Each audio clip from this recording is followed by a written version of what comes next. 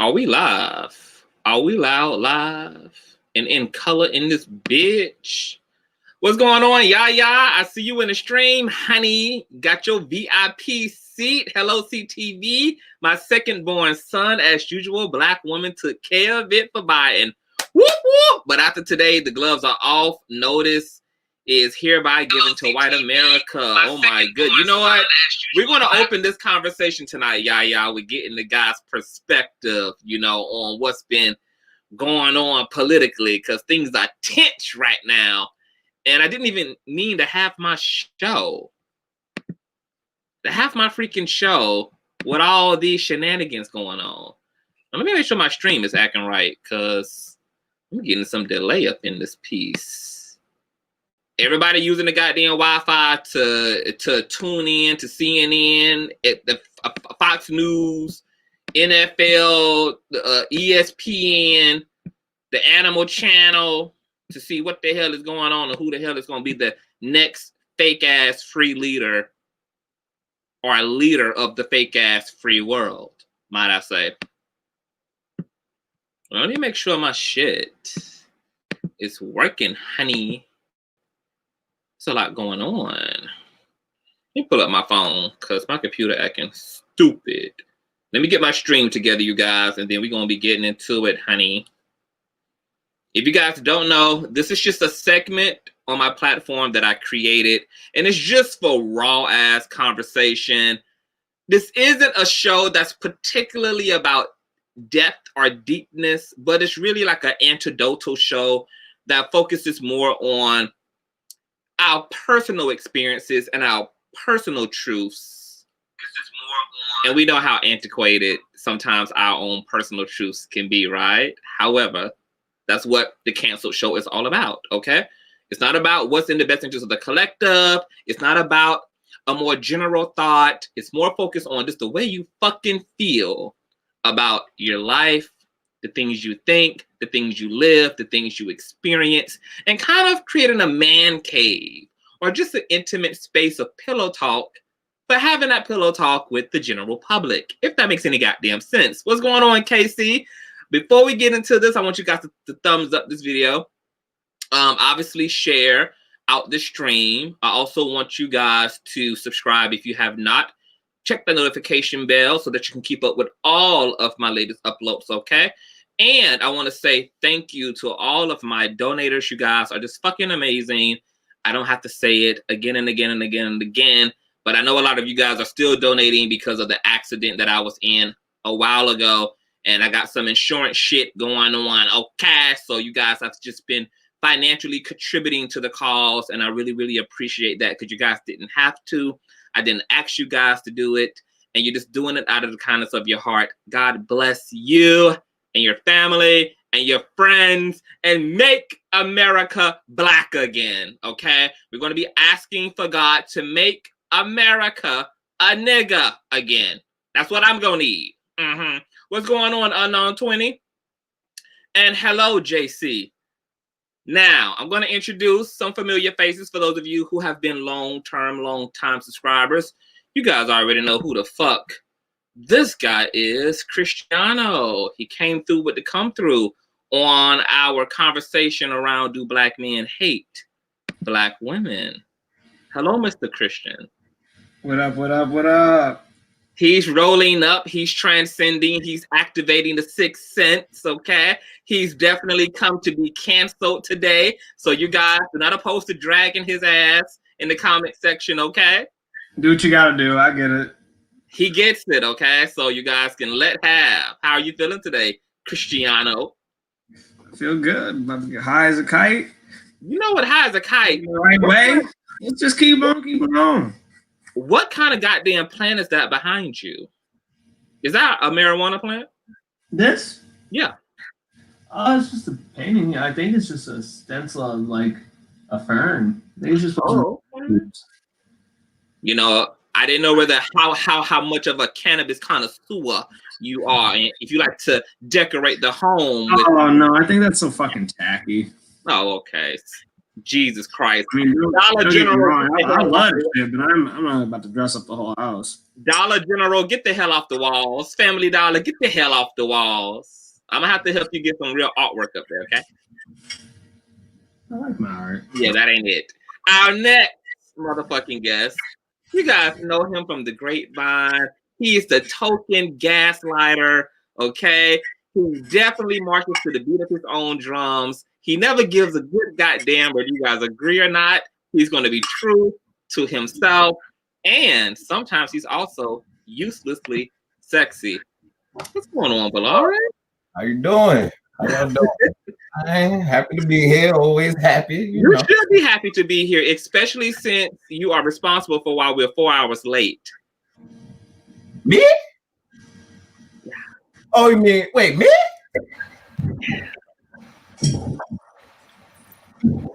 I'm responsible? Yeah, Fully responsible. You said 8:30. And it's 8:26, an hour later. In my book, 1 minute late is an hour late. Okay? All right, RuPaul. How are you guys feeling about what the fuck is going on politically right now? They're trying to scrimmage through all of the ballots in Pennsylvania. Not Pennsylvania, but Philadelphia. How you guys feeling? Who the hell did you guys vote for? Did you guys even fucking vote? And who are you hoping to win this election? First off, I voted for Joe Biden, obviously, because I don't hate black people. Actually, who I want to win this election is the American people. I think it's time now, more so than ever, that we actually have a president that is in a position and willing to lean, as we have seen through the primary and just with his general plan of action. So I think I'm kind of tired of Nevada. They're on some bullshit because, you know, they just are. But, you know, it's looking good. You know, I've even donated some time doing some phone banks. I mean, we just had to get out the vote. Black people had to do what it had to do. And I'm proud of everyone who went out and voted and did what they had to fucking do. What's your opinion? I'm saying hello to my baby mother, Nels, by Goddess. Give her some love. She's another content creator. You guys go out there and check out the heavyweight Nels by Goddess, honey. She'll get your motherfucking fingers in order. And if you come too hard, she'll drag the living dog shit out of your ass, too. So don't tell a motherfucking gangster. What's going on, Nels by Goddess? I agree, Cristiano. But you say you hope that this is for the American people. Like, what exactly does that fucking mean? I hope that the winners in this are the American people. I hope that we got some. I hope we chose the best candidate who is going to work with us, who is going to listen to our demands. Because we're at the point in time where political activism is at an all-time high, and I think now we need to, as a community, say these are the things we want. If you want us to continue to vote for you, these are the things you must give us. We've already been promised prison reform, and I mean, it happened a little bit under the current administration, but not really. But that in this Biden administration, that seems pretty open to the newer, more progressive Democrats, that we're actually going to get closer to the overall goal, having a more socialist, fair, fucking society. Oh. Well, I'm going to get your thought on your candidate of choice after Uselessly Sexy finishes changing his avatar picture on Plenty of Fish. How are you feeling about this motherfucking election situation? And did you vote? And who the fuck are you looking to lead us into hell and much high water? To be quite honest, I'm not a very political person. That's probably why you will never find me any like grapevine political things. If I don't really have much to say on something, I remove myself. I don't just talk to talk anyway. But I actually didn't want to vote. I wasn't gonna vote. I literally I mailed my ballot in at like 7:30 last night, or I dropped it off in the ballot box or whatever. Because personally, a lot of people say it's the lesser of two evils. When I say I don't want to vote, to me, it's the difference of two evils, not the lesser. But right. If I did have to say there was one that I probably was leaning more towards was Biden. Just because there's some blatant things for me personally that Trump is ignoring, like systemic racism and even like certain things, putting certain things in place for what do you call it, for the environment and stuff like that. Like he's just not about that, and those are things I do kind of care about. So I ended up voting for Biden at the end of the day. Okay. I don't anticipate him winning. He's doing a lot better currently than I thought he would do. You don't, because right now they like neck to neck in this shit. I still don't think he's gonna take it. It would be, my jaw would drop if Biden wins, to be honest. I'd be like, oh wow. Biden's only six electoral votes away. He just has to win one of the 4 states, and Nevada's already leaning towards him with 8,000. They're still holding on 25% of the vote, and that's a lot. That's a lot. Philadelphia and Georgia have both been closing in because all the ballots left are vote by mail, which are 78% favorable to Democrats. I mean, he could, but I 8,000 votes is, I think, too small of a margin for him. Like, no, I get that, but Trump only won Michigan by 10 last time, and Michigan flipped blue hard as shit. By the way, everyone in Detroit who watches this, thank you so fucking much for getting out and voting. Detroit had its highest voter turnout in the history of Detroit, led by black people. I mean, it should be. I mean, if I had fucking whale turd coming through my damn faucets, I'd be out there goddamn voting as well. To fix all of the toxic fucking issues going on in Detroit. However, I have 2 things, the lesser of 2 evils. First of all, does that make a lot of sense? Like, you said it does or it doesn't? I said, does it? Oh, okay. I mean, I also believe in not casting a fucking vote. Like, I didn't vote last time. You didn't. And I wasn't gonna vote this time. I was not gonna vote. I don't care. Like, I don't. You gave in to peer pressure. I did, and I'm not someone who succumbs to peer pressure, and that's why I really didn't. I honestly am not happy I voted. To be honest, I'm not happy I voted. I have my own reasons why I didn't want to vote, and I don't like that. Because Biden authored the crime bill. Why you voted? I don't know. Because I'm not a liar, and I didn't want to go around saying I voted just to like not have to like talk about it. Like, you know what I mean? I just didn't want to be bothered. So I was like, and I'm just not a liar. I actually think I voted so I can say I voted, and so people will leave me alone. You know what I mean? Like, because that's how you were afraid of the. It sounded like you were a little afraid of the witch hunt. Oh no! I'm not. Like I said, I didn't vote last time, and for the reasons I didn't vote last time is why I didn't want to vote this time. I refuse. There's a lot of rhetoric that Joe Biden has had or has that I don't feel comfortable with. And to me, it's the difference of like, it's someone who's like wearing the white robe, maybe not the hood. You don't have the whole outfit on, but he got the right robe, and the other person has the whole outfit in his closet. Like, to me, those are the differences between the 2 people that we're choosing between. Like, they, one's just wearing it blatantly, and the other one's like, oh, I'm good. Okay, so one is just overt and one is just covert.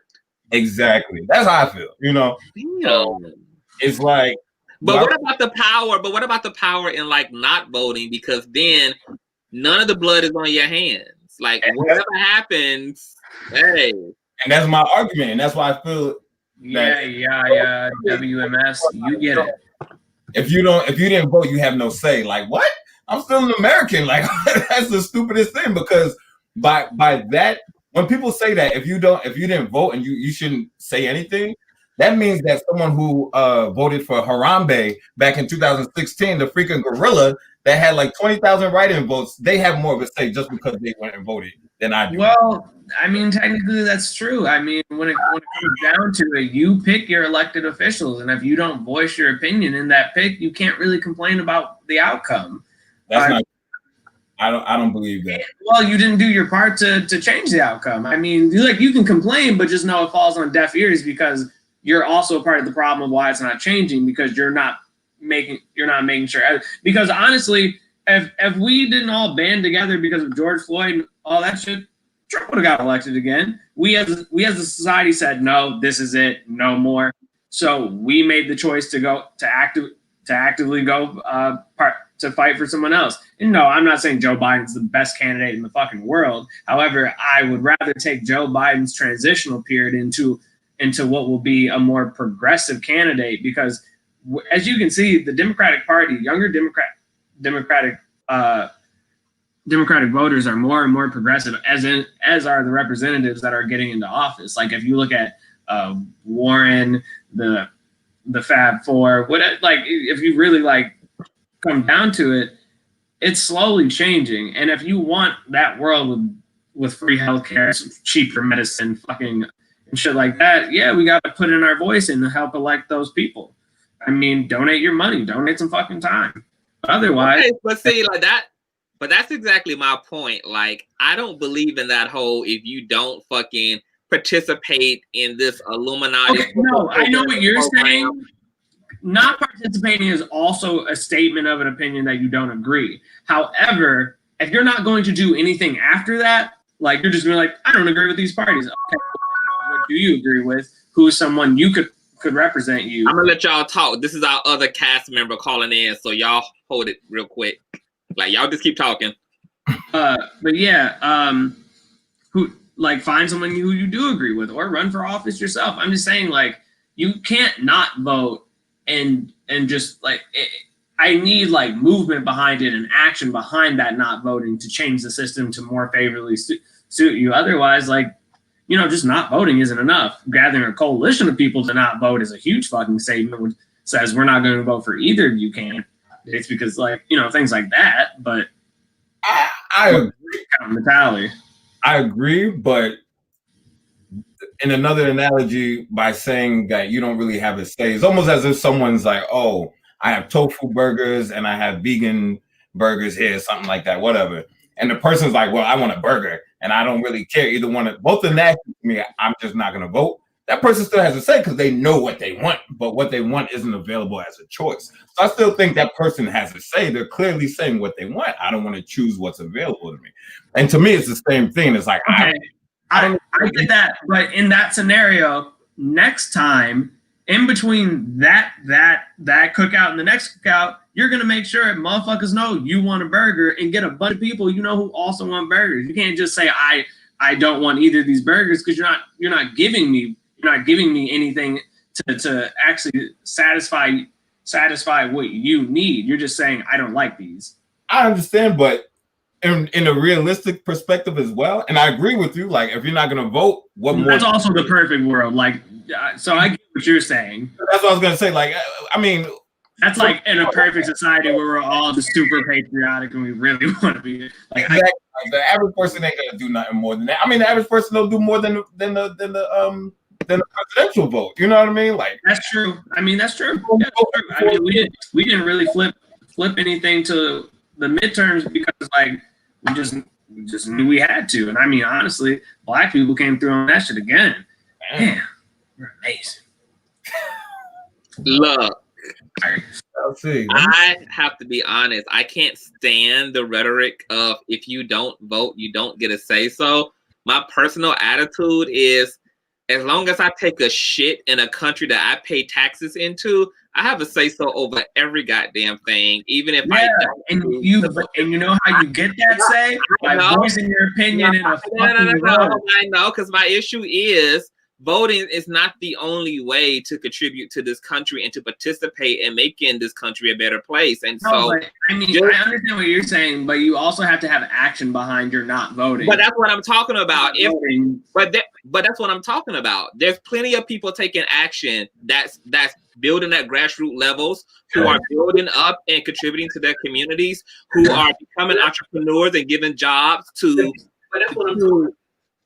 other minority folks. I understand that with specific things like that. Yeah, but if you want to change things on a national level, you have to build that that community. Okay, so let me ask you this question. And gather that coalition and put together that bill to change it for everyone. The issue with the national level is the fucking national level never benefited near motherfucker except those who are nationally elite in this fucking country. When at any point in time on any given day, irregardless of who the fuck was the administration, whether it be the Trump administration, the Obama administration, the Clinton administration, the Bush administration, that me and your life changed in a tangible way as it related to who the fuck was the mascot for the United States of America.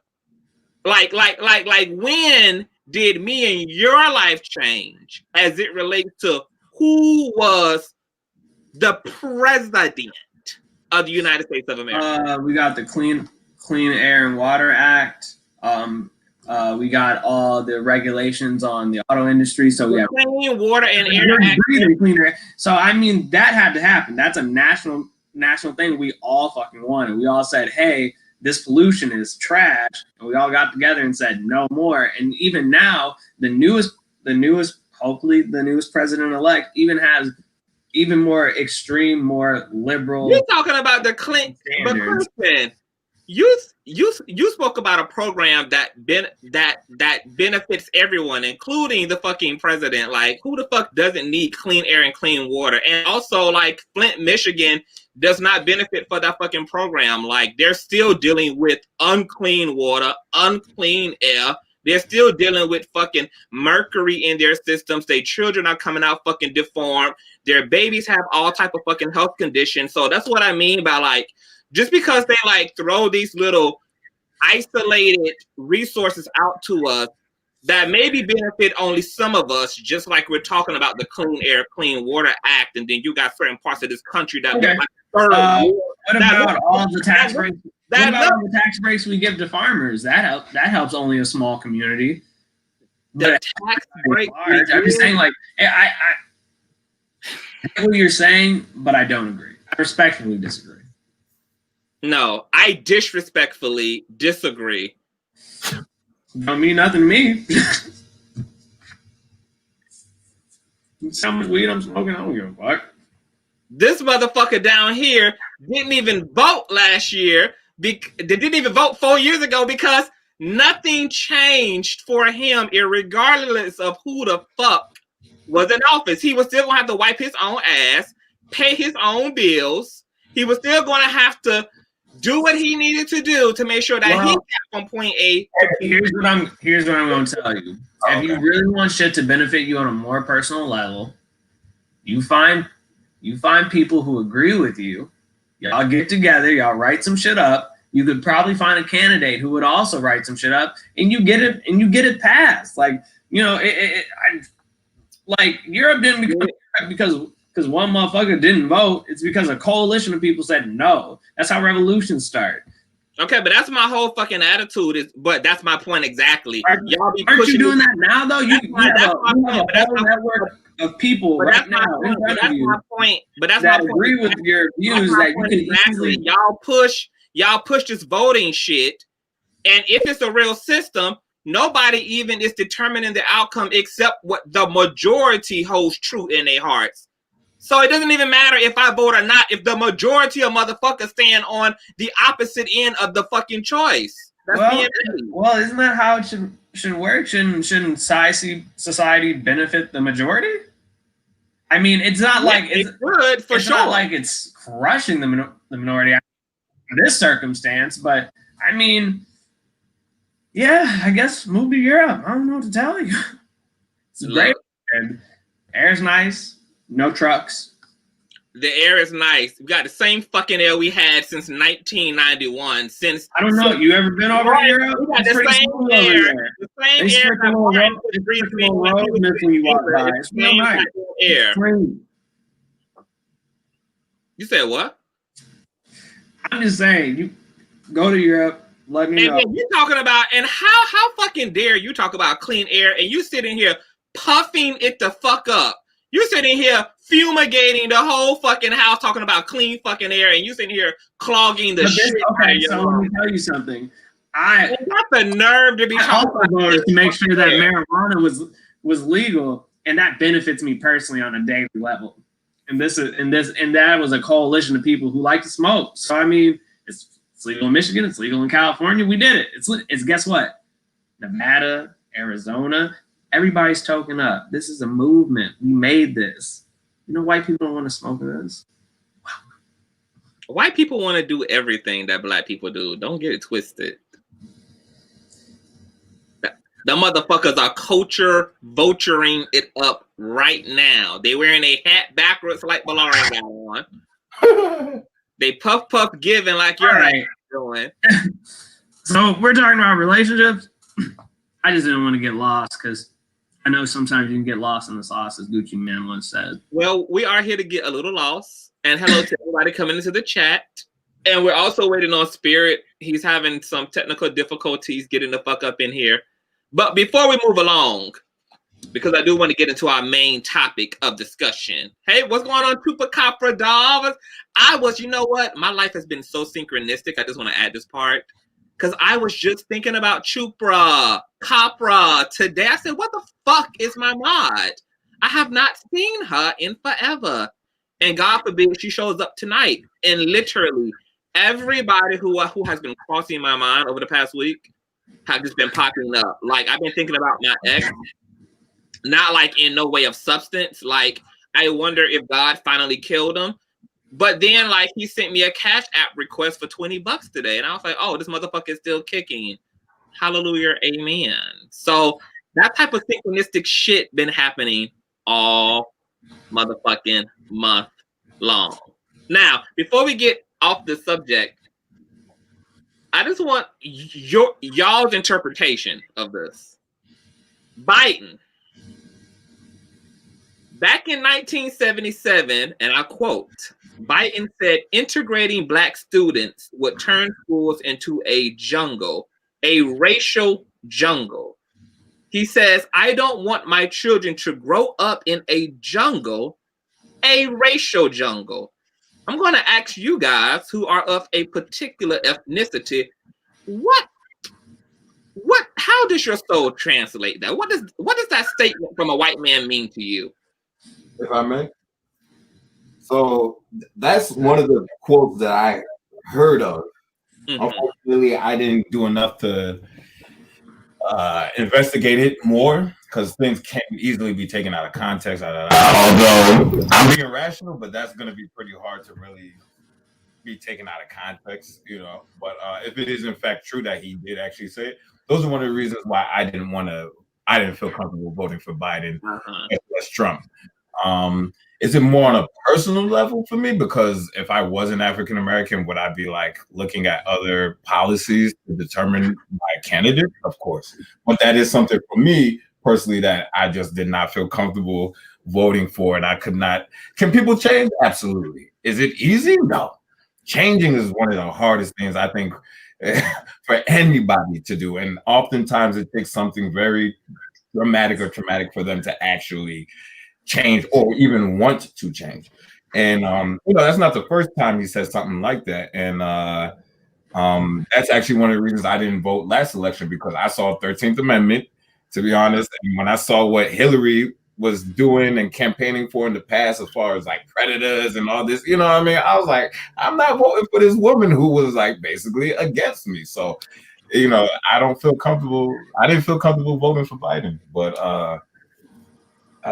that's why I do think that's why I'm not upset with African Americans, or I'm sorry, I don't know why I quote that, with African Americans that voted for Trump, because to be honest, I think it's a give and a take. It's like, let's say hypothetically, because I don't know, Trump has better policies that may benefit African Americans and minorities during his second term. And then it's like, so do I vote for him and then take the, you know, the racial, I don't know, uprising as a con, you know what I mean? Or do I vote for Biden thinking he's going to be better for me when really he's probably just pandering and saying he's going to do things when really he's doing things like, you know, that's not going to help us at all. And maybe it would have been better with Trump. You know what I mean? So I think those are things that a lot of people need to consider. So, you know, I'm not mad at anyone, because maybe they did do their research. I didn't, but so I'm not mad at anyone who's voting for Trump. I don't think it should be based on your race anyway. If it's, you know, because if you're asking people to go and vote then you're asking them to really go and vote. Otherwise, you're just really saying, I want you to go and vote for who I want to win, kind of thing. You know what I mean? It's a much more direct thing than a general thing. Like, everyone should go and vote. So that's my. I totally fucking get it, and I want to say to one of those points that I do believe, obviously, as somebody who is deeply spiritual, I believe in the transformative nature of human beings. I believe in second, third, fourth chances, and believe that people can shed lots of layers. Who the fuck I don't need having that type of a past, though, is somebody who has power and influence over me.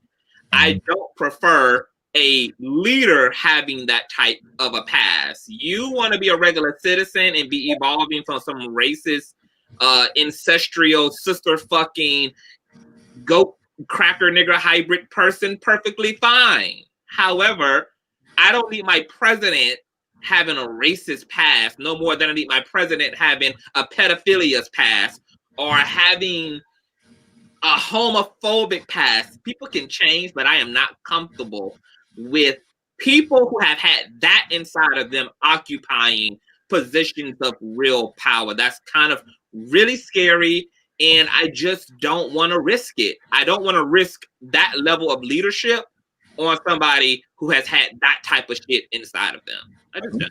Here's the thing, I get what you're saying. In this certain situation, they both have that past. But for me, the difference is I see one has slowly changed throughout his history and like has made active choices and going against like his flaws, and then one who's just embraced his flaws and continued to do so. I mean, yeah, Biden has said racist things back in the 70s when white men were saying racist things, and has slowly dropped that rhetoric, and I think he's even apologized.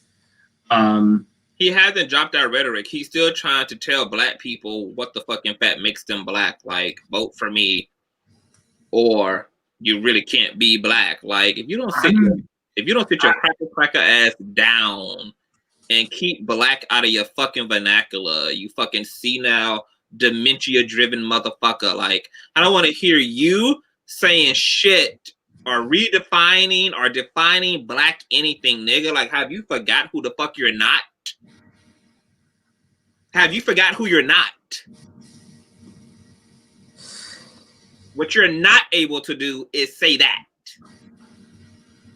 And see, that's that weird covert shit that I'm scared of is hidden somewhere in the consciousness of Biden. Also, I thought it was very fascinating who the fuck he chose as a running mate, which is Miss Kamala Harris, who didn't even start identifying as a woman of color, okay, until it was good for the culture and good for a vote. Okay, and then you look at her fucked up ass track record as district attorney over San Francisco, and I'm like, oh, this math looks too convenient. Like, oh, Joe, with your racist ass past, then you want to also put the self-hating coon next to you as a running mate so that she can finish the job just in case your Alzheimer's takes your ass out a year into presidency. You know that you'll have this black woman who's really white-facing it in blackface, finishing the job on minority people. I don't fuck with Kamala. I don't fuck with Joe. As far as I'm concerned, there ain't no lesser of the two motherfucking evils. Both of them motherfuckers, both candidates are fucking garbage. Garbage. Well, trash. I get what you're saying, but trash. Those people are actually going to give you your rights back. Like, I mean, LGBT people and trans people that were in the military are kicked out. They'll be integrated back in. They'll still put out liberal policies. Even though they're trash people, they're still putting out the policies that we need. I would rather much that than two racist motherfuckers who are actively trying to take away my rights right now because one's a fucking dictator. So we can all complain and talk our shit, but guess what? If you want something to change, say something. Vote. Make policies that affect you are integrated into the system. Be a coalition. Otherwise, you trash does nothing. You're yelling into the void. You know, there used to be a third option when there was a less when the only options were the lesser of two evils. It was called assassination.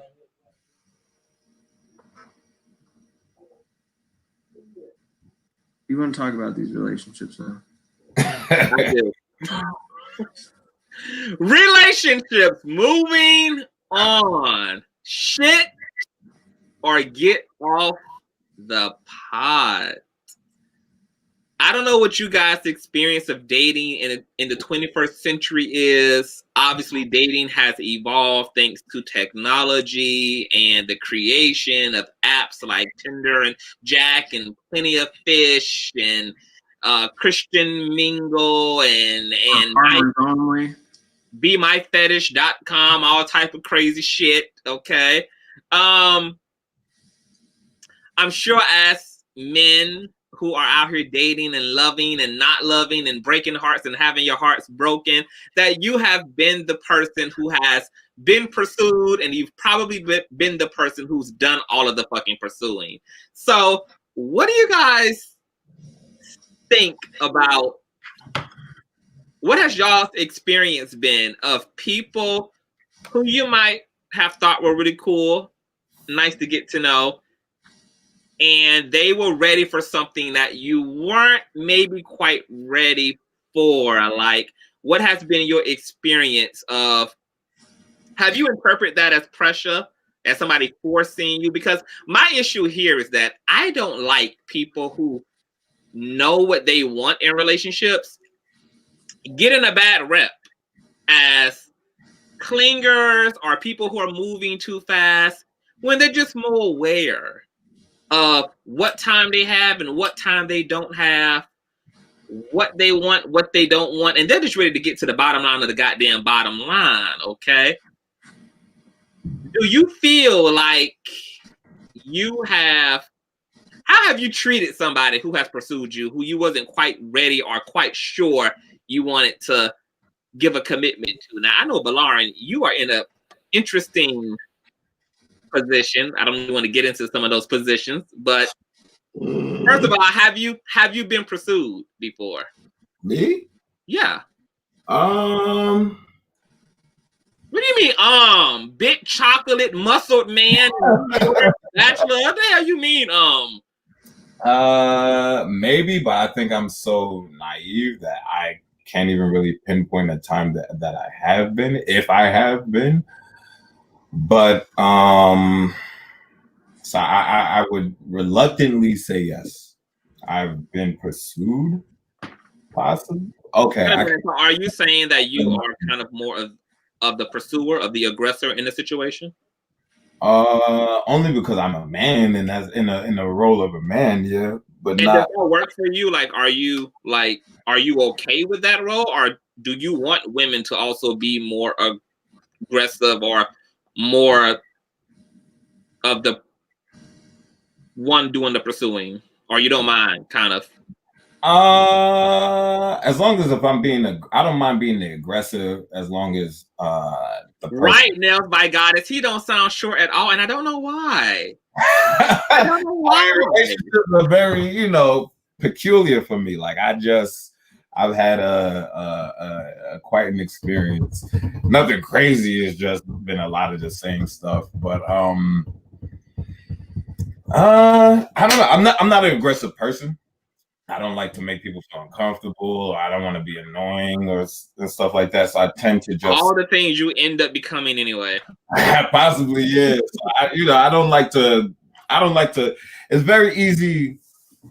Like, I find it funny when people try to give you like the guidebook to dating, when really, like, you can't give me the map to like Jessica and think it's gonna work for Rebecca. Like, those are two different mazes. You know what I mean? Like, it's not gonna work the same way. So I can't be overly aggressive on one girl because that girl might like it, and then the next girl I can't always do it because she may not like it. You know, you have to adjust. So because of that, I usually take the easy way and just be like, you know what, I'm gonna just kind of play it safe for the most part. So I don't mind I don't mind being the aggressor as long as that person doesn't overplay their part as far as being chased. You know, I feel like some people can be interested, but they just run too fast, and I just stop and be like, all right. Okay, so right there, so right there. So stop right there. So what is running too fast for you? I mean, this is a very, I'm trying to think of different.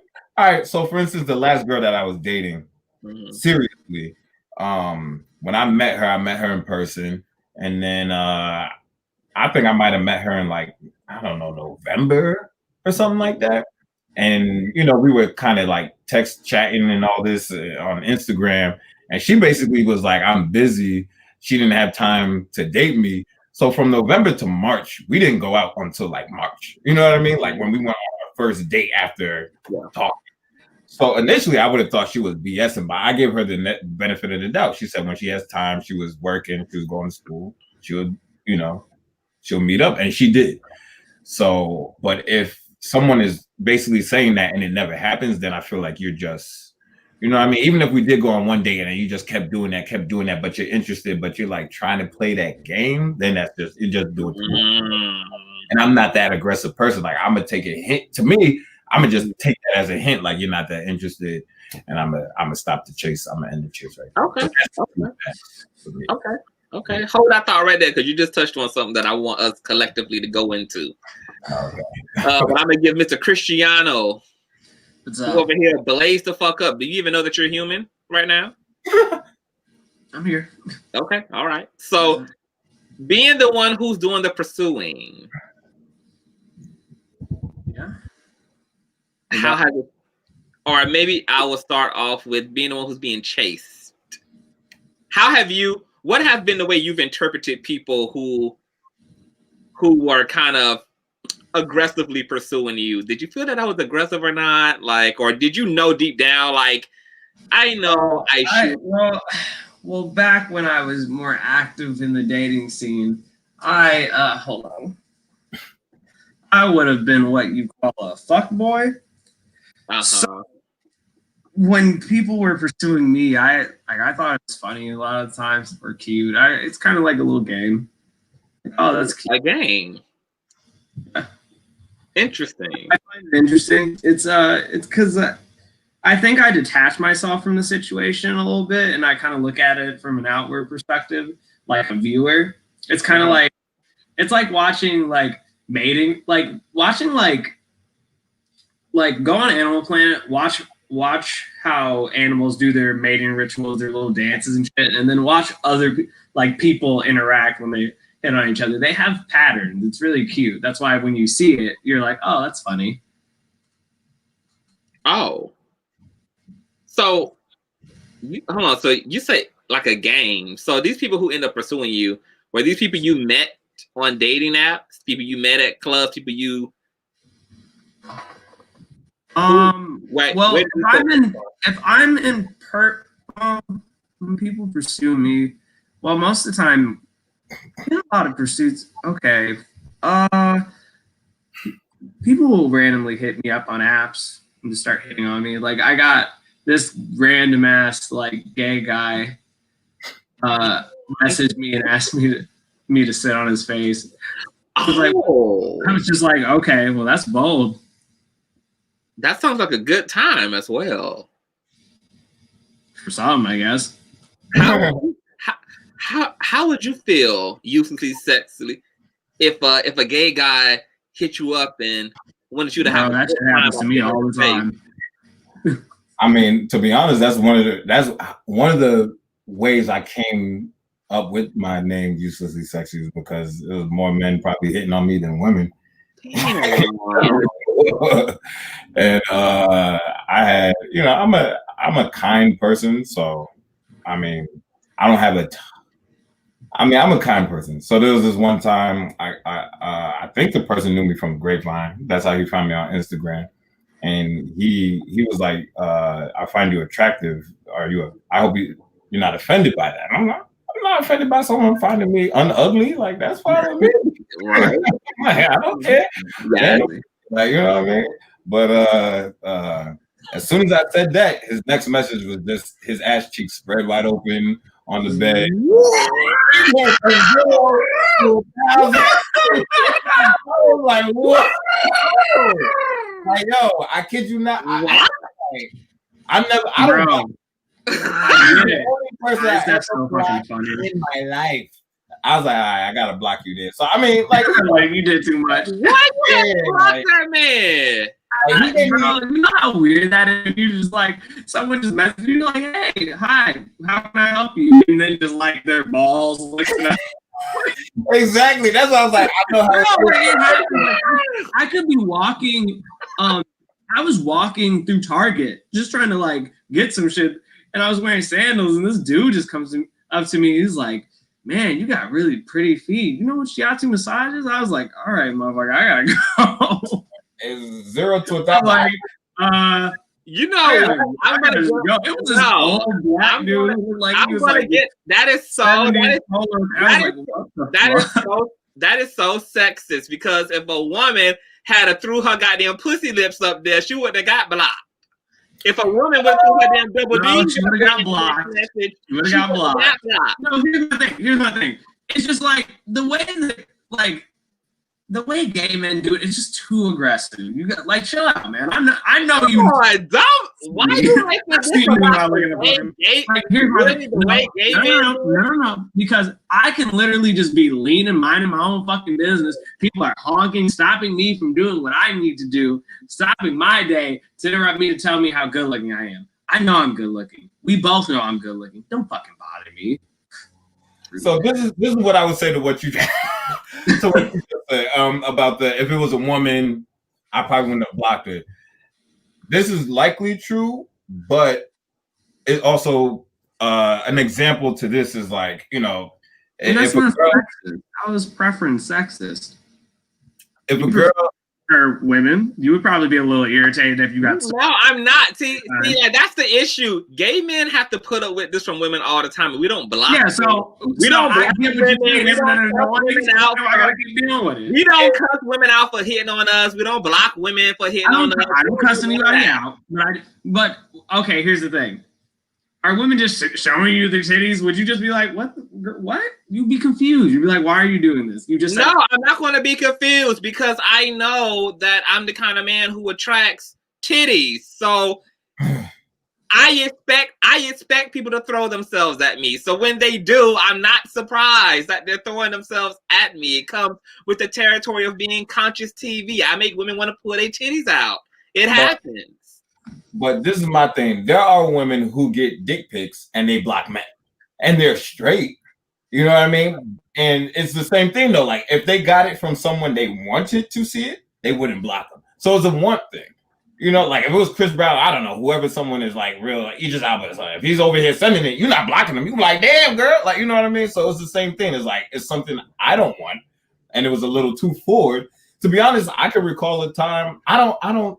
Honestly, if Idris Elba sent me a dick pic, I think I would blush. I'd be like, oh my god. Cristiano is narcissistic. See, he's narcissistic enough to enjoy all of that. You can't admit Idris Elba is a good-looking fucking man. But see, even for me, even if it's a woman, I just now recalled when I got some pictures from a woman. I'm not into like getting pics sent to me. I just don't find them very sexy. It's just kind of like awkward and weird. And I remember a chick, like I matched with her, and we was texting for a little bit. She started sending me all these pictures. I was just like, ugh. Like I didn't block her, but it just I wasn't turned on. Okay. Stop right. Is that sexist? Cristiano, because you think it's trashy? Stop right there. Why did she not warrant the block button, but the gay guy who bust the cakes open wide open in the DM got the block button? Because reference, this girl that sent me messages, we matched on a dating app. This dude that sent me his eagle spread cheeks or whatever you call it was on Instagram. So he slid it on Instagram, and we was just kind of like, you know. I would be irritated. So that wasn't the place for it. Why? Wait, we're gonna sit here for a minute. Be irritated for what? I would be irritated if a woman I just so like randomly sent me her body. Like, what if I'm just like, cause like, okay, here's the thing. Sometimes, like, I'm not horny all the time. I don't want to just see fucking titties right when I open up. Well, that's a new fucking narrative for men. Women damn sure don't know that. Say that again, Cristiano, that men aren't what all the time? We aren't horny all the time. Sometimes. Okay, so I probably have a condition though. You might be the exception to the rule, because I literally know niggas who like literally are horny all day and look at porn all day and like look the fuck all day. Well, the thing is, like, when you know you can get it, I'm not tripping. It's like whatever. Like, if you know you can get it whenever you want, like, and I'm not trying to be funny, but I know I can get it whenever I want. And you've also played into it. You've been a fuck. So there's no point to be so fucking horny, because like literally there's Ash. You can find someone to fuck. There's always someone to fuck. I'm just saying. So what's the point? So you would be irritated if a woman just like was very forthcoming about wanting to just fuck? I mean, you are a classic. Yeah, I would be, because it's like you didn't even like. There was no chase. We didn't even get to be coy with each other. Hey, no relationship. If you chasing the dick into the pussy, that's the chase. I get that, but like I'm not gonna want that all the time. I don't want that all the time. Sometimes I do. Sometimes I do, and that's great. Oh my god, you people like this. See, this is why I can't date in this culture. You motherfuckers like got it's too much going on. Like y'all want to be like loved, and then y'all want to be choked and body slammed and fucked hard, and then want to like have a boo on Valentine's. Like y'all want to fuck a motherfucker like y'all love them, but then want to dispose of them like you never knew them. Like there's too much motherfucking miscommunicating going on. Like what the fuck? What is all of that? I don't know. I'm saying if you gonna dispose of me tomorrow, fuck me like you gonna dispose of me tomorrow. Wow, you're fucking like me. I like trashy sex. I like to, yes. But this goes back to trashy sex. This goes back to my example of like, there's no one guidebook for each person. Like there are some general, rules, but even men, you can't really just paint a broad brush over men and just assume they want to see ass and titties, or all women want to see, you know what I mean? It just doesn't work that way. Cause like I said, for me, I've never asked a girl. Well, yeah, I don't think I've ever asked a girl for like to send me pictures, because I'm just not into it. Like I don't really care for it. You know what I mean? But I know plenty of men who are like, yeah, I always ask for this. Like I need this. Like, I'm like, it don't do nothing for me. Like, I just don't like it. Sometimes I see. Okay, so let's paint the picture, BOLARIN. You and a girl, y'all meet each other. You think she's real cute, real cuddly. Y'all vibing. A few weeks, she wants to get a little flirty. She want to test the waters, see what your freak level is. She sends you a picture of the double D pussy lips. What happened? I don't know. Double D already don't even sound good. What happened? I don't know. Does that mean it's big? I mean, let's just say something I like, right? Even that, to be honest, I'm not a fan of the coochie. Like the way it looks, it don't turn me on. I don't look at it and go, it's just not for me. That's not a turn on for me. The same way some girls are like, they're straight, but a dick don't necessarily, like the image of a dick don't necessarily turn them on. I don't know no woman who ain't turned on by the image of a nice dick. No, I remember hearing that for the first time all the way back in high school. I'm like, is she a lesbian? But she wasn't. She was like the dick. That must be like the type of girl who wears like dresses all the way down to her ankles. Nah, she wasn't like that. She never wasn't like that. That was a Spanish girl, but I've heard it before. I'll be surprised if there's not somebody in the chat. Girls just want to see dicks. I don't think every girl in this chat. The whole thing, there has to be a package. No girl in this chat. No woman in this chat would be against either one of y'all sending them a dick pic to their phone right now. I guarantee they would. No woman in the chat who would be against receiving a dick pic from either one of y'all in the chat. Believe me. I guarantee you they would. I guarantee you there's at least one. They just guys, if I get this TV show, you'll probably be seeing my dick pretty soon. I guarantee you they would. Not everybody. Man to God. But yeah, I mean, like I'm into how Ryan Murphy likes his gay sex scenes. just seeing the cookie sent to me, just that. I think I actually did have it sent to me one time, and I was just like, it's so gross. Thank you, but it's what? like, Okay, wait. So then, see, it's so gross. It's just like it's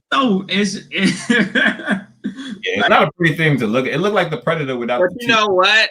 But you know why I called it that? It's so funny that verbiage is a disgusting description of a vagina, but y'all like to go in and beat the pussy up so that it looks like it's had a head-on collision with another vehicle.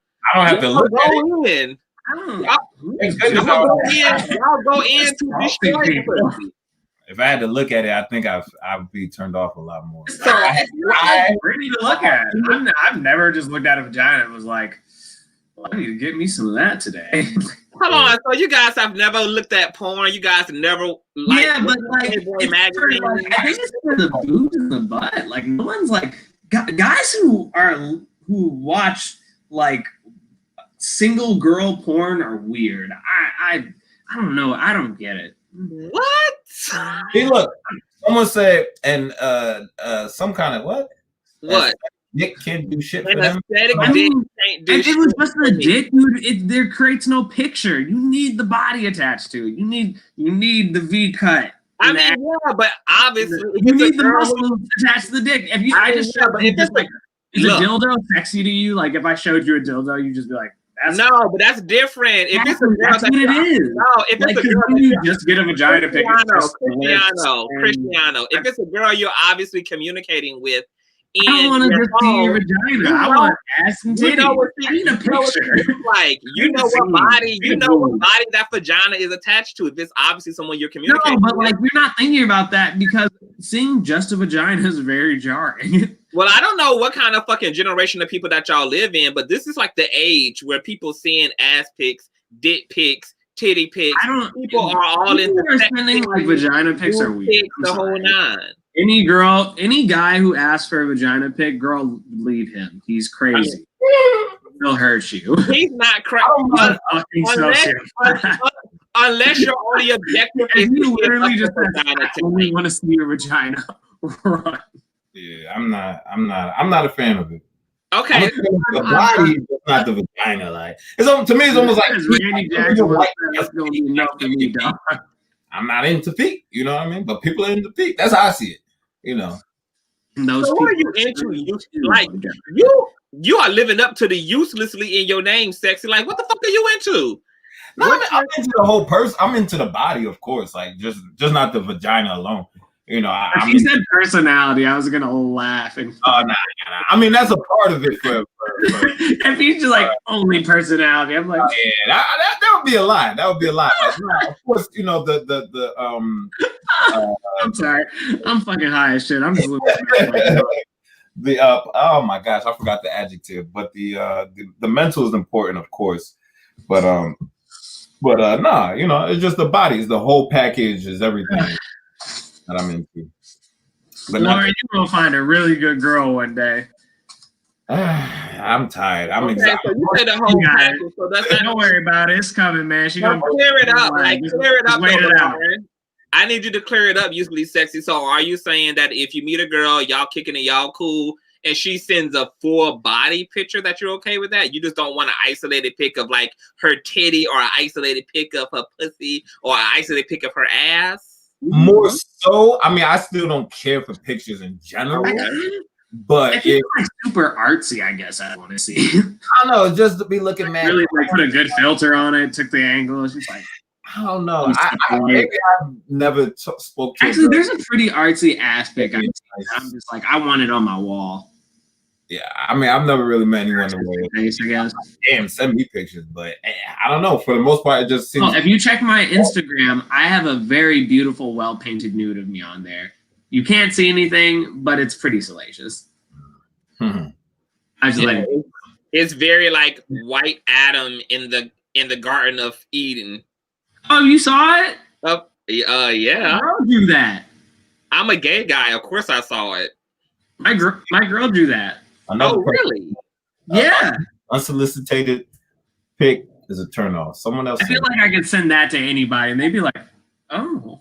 Well, it is a more like regal, classic Renaissance depiction of the body. Okay, so I think we should all agree as a group that if we're gonna send pics like this, we should get them professionally painted. Like make it an artistic expression. You're gonna send ass and titties. I want to see it on an oil spread. Like I think that would be gorgeous. Be like maybe pop art. Who knows? I'm gonna see it in person. I'm gonna pull up a pic and see if you guys agree if this is artistic or not. If I can find it. What uselessly sexy? I think my picture is gorgeous. I'm just wondering what kind of picture I'm about to see. Was it mine from my Instagram? I'm not gonna lie to you, dog. I wish people would wear it on a shirt. It's really pretty. Wear what on a shirt? That painted nude of me. I wish people would wear it on a shirt. I kind of want to. Cristiano, you are just so narcissistic. It's insane. You got to be out here. You got to be your own cheerleader. No, you don't. You can be humble and in the land of Sodom and Gomorrah. Yeah, but no, you kind of have to. If you don't talk the big talk, they don't believe in you. Trust me. You can't show any talk the big talk without being the big talk. They are sharks. Oh my God, man. Why can't I feel good? Come up out of Satan's paradise. I'm trying to find this picture so we can judge if it's like Tatiana or if it's like artistic in nature. Well, what was the intention behind the photo? I don't know. I'm gonna let you guys determine what that is. Okay, I think I found it. Let's see here. Okay, let me see if I can. We're gonna judge whether Tatiana Express or rather. Let me see if I can share my screen. Hold on. Let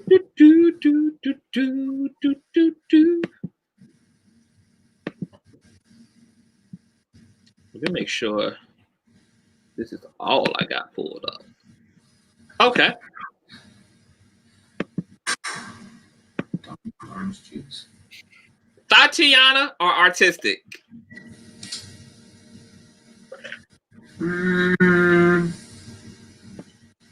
It's a little in the middle.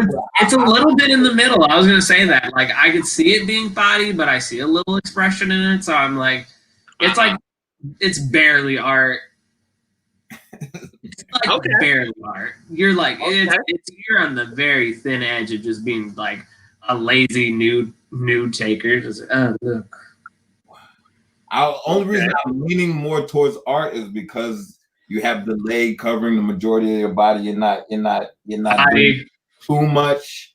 You know what I mean? Oh yeah. Body. You're a slut right there. Good for you. So I'm slutting it up right here. You're just slutting it up. That's for Maxim. I get it. Yeah, no.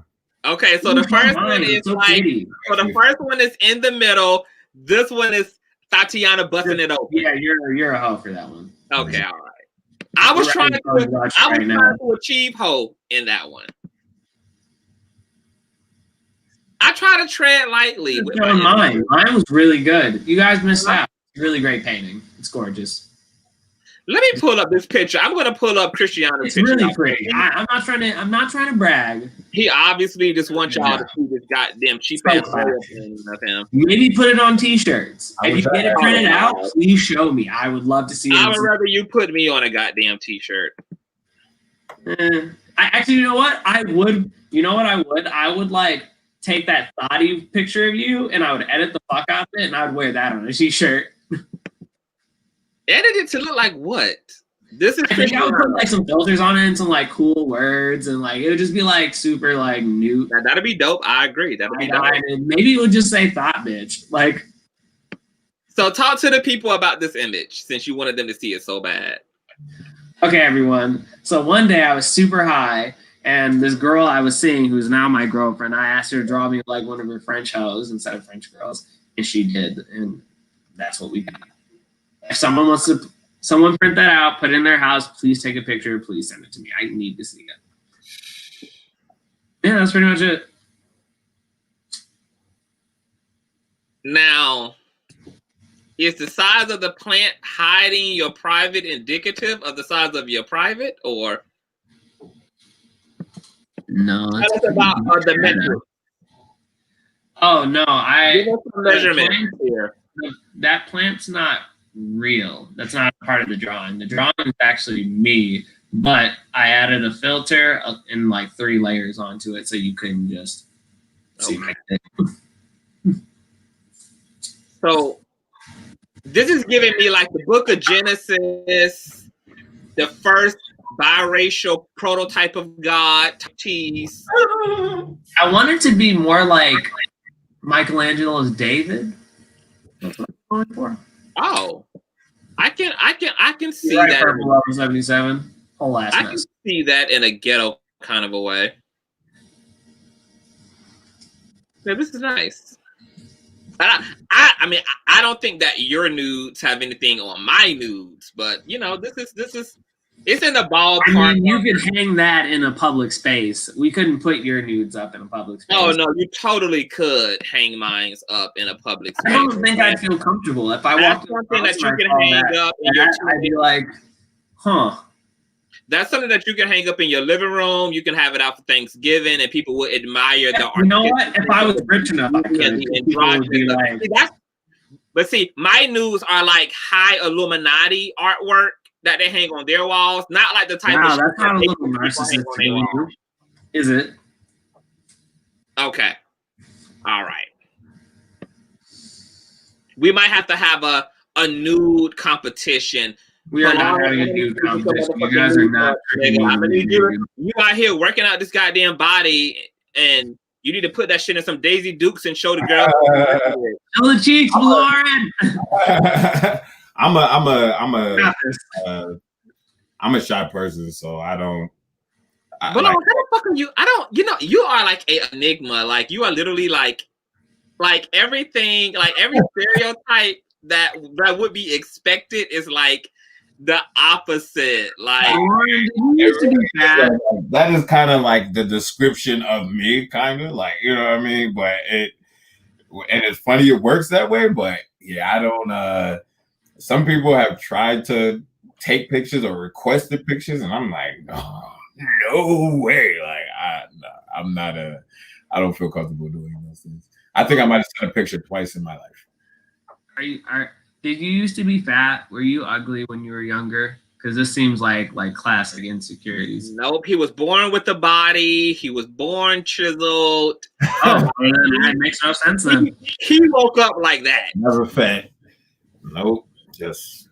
You know, but maybe it's like New York. New York is like, it's too much shit there. Like, I can understand why none of y'all can't focus because, like, it's just too much shit going on. There's too many types of people. It's just too much types of things. It's like too many genres colliding and melting into each other. Like, there's no way to really get a true sense of self in fucking New York. Like, what the fuck? That might be true. Okay, so why the fuck are you there? I was born here. Okay, I was born in a vagina. I'm no longer there. So why are you in New York? Never go back. I mean, I guess a lot of the reason is, I was born here. My industry is fashion, at least for now, and currently. Professionally, my industry is fashion. Then I also do stand up, although some people say, you know, LA is a huge place, but New York is that place where it's like you could get a lot of those things done, you know, being at one place. Actually, the New York stand-up scene is way better. Coming out here, you just have to do sketch shows. Okay, back to the fucking initial topic. Being safe. I'm going to give a scenario, and then you guys can feed off of it, okay? I don't like the mixed signal shit. The what? Oh, mixed signal. The mixed signal shit, right? Because there are people who will get at you on some like, I want to get to know you type shit.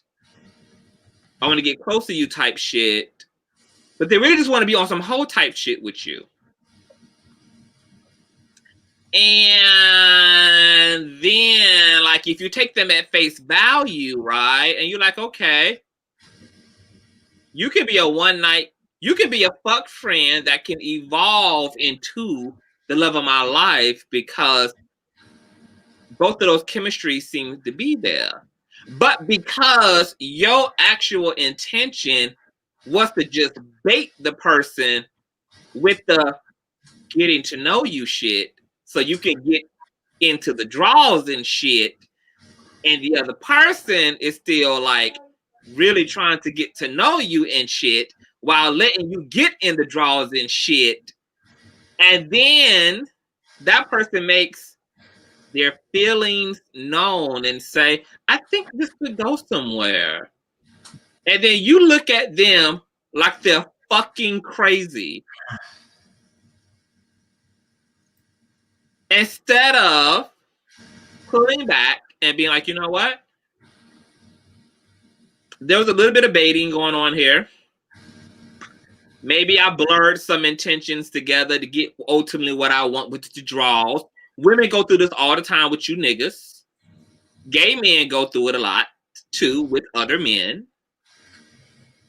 But what do you think about people who are not clear about what they want? Like, why do you think people have an issue with just saying, I want to be on some fuck shit and I want to get to know you? Or I am looking for something serious and I don't mind fucking you in the meantime if I can as well. Or like, what do you just think keeps people from just like giving a clear direction? Like, what is this whole baiting thing? I don't fucking understand it.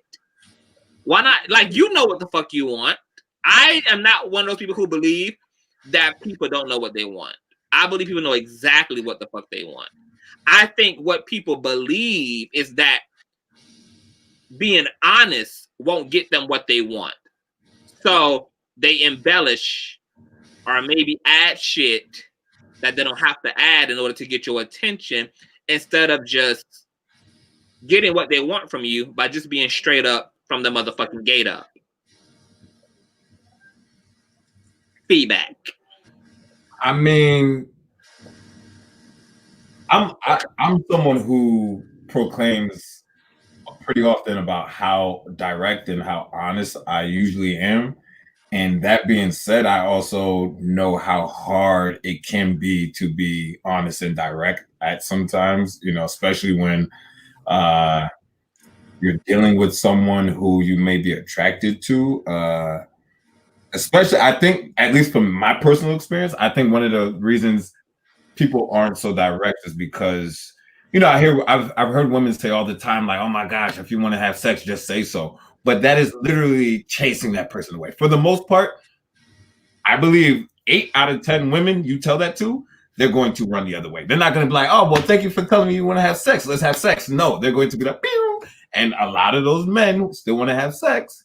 So they, you know, they either. But isn't that fucked up? But isn't that fucked up? It is. It absolutely is. And I will, you know, it's messed up. And I'm not putting it on men because women can do things similar too. Men can be interested, in, you know, and it happens. But it is messed up and it's very selfish. It's very, very selfish because I think you know, the person wants something from you and they're not considering the fact that you are expressing to them that, you know, you're interested in them in an emotional sense, and they just want a physical, and they'll keep you around as long as they can until you finally realize, like, okay, we're not on the same page, and you finally give up and cut ties. But it's a selfish thing, and I think that's just pretty much what it comes down to. It's just a selfish thing, and I hate being a hypocrite, but I've kind of done it, you know, especially because I was dealing with like a breakup and I'm just like, I'm trying to distract myself, even though it doesn't help. I still just would do it. And one thing I just refuse to do is play with someone's emotions. So I would never lie if I'm asked, you know, like, what are my intentions, this and that. And I would be. Oh, that's a real cute way of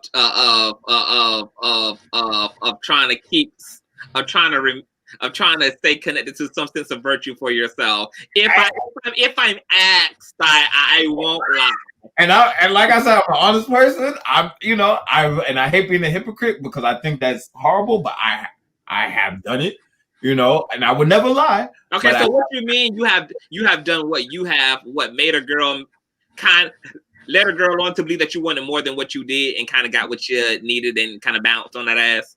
In my opinion, no, but kind of like what you're saying. Like I said, Okay. if I'm asked, you know what I mean, then I would tell them, I wouldn't just come out and say it because I don't want to chase them away, so I wouldn't just be direct, like, look, I hope you know this is the case. But if they do ask me, I would tell them, like, I'm not prepared for that. And, me personally, I don't know about other men, but for me personally, yeah, you got another man on here. Well, that's true, but me personally, games right now on our phone with somebody. I'm looking at the election. Biden might flip Georgia. God damn, go black people. I don't feel comfortable, toying with someone's emotions. And I think I might have mentioned this to you before. Like, one of the reasons I kind of like when I was dealing with my ex, and she was all like talking about, oh, you should go date other people.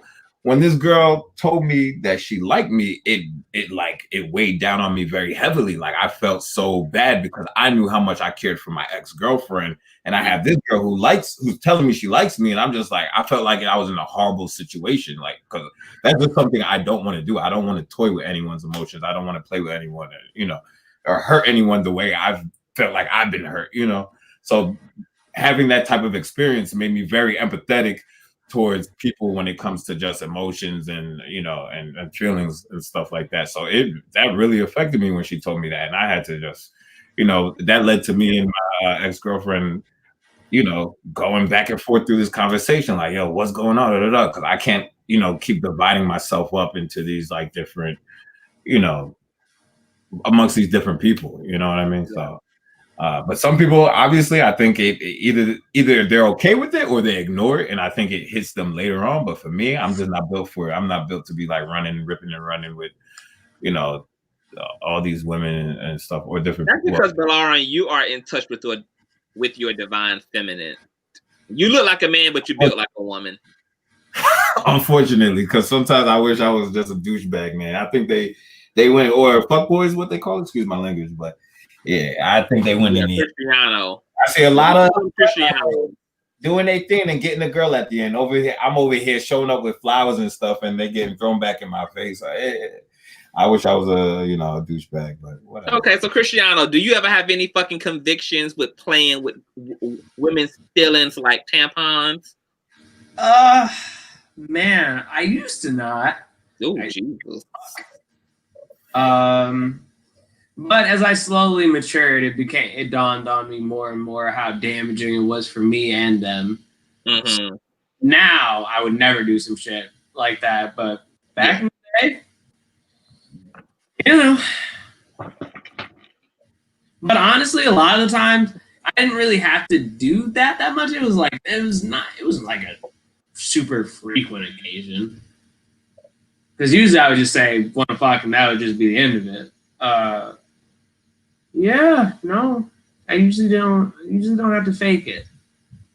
Why do you think men are more like, you can't do shit to men, but men can do everything to you? Like, men can't stand when a motherfucker is playing with their feelings and it's double dipping and it's objectifying them. And that's because I think the men of this generation have experienced extreme emotional trauma, especially minority men, especially minority black men, just because we've had no real structure within our societies. So, I mean, if you really take it into that, like, men are, like, they're not learning how to actually be men because they're in touch with their divine, like, they're being super in touch with their femininity because they're mostly being raised by women.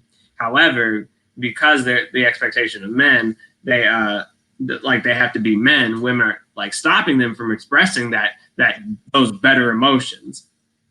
So basically, and then they're learning through like an outward view of how these women negatively talk about these men. They're like, oh, well, this is what men do, and I should do that subconsciously. So like, really, Father God, not having men in the home has been the reason we have so many fuckboys. Because like, I know people who grow up with dads, they don't act like that. I mean, I was gonna say, a lot of respect for women, like that just tends to be the case. So like, we missed out on like generations of like strong men with like strong values. Okay, I get that, but my question is, the moment that somebody does it to you, why doesn't like a big aha moment happen? Like, oh, this is what the fuck other people feel when I do this exact same thing to them. Because pain is personal. You have to.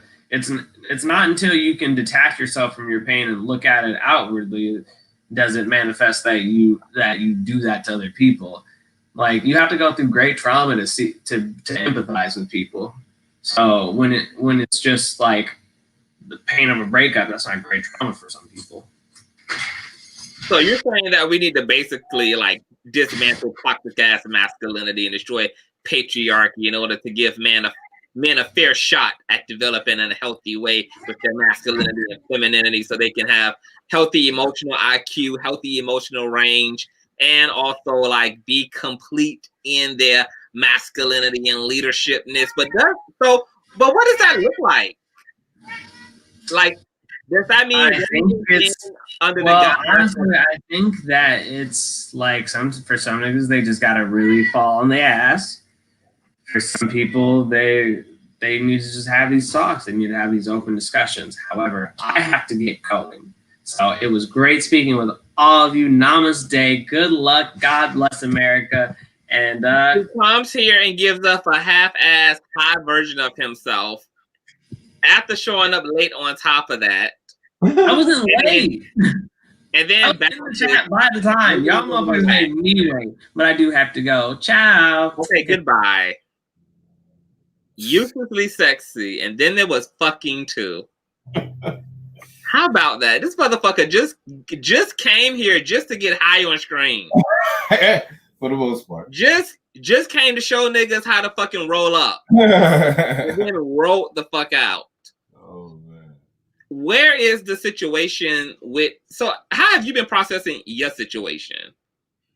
Because a lot of people, but do you want to give the people a little bit more intel about what your situation is for those who kind of don't know?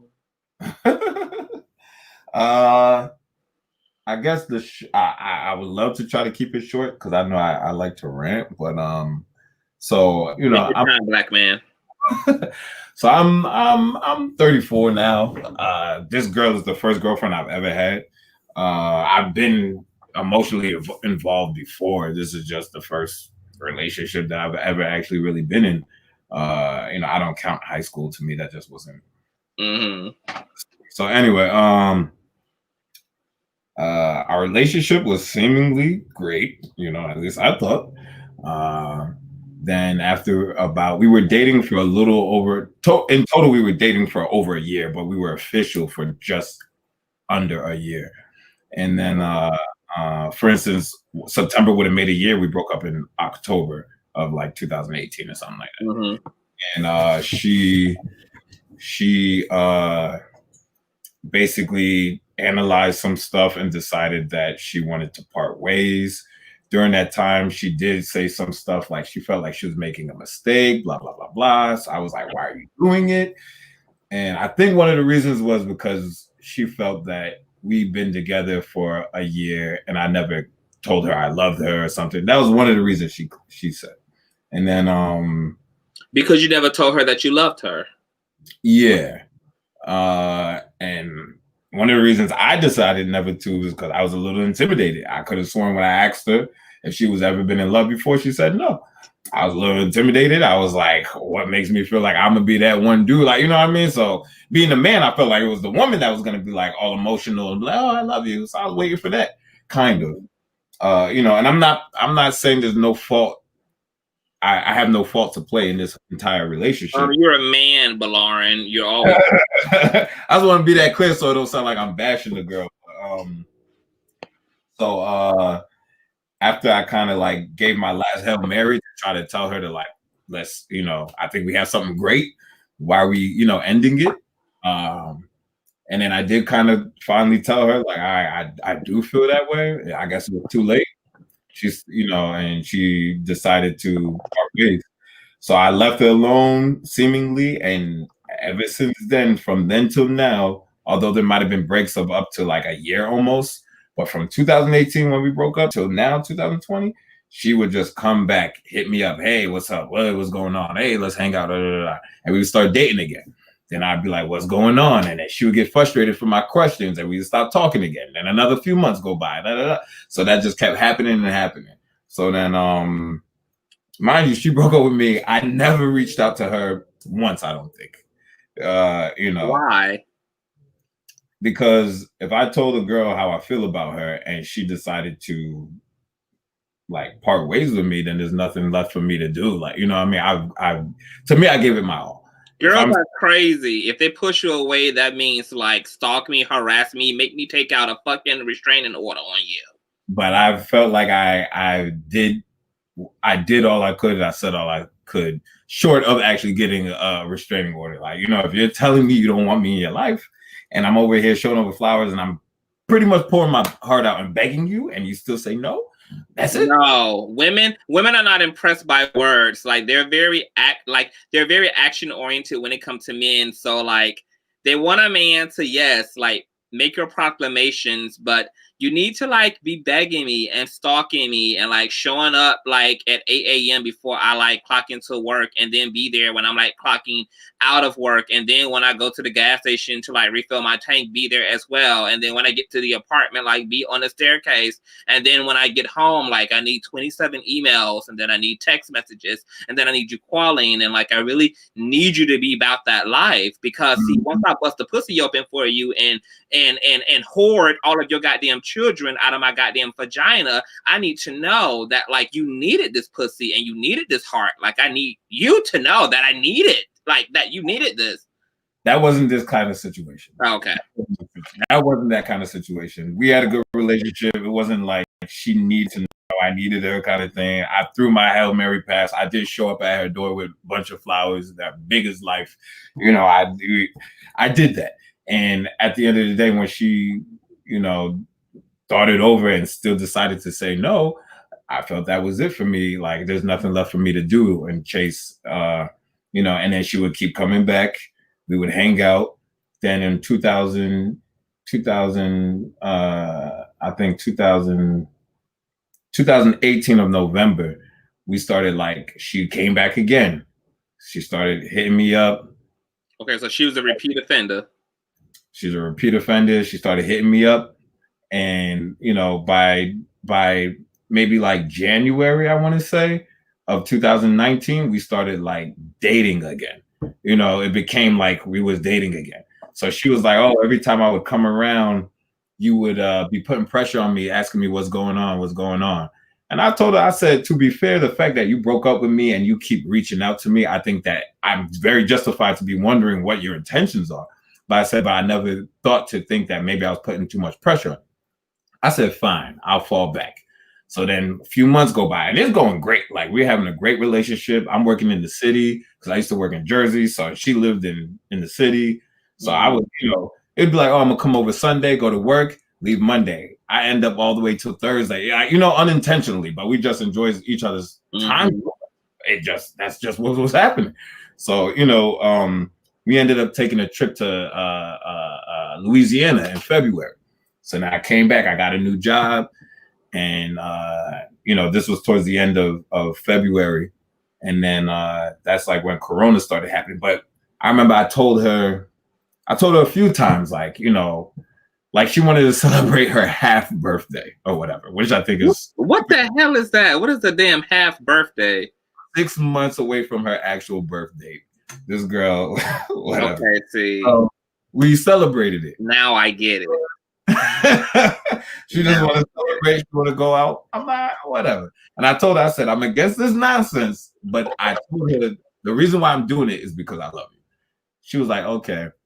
That was her response. Pretty much. Wait, so you told her that you loved her? Yeah. I told her this before, and I told her this was like, No, I can tell you meant it because I almost felt like you just convinced me that you loved me when you said it. So.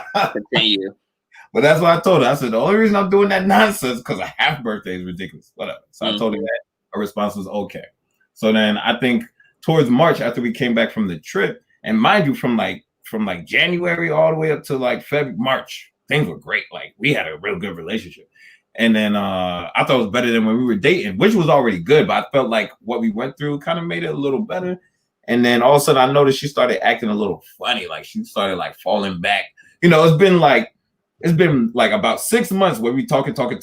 All of a sudden I hit you up. This is the first day where you like taking, you didn't reply to my text the whole day. So I'm kind of going crazy. Like, yo, what's going on? Blah, blah, blah. And she started like, oh, I don't text you back. She can have an attitude sometimes and just be real inconsiderate. And she was just talking about like, oh, you know, just because I don't text you something wrong, da, da, da. But I'm like, I noticed there's a, you know what I mean? It's been like 6 months. You never did that. And all of a sudden you're doing that. So it came down to the fact where she felt like she was falling back because she was like, when we first started dating, I didn't want to feel like it was a relationship. And I feel like it was a relationship. I just want to interrupt you real quick. You have literally set half birthdays into viral mode. Now everybody wants a goddamn half birthday and wants to celebrate a goddamn half birthday. Somebody's half birthday is in February. My God, keep going. Yeah, so I think her half birthday was in December. Her birthday's in June, so whatever that is, 6 months from that. So then, you know, and we went to a nice spot for that half birthday. We went to a blind dinner, so you wear blindfolds, and it was something. I tried to do something, you know, so nice or whatever. Oh no.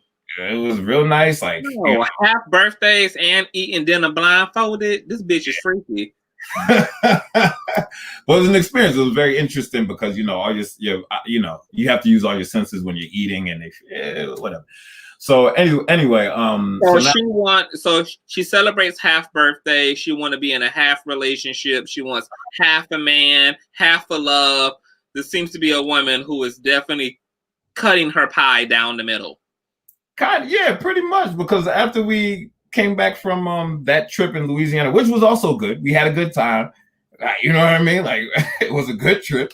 And when we came back, that's when she started acting different and pretty much saying like, you know, I said in the beginning I didn't want any relationship. What I need right now is a friend. She kept putting this word friend on top of everything. And I would always ask her like, you keep saying you want a friend, and I get it. You don't want a relationship right now. You're trying to find yourself, whatever. But I said, but can you be? I used to ask her this all the time. Can you be friends with someone who's in love with you? And she would never answer that question. And you know what I mean? And I'm trying to tell her like, I don't mind being there for you, but if you're trying to put me in the category of a friend where that allows you to go and find someone else, like I don't want to be here for the moment where you're like, oh, I'm dating someone, and I'm like, what the hell? I thought we was dating. And she's like, oh, I said you was a friend. Like, you know what I mean? It's two very different things when you're saying you need my support or you just want to put me in the friend zone. Like, you know what I mean? And that's why I was trying to differentiate from her, but she refused to like, you know, actually say that. So when we started, after her first excuse was like, I put too much pressure on her. So I fell back from one Gemini to another. Nails by Goddess said if she said that, she was letting you down easy. What part? Clarify which part you're talking about, Nails by Goddess. That if she had said what, then she was letting him down easy. I think maybe it was the taking her time, finding herself rhetoric, maybe. Maybe, but why would you be putting me down if you're coming back to me after you broke up? Okay, she said she definitely friend zoned the shit out of you. But why would you friend zone your ex? You know what I mean? If you broke up with me, why are you hitting me up to put me in a friend zone? That doesn't make sense. Well, maybe she thought that y'all made better friends than lovers. But we were having sex. We were having a physical relationship as well. We were basically. Maybe she thought that you made. I mean, but maybe. So that's why I'm like, she kept trying to say friendship, but I'm like, this ain't friendship. Because I was like, if you had a boyfriend, and I was but you can't help it if you're now a friend who still got good dick. I mean, that it still don't make sense though. It don't make sense. Trust me, I get those things and I try to understand them, but it don't make sense based on how we were acting with each other. Yeah. There was nothing friendship about. We were great friends, and I felt like that was great about our relationship. Like we had a great friendship and we was also romantic. Can we talk about that part real quick?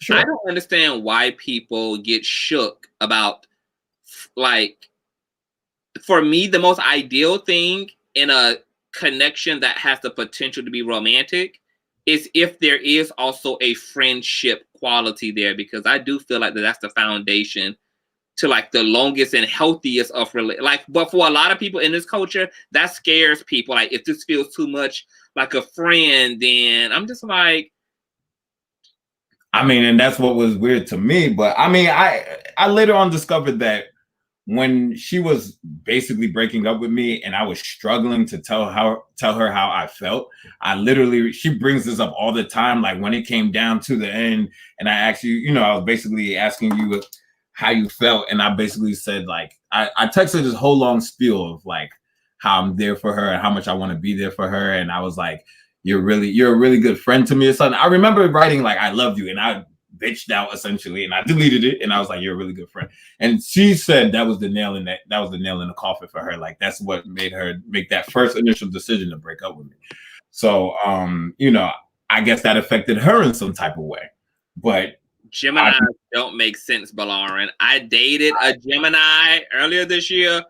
Great person, crazy and confused as fuck. Geminis, I can't speak for Gemini women, but Gemini women sound a lot like Gemini men, and like literally they cannot make a decision. They tightrope the shit out of everything. Like, they like you, don't like you, they want you, don't want you, they ready, not fucking ready. They're literally like in two places at the same fucking time, and getting them to like stand in something concrete, which explains why she was like still like playing the fence with you. We're friends, but we're lovers. We're lovers, but we're friends. But yeah, but I mean, yeah, probably. I'm not too big into zodiac signs and all that, but maybe. But you need to, because this would explain a lot of these crazy ass people you're attracting. Maybe. And then well, I guess to like kind of conclude the story. So I was saying in March is when she started falling back. So what would annoy me is, instead of saying something, she would do it, and I would notice it, and we would have like this back and forth to pull it out of her. So instead of just saying like, hey, look, and initially we established that we were just going to be hanging and chilling and going with the flow. And now it seems like we're in a relationship, so we need to slow things down. She just automatically stops answering my calls or trying to hang, like, you know what I mean? Like, she'll do it and I'll notice it, and then that's when I get upset. So she was like, I feel like you picked up from where I feel like you picked up from our relationship, and I started things anew. So this was the second excuse. I was like, okay, fine. So we're starting things anew. That was her words. So now we're going now. So coronavirus, this is March. So coronavirus happened, all this stuff. So I ain't really seen her since I wasn't seeing her for weeks because she was in New York and that was a hot spot and all that. So now it came down to the time where because of how I felt about her, she was in the city. She was worried about going to the grocery store. She was worried about doing her laundry. I went to New York every week. I bought her groceries. I did her laundry. I would take her laundry. I would do them. So when I go back, I would give her back her laundry. I did this for months. And I never. Oh my God, BOLARIN, I can tell you where you're messing up. Hold on, like when somebody is confused, you are only aiding them by playing the confused game with them. You have to set very strong boundaries with indecisive people, or else they will use you and continue to be at home in that indecisiveness. And I understand that, but I have no regrets, because if I feel like I love this person, I'm doing this because I love you. If I don't want you to die from this virus and I can help you by doing your laundry and buying you some groceries, then I'm going to do it. I'm not going to pretend if you're not choosing to give me a relationship and I'm in love with you, you deserve to die from the virus. Maybe, but I'm just like I said, I'm generally not a malicious person. I have a temper. If I get there, I'll get there, but you don't have to be malicious. You can only be a believer in karma. Maybe, but it's not something I wish on her. So, I did what I could to help her. It wasn't going to kill me. It's not something she wanted me to do. She basically fought against me doing these things, but I wanted to do them for her because I knew I could. So every time I would try to buy her groceries, she would try to give me the money, and I would refuse it. I'd be like, it's fine, I got it, stuff like that. So she's not a bad person. I didn't believe she was actually trying to use me. You know what I mean? So, I didn't believe that, but after a while, so now the third excuse was after she said, I feel like you picked up from where we left off, and I started anew. Now the excuse finally became, I just want to be friends. I just need your support. I want to be there to support each other, blah, blah, blah. And this is a girl that I realized when we had our final conversation, like in September, that she had a good friend. And I remember when we first started dating, this is when we first started dating. The friend was late. She was supposed to meet her in the city because they had a dinner date. And she was, so like 10 minutes before they had the appointment, she was just now calling her like, oh, I'm not ready yet. So, and she's a stickler for time. She likes to be on time. She likes everyone to be on time.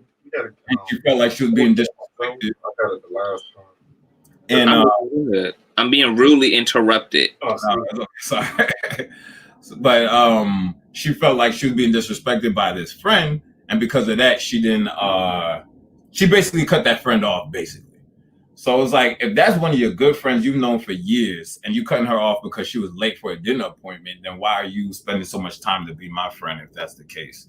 You know what I mean? So it's I don't know.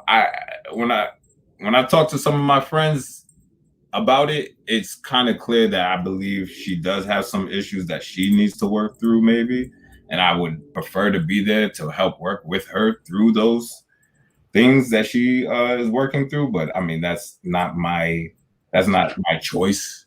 You know what I mean? I know she's someone who hates. She doesn't like her business to be out there. So I hope, even though no one knows who she is, I hope she doesn't see this. But when people say stuff like, "Oh, you know, maybe she just wanted the D," or maybe she had another man or something like that, like there's certain reasons why I know that wasn't the case. Like our physical relationship was very reluctant. She was very reluctant with it. Every time we were about to do it, she would not want to do it. It was like she thought she was sinning. Like, you know what I mean? It was very. She didn't want to do what? She didn't want to have sex? Yeah, there was sometimes like she wouldn't want to, like, you know, because it was kind of a complicated situation with the physical part of our relationship.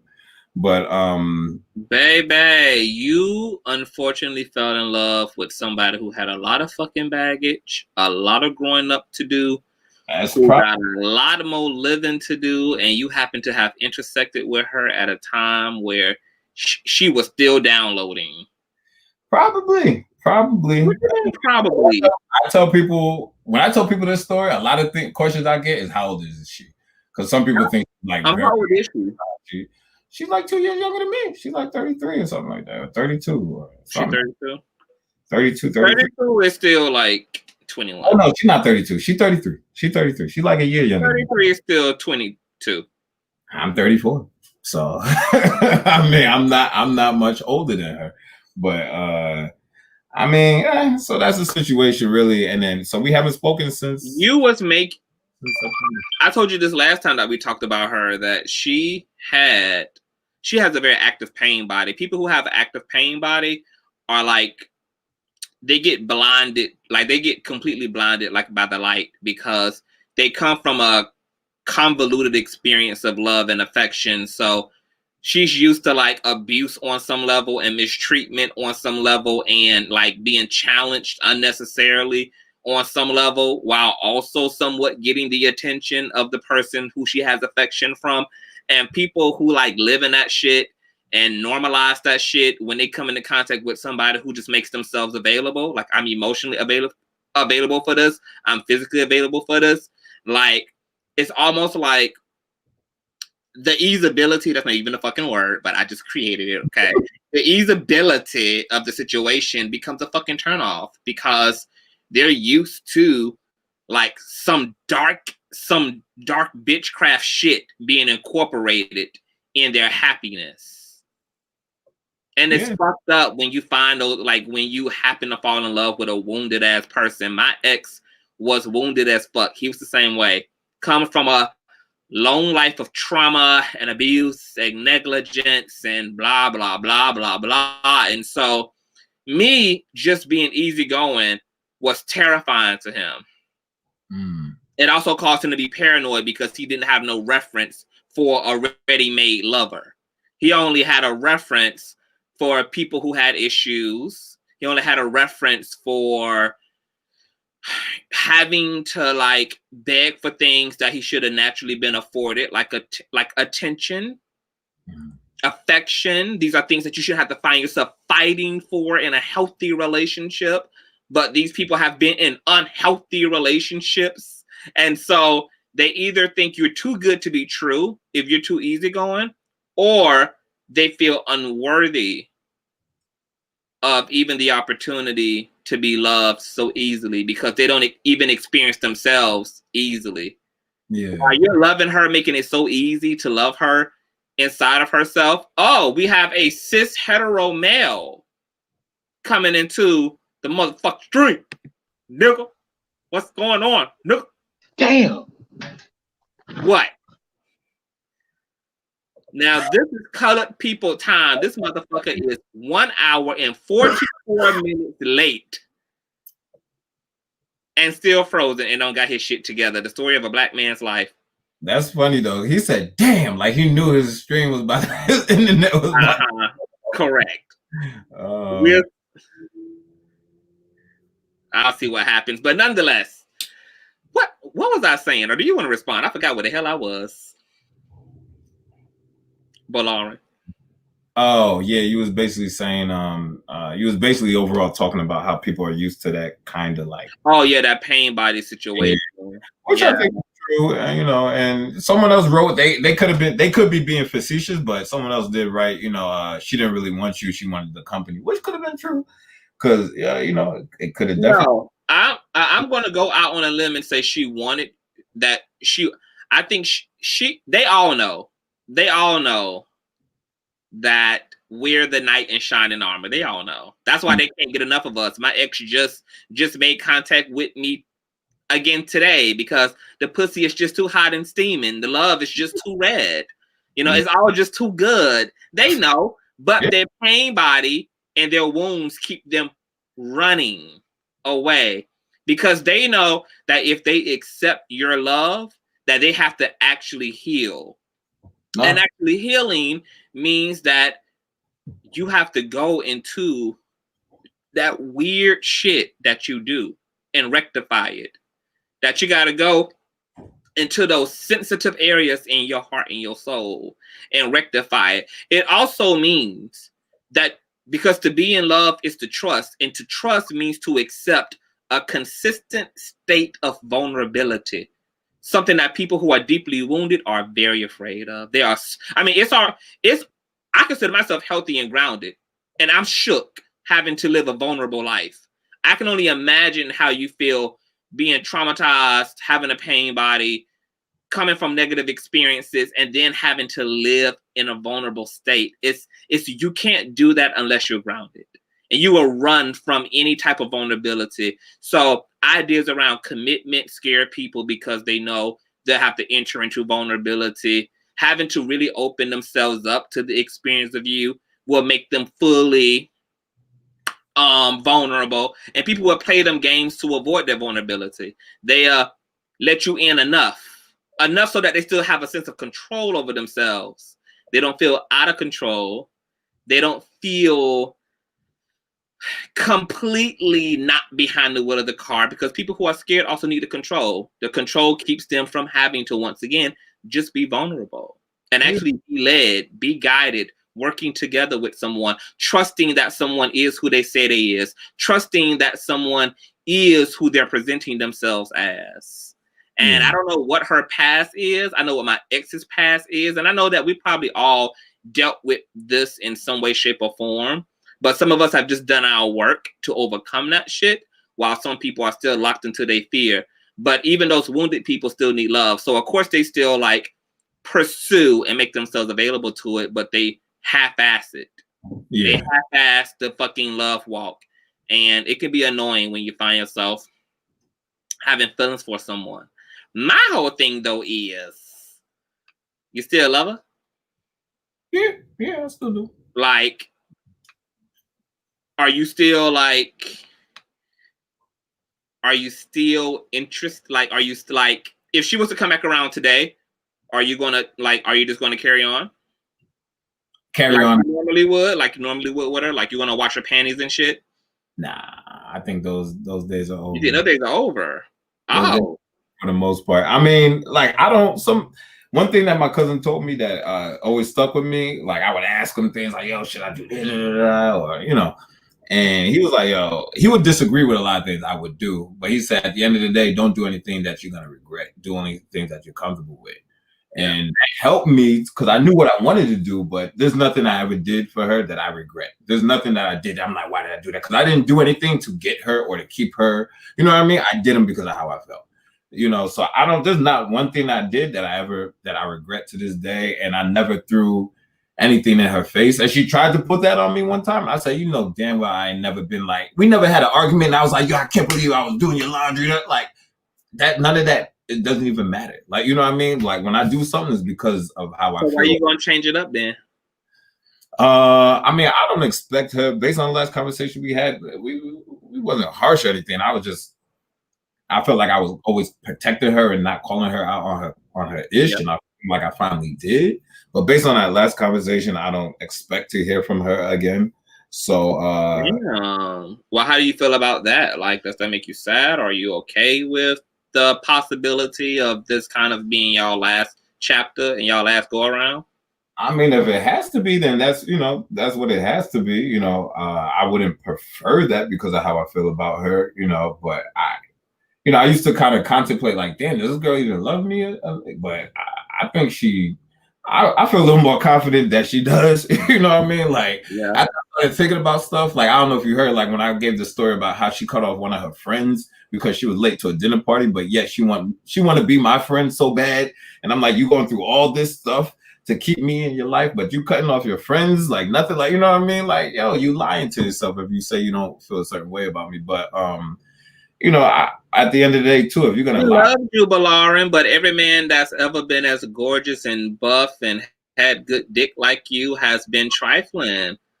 She's scared. She's scared, BOLARIN. She's scared. You know, I do believe that maybe we work so well that she's just afraid that it's not gonna work, and she just sabotages it. You know what I mean? That may be the case. She sees things in you that make her want to let go and take that leap. But also with the awareness of that comes the trepidation and the profound fear of what it would mean to trust that and then you let her down. And I think she doesn't trust herself to survive being let down by you, which is why trust is so essential in relationships, because it's the only way to really have one. You can't avoid having to just give in and trust the other person and to trust yourself. And she just does not. She don't trust herself to love you, and then for there to be breakdown in the relationship. And I can understand that because it's very scary. You know, being vulnerable. Being vulnerable is a very scary thing. But you know, unfortunately, love is kind of a gamble. Like, you know what I mean? It's not kinda, it is a gamble. Well, yeah, it's a gamble. If I'm playing roulette and I only put 25, I could only get like 75, 50 cents back at max. You know what I mean? But and love is kind of like that. You have to be willing to be very vulnerable and give your all if you expect to get that back. You know what I mean? And I think that's what she's holding on to all her chips. You know what I mean? And I think she doesn't want to do that. And I think, like one of the last conversations we had, when I was pouring my heart out again, and I was telling her how I felt, she was like, and I was basically I was saying I loved her, and she was like, those are just words. Those don't mean anything. Those are just words. And, stuff like that, stuff that she would say to me would really annoy me, because I was like, yo, you play the male role so well, and I'd be feeling like the female, because I'm like, if the roles were switched and I was a chick saying that, I'd be an asshole. Like, you know what I mean? Like, if a girl was saying, I love you, da da da, and I'm like, those are just words. Like, you know what I mean? Like, you just brushing off my emotions like that. And it really wasn't her brushing off yours. It was really her, like, brushing off hers. Exactly. She wants to believe that they're just words, but she knows that they're not. Exactly. She wants to believe that these are just vain expressions. She knows that they're not. And the more she thinks she could tell herself that, the more she can justify why it's better for y'all to be friends than to her to give into this thing. And I would tell her I can't be friends. And let me say, people with pain bodies do a lot of projecting. They do a lot of projecting to avoid themselves. And I believe that. And another thing too, and it could mean nothing, but for some of the people in the chat that were saying like it's probably this and that, this is a girl who broke up with me, and when we broke up, because I was looking, but everything I ever posted, she watched. It's like if you want nothing to do with this person, you broke up with them, you wouldn't. I don't think you would be paying them any mind, and it means something to me because if I break up with someone, I want nothing. I'm done with you. Like, you know what I mean? I don't care what you're doing. You know what I mean? Everything to this day, she still watches. You know what I mean? And I'm like, why are you watching? You know what I mean? Like, what you know why she watching? You know, you know why she watching. I don't know. But I say give her something to look at. That's why you need to be in your Speedos on every episode.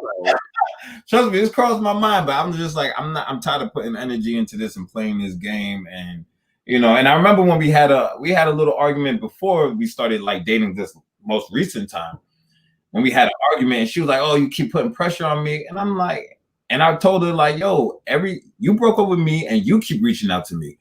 And I was like, it's not me. And she was like, oh, really? All right, fine. I'll never hit you up again. I was like, that's all I'm asking. I'm like, leave me. You know what I mean? Like, leave me alone. That's all I'm asking you, to leave me alone. Like, stop bothering me. If you don't want me, stop bothering me. If you don't want me, then don't talk to me. Go ahead and free yourself. And I actually became friends with her best friend's brother. Oh. So me and him are cool now. We actually have the same exact birthday. So that's how we started hanging out. So right after, like 2 weeks after we stopped talking, he actually was like, oh, it's my sister's birthday. We're going out to eat, which is her best friend. Mm-hmm. So I didn't want to be like, oh, there's going to be a chance encounter here. Oh, yeah. I knew, but, you know, I was like, maybe she's not going to be there. And I thought like, you know what? I'm going to go out, whatever. So I went out and she was there, and she's always on time. So she got there before anyone else. I got there, and she was walking back to her car because no one was there yet. And we can't be seated until everyone's there. So I'm standing there, I'm chilling. And I'm like, you know what? Let me just go say what up. I haven't spoken to her in 2 weeks since we had our last few texts or whatever. I was like, let me say something to her now so it's a little more cordial and it's not awkward when we see each other for the first time. You know what I mean? Amongst everybody else. So I walk over to her car. I knocked on her window. Like that much. What's up? What up? Hey, what's up? And I'm like, so I'm like, you know, I'm trying to say hello. And she's like, hey, what's up? This much, like I was a stranger. That's how much she opened her window after taking the time to turn down her radio and all that stuff. So I just walked away. I was just like, all right, never mind. I'm trying to be cordial. I'm trying to be nice. I was going to be like, hey, what's up? You know what I mean? I don't think I said anything crazy the last time we texted for you to treat me like that. So I just walked away. I was just like, whatever. Forget it. But that was the last time I saw her and spoke to her. You should have burst the damn window open. You should have just kicked that motherfucker in. Snatched her out of the goddamn car. Yeah, I wanted to, but I was just... Hey, look here, woman. Fall in love already, goddammit. You know, but yeah, so I mean, I don't expect to hear from her ever again. I think, you know, eventually she'll stop caring to look at my stories and all this other stuff. No, she won't. What's going to happen... No, she won't. What's going to happen is she's going to end up marrying some drunk crack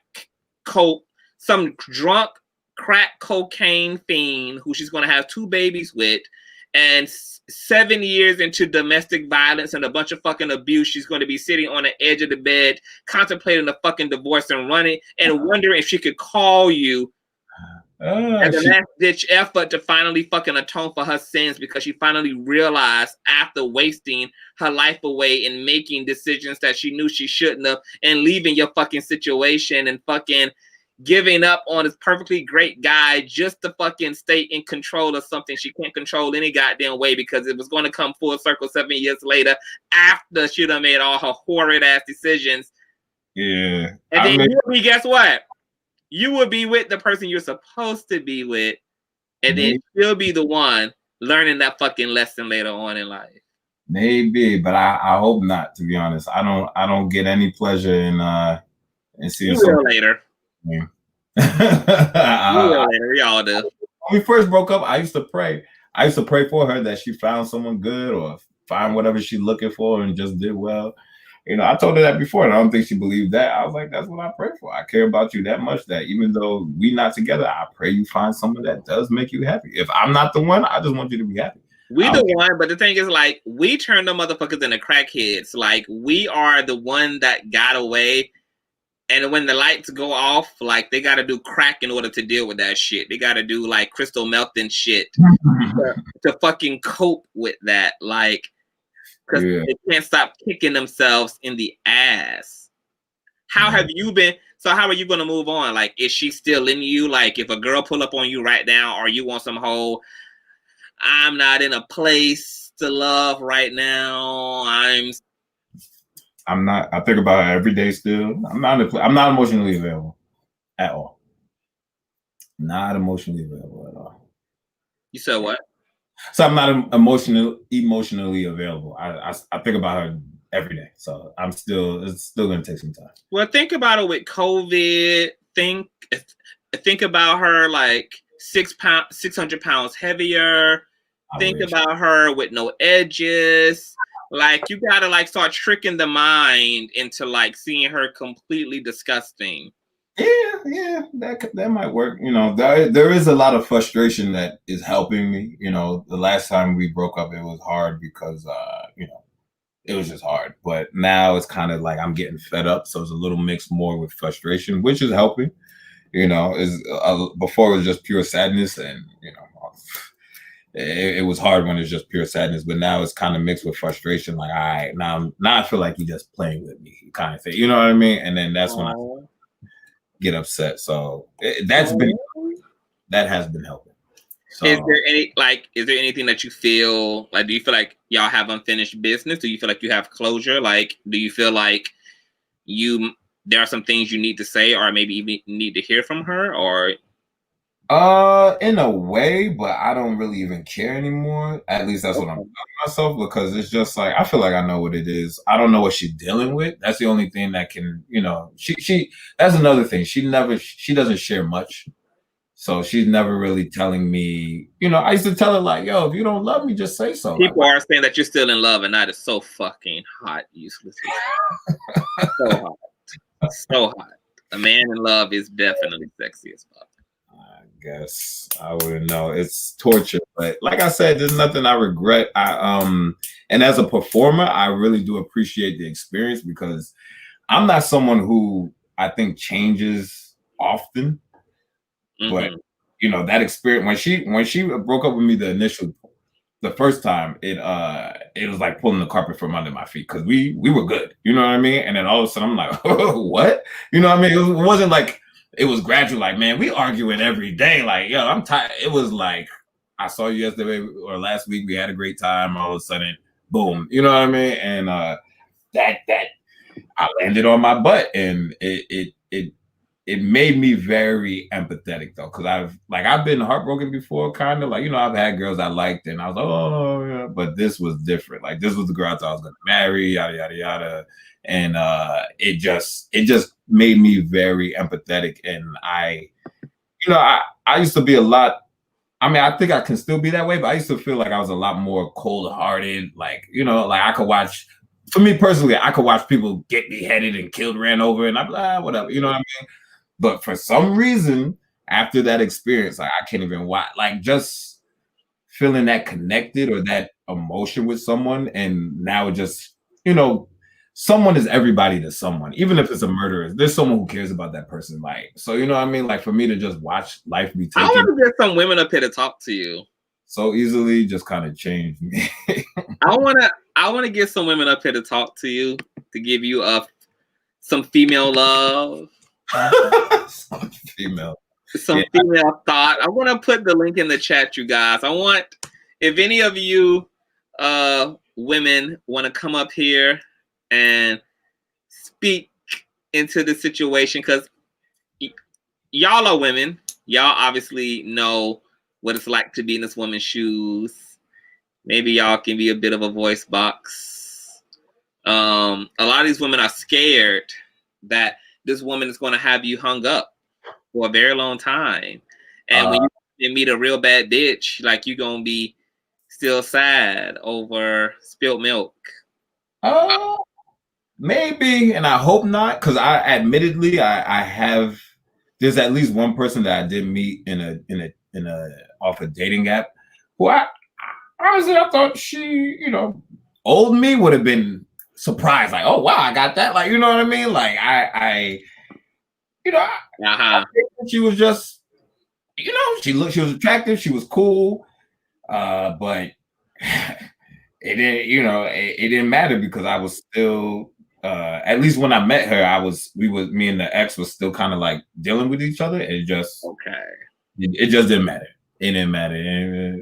Well, have you thought about revisiting that since EXES can kind of further out of the picture now?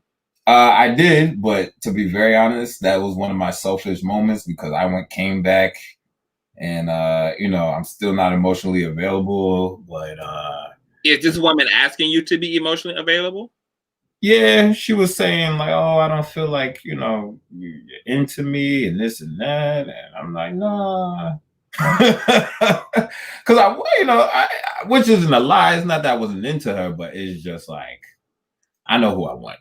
You know what I mean? Like you could be cool. We could have we could have a good time, but at the end of the day, like.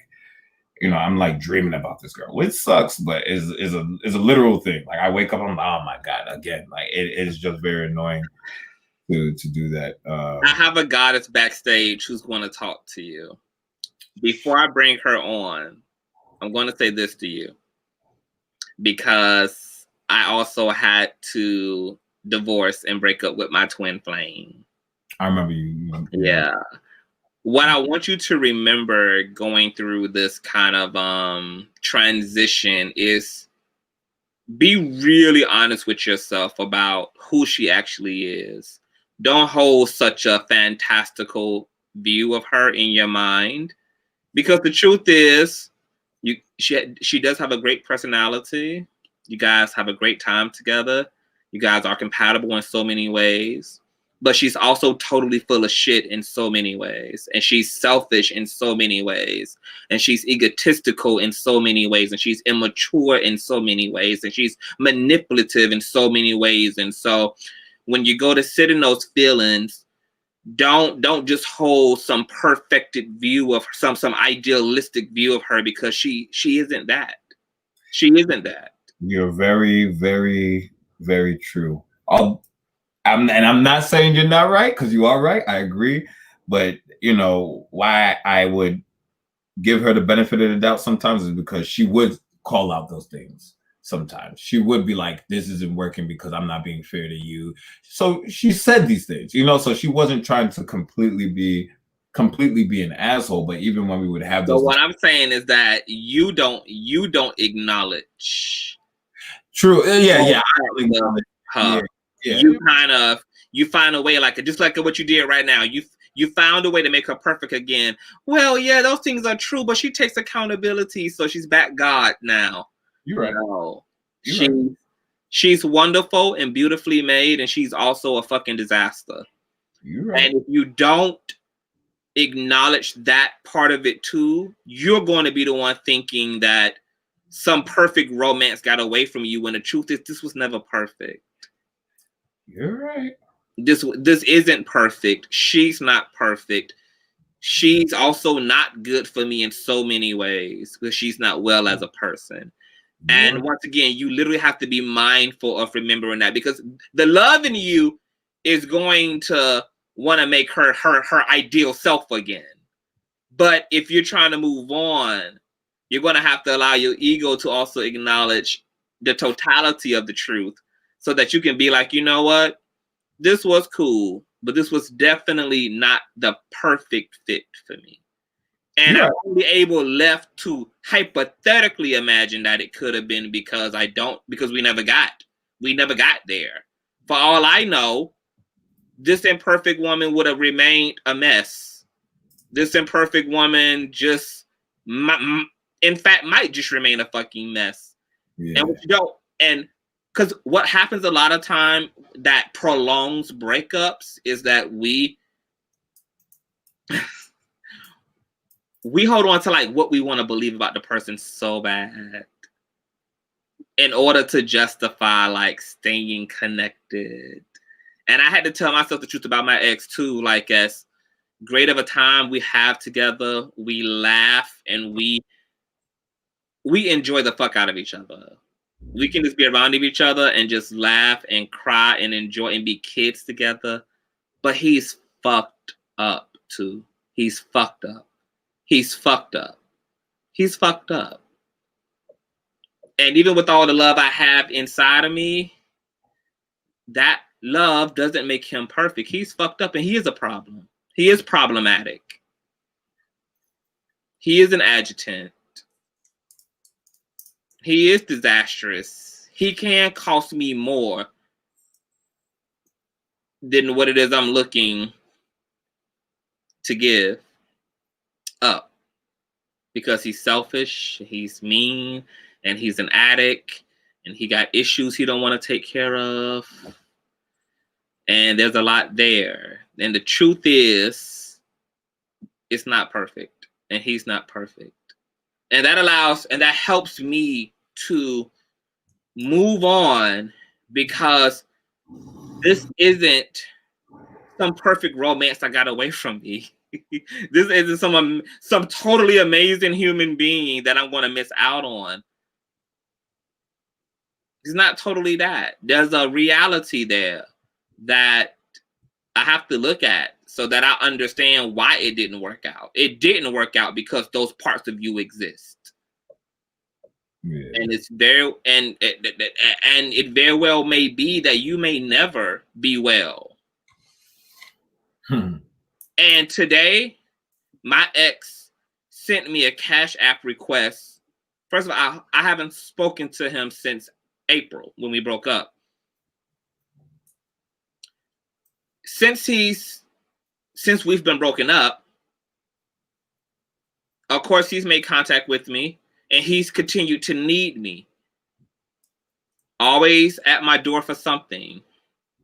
He sent me a text. He sent me a Cash App today, and the Cash App said, "I haven't eaten since yesterday. Could you please send me $20? And I sent it to him because I love him. Because I love him. And even though he's an idiot and he's a moron and he's evil as hell and he tried to do the most when we broke up, I love him. And I'm not going to leave him starving and desolate somewhere.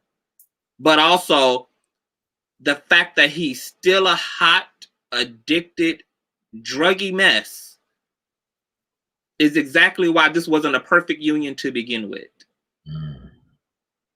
And what's good for the goose is good for the gander. What works in one way has to work both ways, and we have to be able to look at the bad too. The bad is a part of the truth too. You can't isolate the truth and dress it up and decorate it with all the wonderful parts. Yeah. Because that shit is what will keep you stuck. You got to tell yourself the truth and tell yourself the ugly ass truth about the person you love too. And you got to be able to acknowledge their ugly ass truth. Or once again, you'll stay stuck thinking that you're the one who missed out. You didn't. You avoided somebody who was never going to do the fucking work. You avoided somebody who was never going to carry their own fucking baggage. You was avoiding somebody who was going to keep avoiding you at every fucking turn and twist. You was avoiding somebody who was going to keep motherfucking escaping, keep making excuses for themselves, keep behaving out of their fear, keep behaving out of their fucking wounds. True. And if that's what you were going to continue to do, I'm glad the universe sent your ass selling. That's what you gotta say thank you. Thank you, universe. Thank you. Thank you. Thank you. Thank you. Thank you. Because I would have given more than what I was willing to pay. Yeah. And this shit would have hurt me worse later. Very true. And more. Just Be Real says she crying gangster tears. Father God. It's all about the truth. Tell ourselves the ugly truth about ourselves and tell ourselves the ugly fucking truth about the people we love. Now I'm going to let Purple Lover 77 come on. She's been backstage and she's looking to make you of Usefully Sexy. What's going on, Perp? Hey, sweetie. How are you? What's going on, baby mother? Doing wonderful, boo, as always. Yes, God, you better be. And you What you want know, to say to our uselessly sexy today? Do you remember Perp? She was here the last time. She came in for the okay? yes. All right. I'm going to address you first, Conscious. You know, as an empath, the reason why you went through that was to get you clear on what it is that you Yeah. want and what it is that you're willing to accept. So Yes. you can change your story now and make sure that you're clear on what it is that you're wanting. That Yeah. is the same issue you're having, Useless. Yeah. Because you are emotionally unavailable, you're attracting other people who are emotionally unavailable to you. Because it was safe for you to love her at a distance. Because you already knew, because you were emotionally unavailable, subconsciously you knew that she was going to be the same way. So it was kind of like, I get to try it out without feeling having to go all in and commit. You got to see what it's like for you to show up as a committed person, but not really having to fully play out the role yet, because there's still parts of you subconsciously that's not clear on what it is that you're wanting. So you kind of like tried her out like a pair of shoes, and you realize this isn't a fit for me. This relationship was completely here to help you decide what it is that you really want, what it is that you are willing to accept, and what you are willing not to accept any longer. Because I've heard you say a lot of things, and I started to hear your authentic self to come out and start to say some of the things that you just no longer will accept. And if she gave you nothing else, she gave you that gift of knowing what it is that you won't accept anymore. So it's a good thing, and it's a healing thing. And I know you have placed her on a pedestal, but you're just as worthy as she was. That was the point.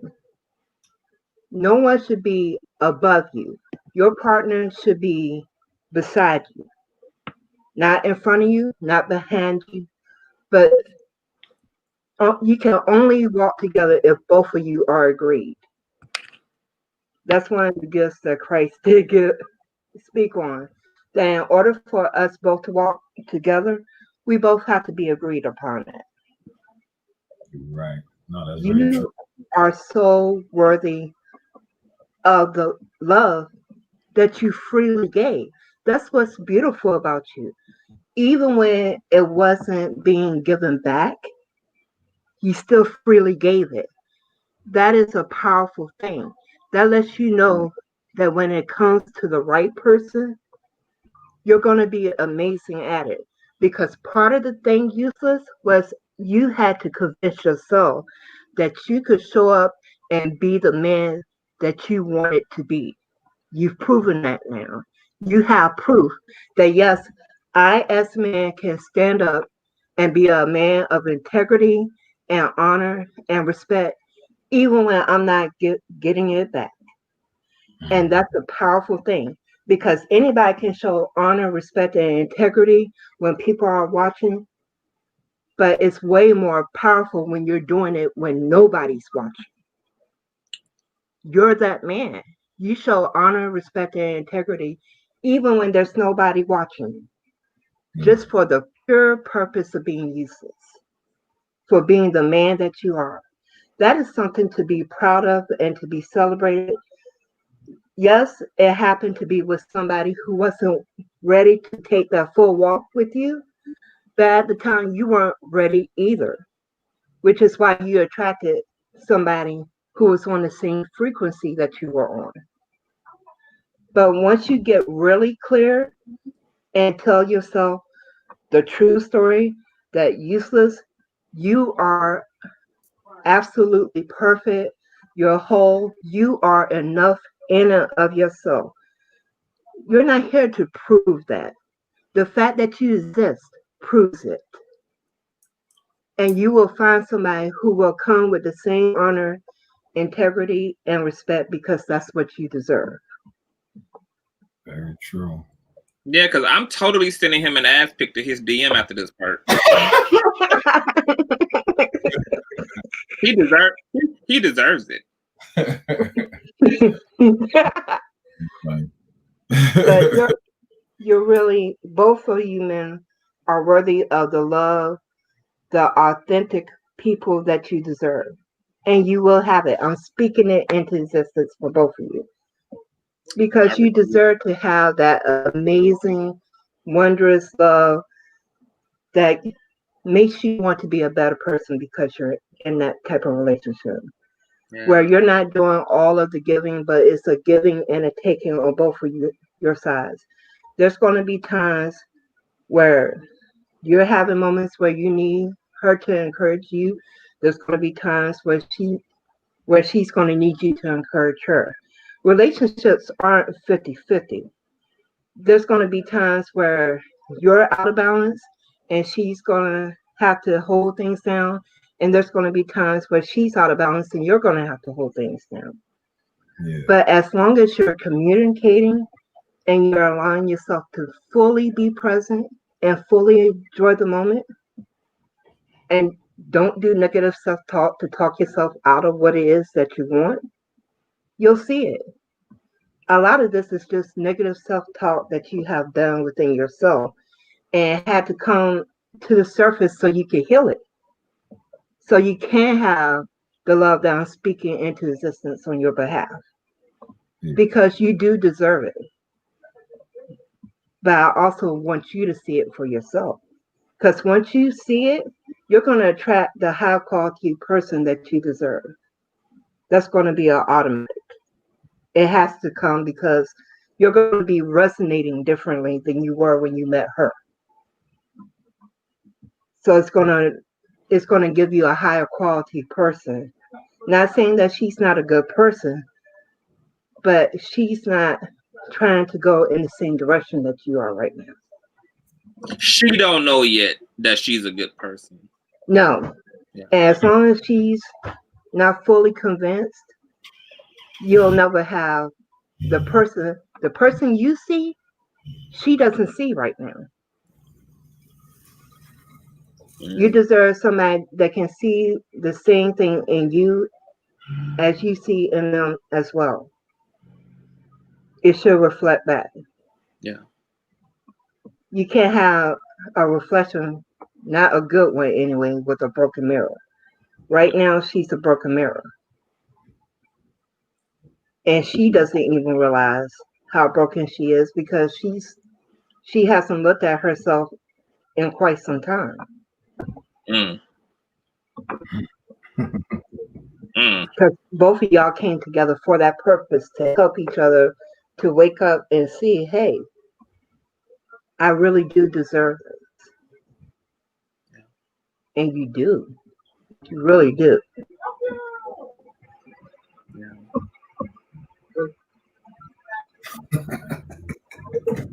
I have a question for you, Pervin. That was beautiful. Thank you. What are you laughing at? Uselessly sexy. Oh, that's my response whenever. That's my response for everything. So if I feel uncomfortable, his response when he's uncomfortably touched by the Holy Ghost. Exactly. Yeah. If I feel like a tear coming on the sun, I just laugh and it just. My question to you is, Perp, how do you think people should?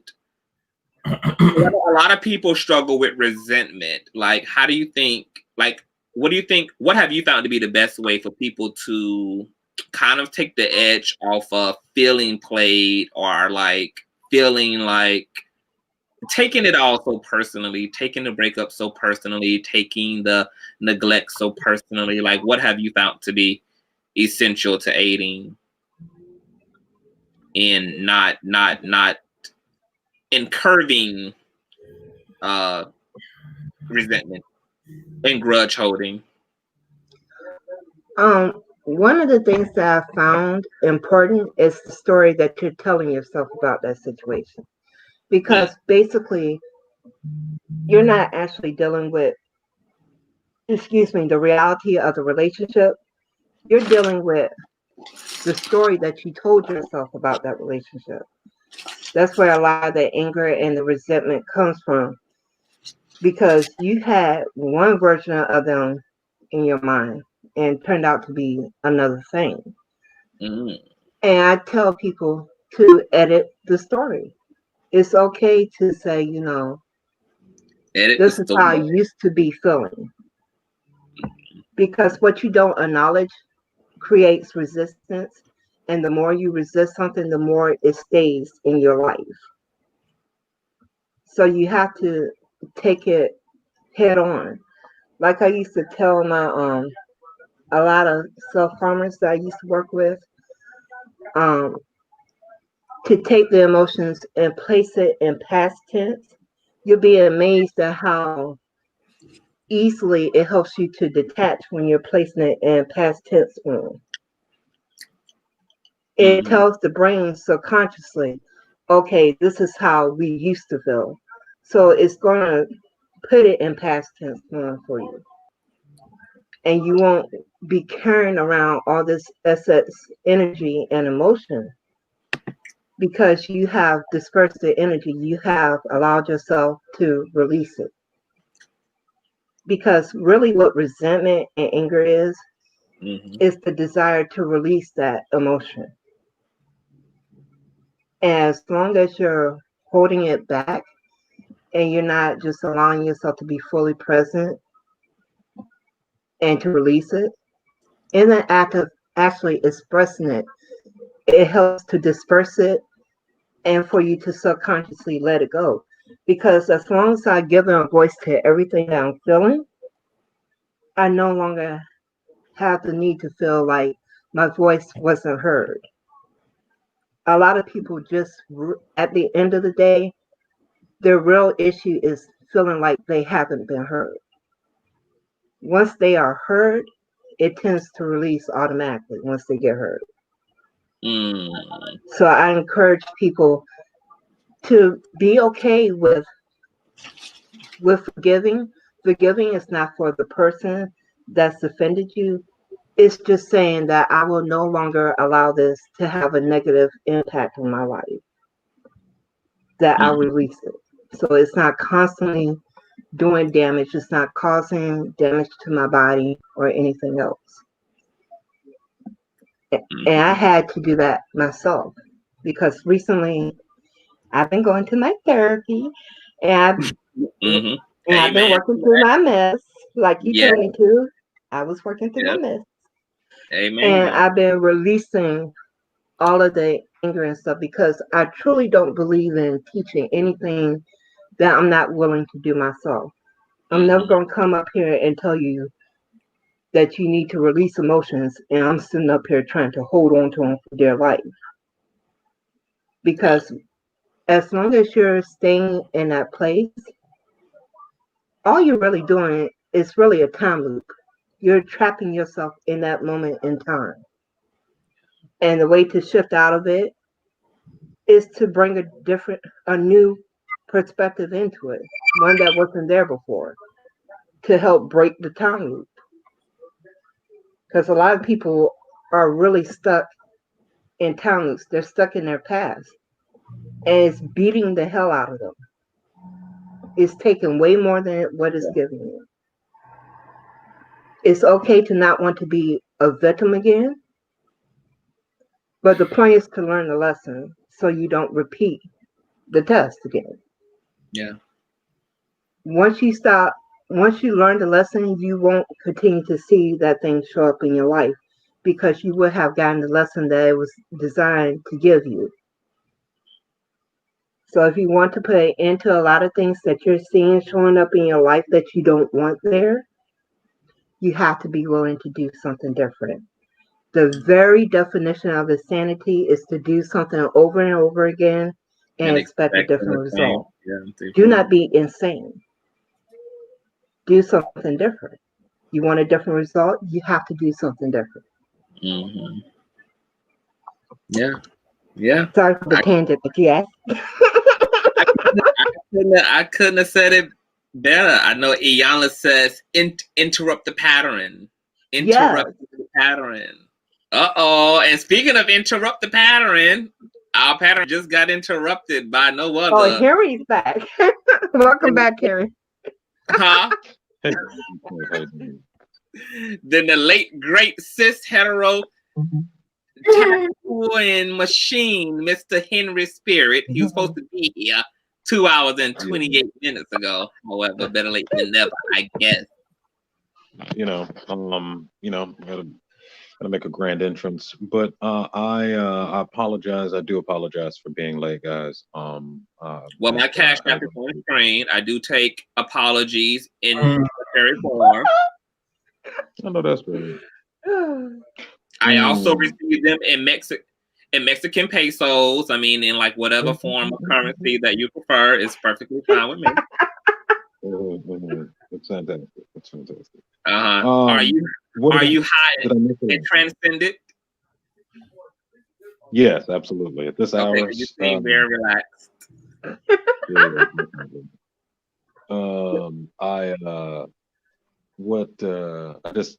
We just had a sleepover. Well, not really a sleepover. My daughter had some friends over, and so she had that. A pandemic nightcap. How cute. Yeah, man. Sometimes you got to do it. You know what I mean? They just kind of stay cooped up in the house all day, and they don't get to hang out with their friends. So, it's fun to just have screaming girls all over the place, running all over the place. They're wild, man. Don't let it fool you. Look, I'm not built for dad life, so much respect to you. I'm too selfish for dad life right now. Yeah, no, I feel you. It's weird how it changes you though. It kind of changes you. If you're there for like if it happens accidentally, then you don't want it. Yeah, I could see it being a burden. But if it's something like me, like I wanted it, I was ready for it. And, so can I ask you that question? Like, is it different? Like, do you relate to your? Well, you might not know this, but do you think people relate to their children differently, like when they're unplanned versus when they're planned? Yeah, I'm sure. Yeah, absolutely. Because I mean, I can really only speak for myself, based on what I've seen. But I can honestly say, if I'd had a child in my early 20s, when I was still partying and still drinking and still doing this and that, I wouldn't have been as patient as I am now. I would have felt as though I was missing out on all of life. But now, I mean, I feel as though I don't go out anymore. I don't miss it. I really enjoy being a father. And so, you enjoy being a dad. I'm here for this. Like, you know what I'm saying? Like I'm actually here for this. You know what I'm saying? But yeah, absolutely. I mean, I might need you to give me some tips. I mean, I'm trying to raise BOLARIN. It's been very difficult. Well, but I'm doing my best. Uselessly sexy. I'm sorry. Uselessly the sexy. dude on the panel with us, Siri. Him. Uselessly. Yeah. See. So this guy. This guy. Yeah, that guy there. The person has to. Rule number one: the person has to be a actual child, not an adult. So that's rule number one. Well, I'm under the belief that we have two ages: the age of our body and the age of our consciousness. Yeah. Okay. So, right, I got you. But in so saying, you'd still have to speak to there being a difference between a person being here on Earth for 4 years as opposed to being here on Earth for however old this guy is. I mean, you know how he could be 42 but look 25. You know what I'm saying? You know how we do. I had him in spirit, and I deal with him in spirit. Isn't that right? Uselessly sexy. Oh yeah. You're right. We touch and agree on the truth. Mm-hmm. And I can't answer about having a child unexpectedly. But my daughter was also wanted. So yeah, I was in the same boat as him. I was actually 23 when I had my daughter. Oh wow, a And young mom. yes, and I shut everything down. My little baby was exactly the end of me going out. I would go out occasionally. I didn't It go would be out to the point where my mother was like, "You need to go out." it would be the beginning of me going out. Like I gotta show my child how it's done. I gotta show Well, you like what it means to be alive and wild and independent and youthful. So I gotta maintain all my shenanigans oh, as a dad. I did do shenanigans with my daughter now because we had nights where we would go out and we would just yell random stuff out the window to help her feel more Oh, you just confident. petty, Yes. Purple. You just petty. That's petty. Well, it was That's fun. cool. Like we used to play truth or dare. We would yell out the door and stuff at night. I know my neighbors thought we were cuckoo, but it was something to help her, to get confidence Mm-hmm. and just using her voice. So we would do stuff like that. Oh, that's But cute. yes, I was Awesome. always the bad influence on my daughter. At She least you gave me know no it. other bad influence. At least you know it and you own it. Not everybody knows that and takes ownership of that. So at least you know it. Yes, it was fun. It still is fun. Now I got a grandson that bosses me around, but that's another story for another day. Wow. Yeah, that won't be my life no time soon. I'm gonna have to find me a real stable man before I get to having children. I know that's But right. speaking of children, I know that you've been gone for a long time, Henry, but you've been listening in. So the things that we've been up here speaking about today, like, what do you think? How are you feeling I about haven't actually. and just like Oh, we fate would just have lost it. them again. Just fate would have it, Perp. Mm-hmm. BOLARIN, get your ass in this conversation. So He's still thinking on what was said, I think, the way he looked at it. between what Perp has said, between what I have said, have you what we've been okay, you're back. I've actually been having phone problems the whole night, so I wasn't able to listen. And maybe do you mind giving me like a brief kind of rundown of A the reboot things is that usually talking kind of about the feelings and navigating, like taking your time in relationships, also like being pressured by people who are more ready for you than you are for them. BOLARIN was sharing kind of an update about his recent situation with a young woman who he's in love with. She seemingly wasn't ready, but was still kind of trying to have her cake and eat it too. And we was just kind of giving him feedback and talking to him about that. But tonight's show was about shitting or getting off the pot. Do you believe that there's a such thing as even? Do you think that people can move too fast or move too slow? Because we live in that age where we create all of these like rules around how to obtain the love of our life. Like, well, wait 90 days to put out, or don't have sex until you're married. But we know that people find each other under all these vicarious circumstances. Like I know people who've been together and married after meeting each other in a bar and fucking behind a dumpster, like right after the club closed, and have been married and in love and have a family ever since. Like I know people who put out on the first night and got their ring the next day. Like, we've seen it come together in all of these different ways. So what are your thoughts about, first and foremost, like, do you think that any of those rules really have substance to them? Like, do you think that there's a science to obtaining like a decent, healthy relationship? At least initially, like that there's a way you can go about I that. used to think so. I used to think so. But then I met a person, and we had sex the first night, and we had And haven't been something together beautiful since. My God. Yeah. So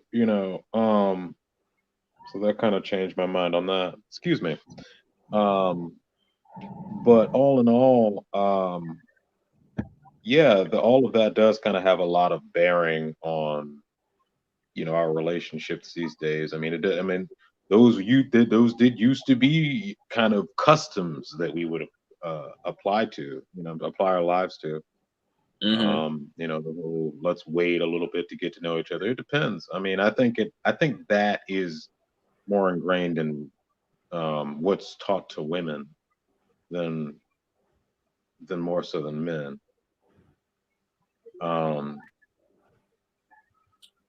But then of course, what? I was going to ask you as a man, because I know we was also talking about like nude pics and like sexting and all of that. Like, does hooking up with the woman sooner than later affect whether you can see her as a potential mate or not? Like, if a woman is willing to give it up the first week, the first day, does that affect like your like the romance potential? Because I know some men Yeah, a can't. little bit. We have to kind of like restructure, like if it's like if we connect, like if we're cool, if we click, the first couple of days, and then we have, and then I don't want to speak too loud, my kids, but if we have sex, right?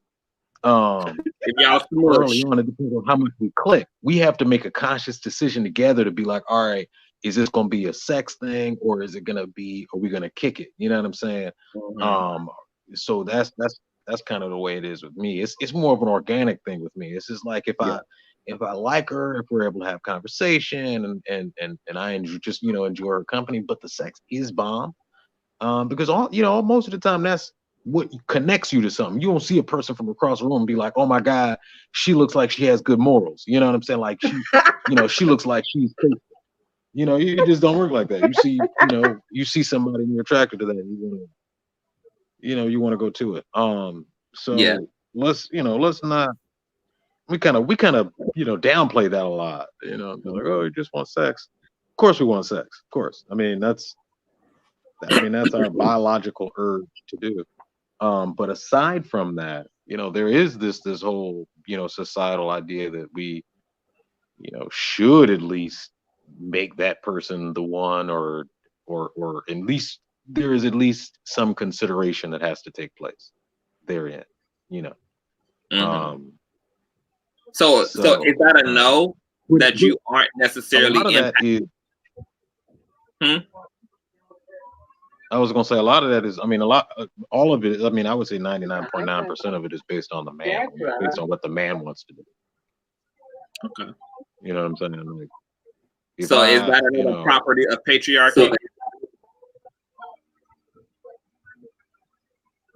Could be, sure. It seems to be, yeah. It seems our whole world is doggone built on patriarchy. Like that. We're just conscious of it now. We just have a word for it now. So that's good. Can you hear me? I think I'm having a delay. Okay.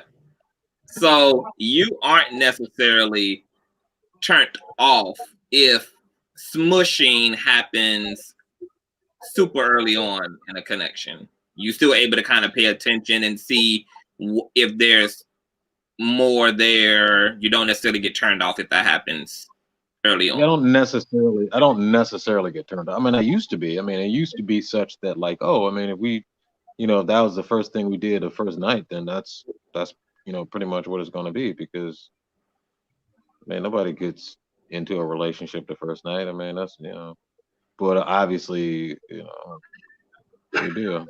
But that's just been the male.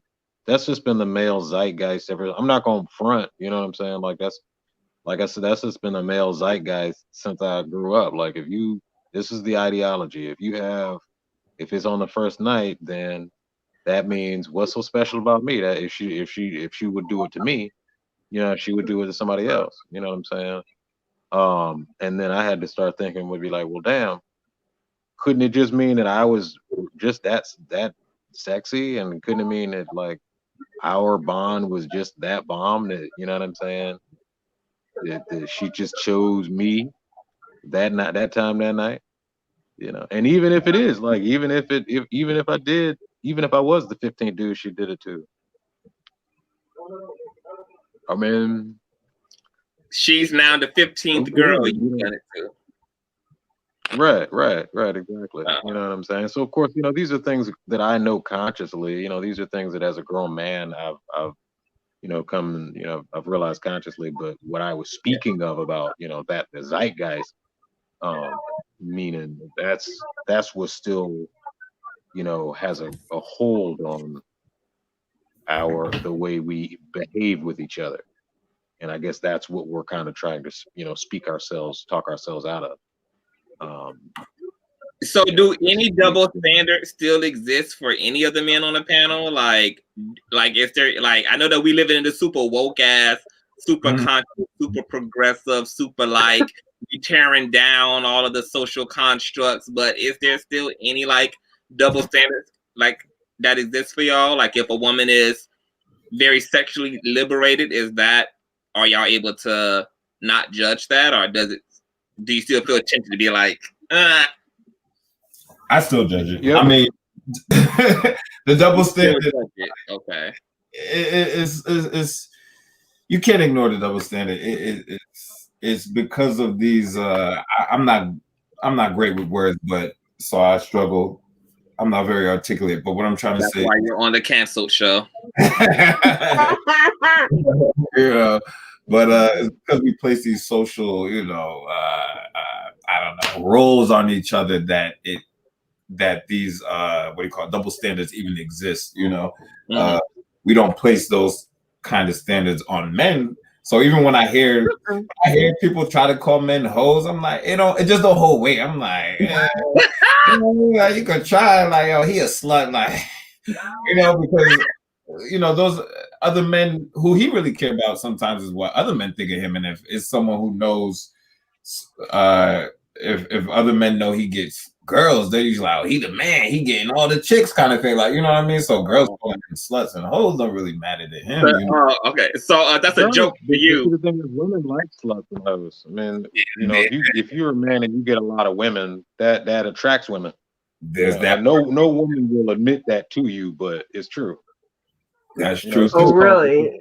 Pre-selection. This is basically says to them that, like, oh, other women find him attractive. There must be something about him. You know what I'm saying? Mm-hmm. By the same token, no dude want a woman that no other man wants neither. Let's be real. Ooh. I don't know about that. If I'm attracted to you, I'm attracted to you. Oh, really? So you willing to date the dog in the yard? What do you mean, the dog like that? No one else want? Yes. Are you willing to be? Hold on. I'm gonna paint the picture for you. Are you willing to be with the woman that is not desirable? You can send her out at 3 a.m. to go get snacks because nobody's going to hijack her in the alley. Nobody's going to cup her titty. You can. This is the type of lady who is. Her lips allow her to be real safe in the world. You ain't never gonna. That's different. You talk about looks, but if you talk about we're talking about a desirability, like that's different because you can still look good and just not be desirable. Because to be honest, one of my cousins actually put this in my brain, this idea or this thought in my mind one time was like, yo, we know to look good and not be desirable. That's impossible. That's preposterous. What's impossible? Nothing in this world to is look good and impossible, not be desirable. That's impossible. See, but that's what I was just about to say. Me and my cousins they placed this idea or this thought in my mind where we know of a few women who are attractive women, but at this age is like, how come they don't have a boyfriend or they're not married? And we've never known them to have a boyfriend for a long time. So then he was like, it must be something wrong with him. I was like, that's an interesting thought. Like, I never really thought of it. Somebody who doesn't. Or here's another thought. Maybe they just didn't want to be bothered, period. Maybe not every woman out here is looking for a man, to be honest with you. That's very true. For my cousin, for one of those cousins, he was basically saying like that was a red flag for him, something to make him think about like, so I know that there are some men who think of that and it makes them very cautious to even consider that person as a mate, Really? Yeah. So, and I always think of, if there's one person thinking that, there's many, many, many other people thinking that same thing. That's not a thought that ever occurred to me, but it's something that occurred to him. So there are some instances where men are, if someone's not desirable, that other people may not find them. Well, I will. Well, I can't say it's desirable. It's just that they're wondering why the person is not. You know. I will say, I do think that women. I think women aren't as visual as men, so I do think that women are probably more willing to date an unattractive man than a man is willing to date an unattractive woman. Maybe, but I've seen plenty of men. I mean, I'm not gay, but I've seen plenty of men. I'm like, this guy look like he could get some chicks while he with her. Like, you know what I mean? I've definitely seen a few of them, but I'm just like, well, thank you for that compliment. Thank you for that compliment. Usually sexy. You know, I mean, because a lot of straight men are, you know, they get real touchy with like, oh, you know, I don't think I know when a dude look good and when he don't. Like, I ain't gay. I got eyes. But, you know, I've seen some men who I thought like were handsome dudes, but they chick was like, yo, you could definitely get better. Or at least I would think you could get better than that. But well, I mean, I'm not saying that there aren't exceptions, but I'm just kind of more so speaking in general. I think that that's what I was saying. More, I don't know if I've seen it more. Maybe yeah, but usually I think that's because I think it's because, you know, usually they got something like money or something, you know what I mean? But the person is kind of using them in the sense they're using each other. Like, I know I wouldn't get you without what I have. Well, here's my question too, because you just touched on something. Do you think women can really use men in a society where women are conditioned to believe that they need a man for protection and safety and security? Because it seems like we're sending two totally different signals. Like on one end, like we're telling women you're weak and incomplete without a man, and to look for a man who can provide those things. But then women are demonized for looking for those things in men because they live in a society that objectifies men in that way, the same way that society objectifies women. And don't forget what he just said. If she chooses not to do any of that, then they suspect her because she hasn't been with nobody. Then what's wrong with her? Don't forget that part of it. He just brought that part out as well. Right. That's true. But I think women use men in that way. You know, plenty. Even though those standards or whatever you call it have been placed on women, you know, it's still very clear that they do take advantage of it. I think there's a difference of looking for that and taking advantage of it. Like, you know, it's fine for anyone, especially women, to look for someone who is stable, independent, or can help provide for them, because there are many men who, you know, who take on that role as well, and they want to be able to do that. You know, they want to make more than their wife and be the bread giver or whatever they call it, breadwinner, whatever. But there are women who take advantage of it and don't bring anything to the table, and they're just like, you know, essentially looking for sugar daddies. Like, that's when you take advantage of it. Or you know, they call it gold, because when you're looking for that person that makes as much and can buy you things.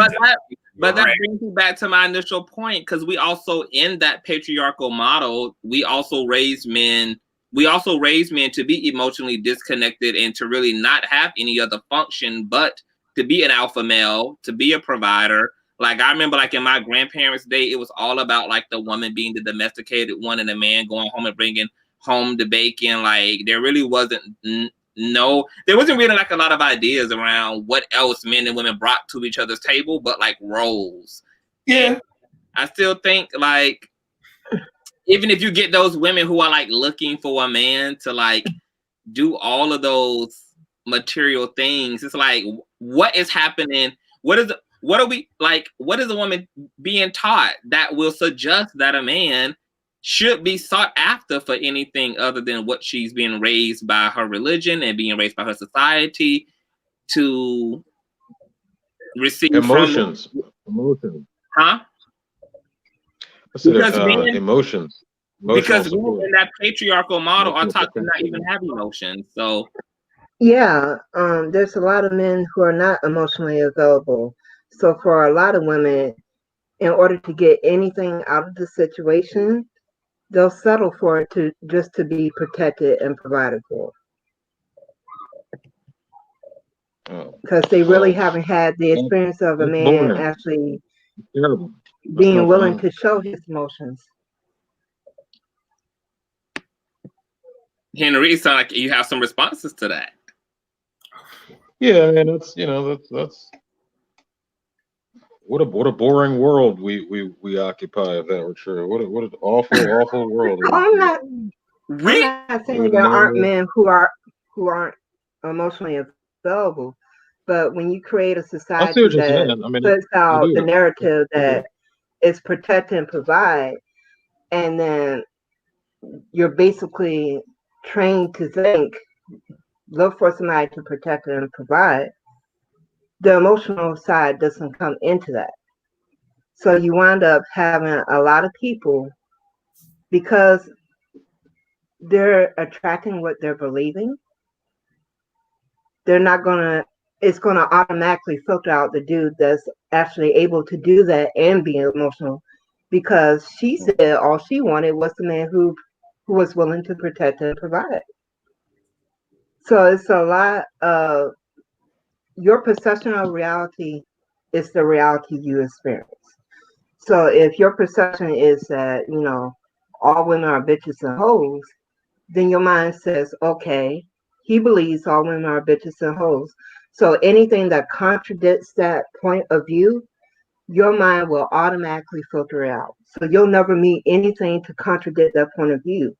Because in order for you to maintain your sanity, you have to be able to confidently be able to predict what you're going to see in the world for yourself.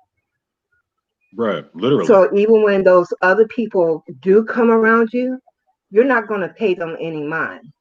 Your brain will automatically filter those people out, and you'll go for the person that you believe that exists. So instead of seeing the female that could be a really good female for you, all you're seeing is the bitches and the hoes. Because that's what you said reality was for you. Bitches and hoes. You gotta be Right, and careful about of what you course the say and scene what you can be believe, because you will see it. right, right. Yeah, I definitely agree with that, and just the whole perception is reality, and if that's the Hmm. only thing you believe, then that's the only thing that you'll ever see. Yeah, because And I I had absolutely that agree with that. backfire on me one day. I filled Hmm. out a whole sidewalk because for whatever reason I didn't believe it was there. And when I finally asked, well, what have I been missing? The sidewalk appeared. It not only affected me, it affected my daughter. She wasn't able to see the sidewalk that was there neither. And it was like, it's crazy how powerful your mind is, Yeah. because it's filtering a lot of information. So whatever it can autopilot, that's exactly what it's going to do. Hmm. That's real. Yeah. That's why we got to destroy this mother loving system of like this binary ass Mm-hmm. polarity structured reality. Is so stagnating, and so because on both ends, like it just allows for there to be this objectification of both Mm-hmm. sexes that happens in this like egoic, dualistic ass polarity structured reality, and it's really like sickening. And I have like I got like male friends who they think it's gay to cry. Like they think it's gay to even like have emotions and to be sensitive. And I'm just like, yikes. And you also have women who are like insecure to be leaders because like they're taught that that's masculine as hell. And Mm-hmm. it's just like weird. Like all of the shit is weird to me. And I'm just like, look, Mm-hmm. I can't. Cameo strange. Yeah, I can't deal. Like get over it. Like But Henry hit it right on the head. You said, wow, that most people live boring lives. And they really do, yeah.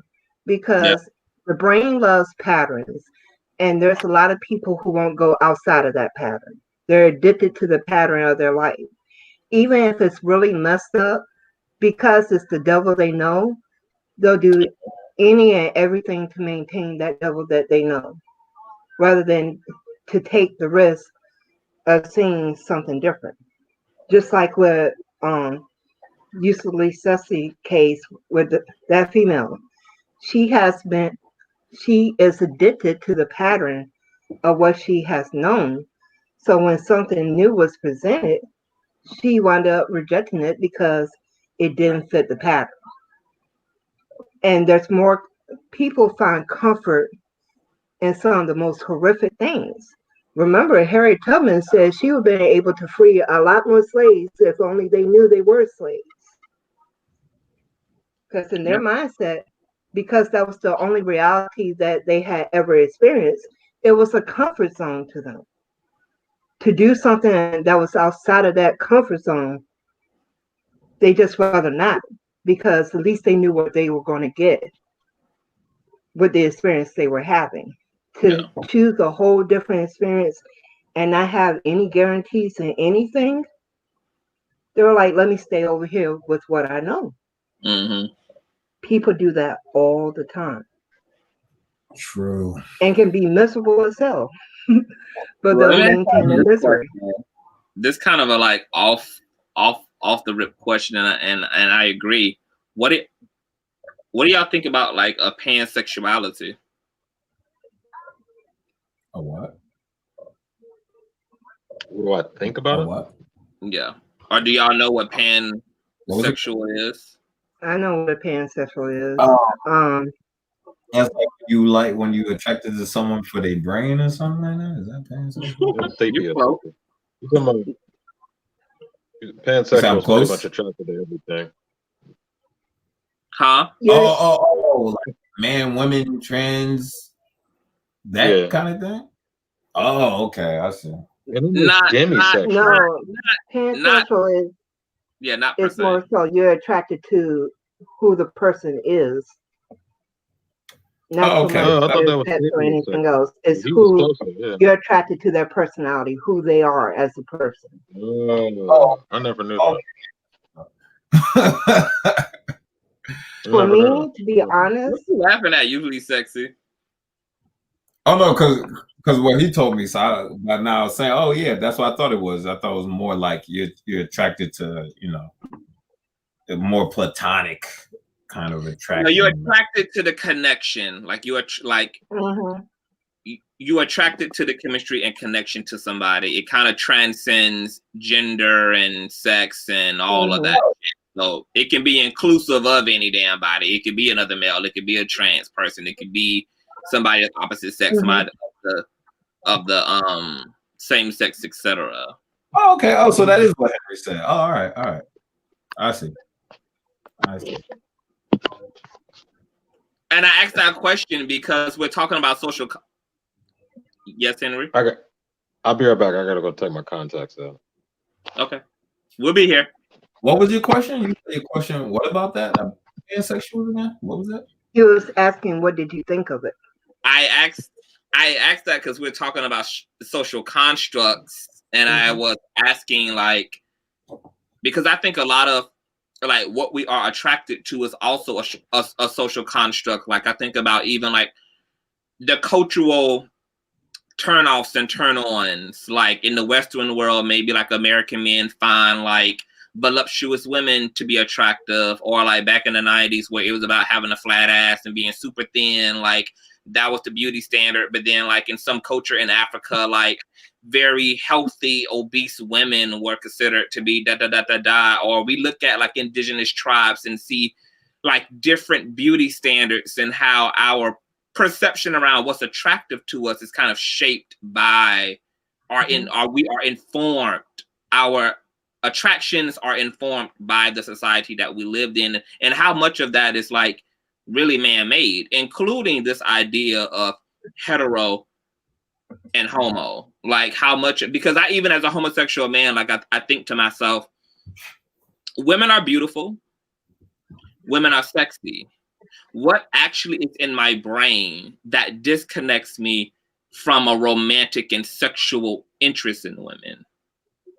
Especially since I don't necessarily shy away from finding feminine men sexually attractive and romantically attractive myself. So if I just slid a woman in place of that feminine male, isn't that really the same thing? Like, what is it? And I just kind of go back and try to peel back the layers of like, because I meet people who I have deep connections all the time, and I'd be like, damn, I wish I was bisexual, because I would definitely be like on some buffet type shit. Like, I would be definitely indulging in women because I meet women who I have an amazing deep connection to, and they want to throw their titties at me too.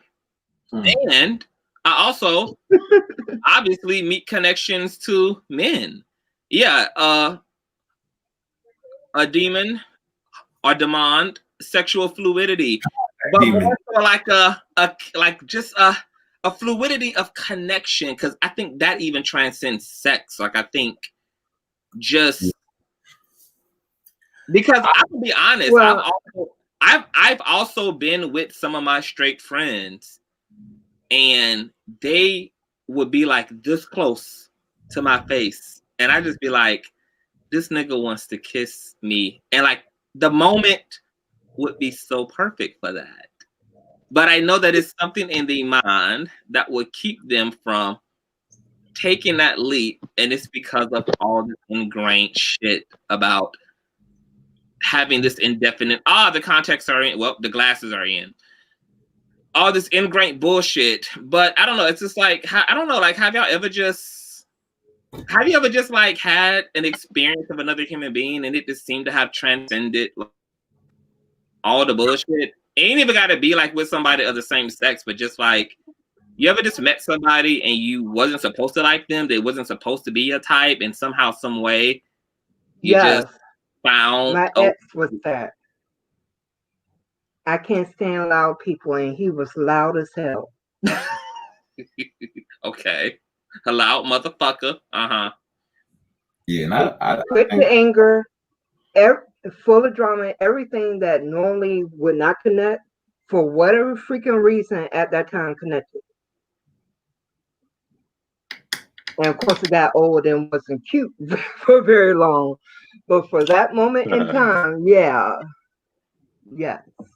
Been there, I had done an that, got the experience picture. that turned me out when I was a teenager. I met this guy named Justin. He was butt ass ugly to me. I remember like distinctively like calling him unattractive in my spirit when I first saw him, because it was just, I was so obviously not attracted to him, and he was like crazy about me, and I paid him dust until one day he asked me to just go out, and we went out, and at the end of the date he asked me for a kiss, and I just allowed him to kiss me, and I felt these fucking butterflies explode all up and through and inside of me, and I fell madly in love with this motherfucker, and that experience blew me away, because I'm like, how is it that somebody under normal circumstances I would have like avoided. I would have said no, I know what I like if somebody would have argued me down and been like, no, you could fall in love with this motherfucker, I would have been like, no, like, I know who the fuck I am, like, I know what I like I know blah blah blah blah blah, and that wouldn't have been true. And so it makes me think about what else is not true. What else is not true? It was the confidence that did it. Confidence can be a powerful aphrodisiac. Because I done been in situations where you were like, I said the same thing, but because of that person's confidence and how they're present in a room, all bets were off. Energy is something else. Yes, energy will. If I told you how many times I done heard people tell me that my voice is sexy, that they wanted to do things to me because of the energy that they felt for me, because I tend to be a very direct person in my communication style, people will experience me as flirting with them even when I'm not. Mm-hmm. They'll think I'm flirting, even though right. I know that's right. not the case at all. I'm the same way with that. Because I tend to be more of a what is called a physical person. So even though I can be really reserved, I can be really freaky as well. But because,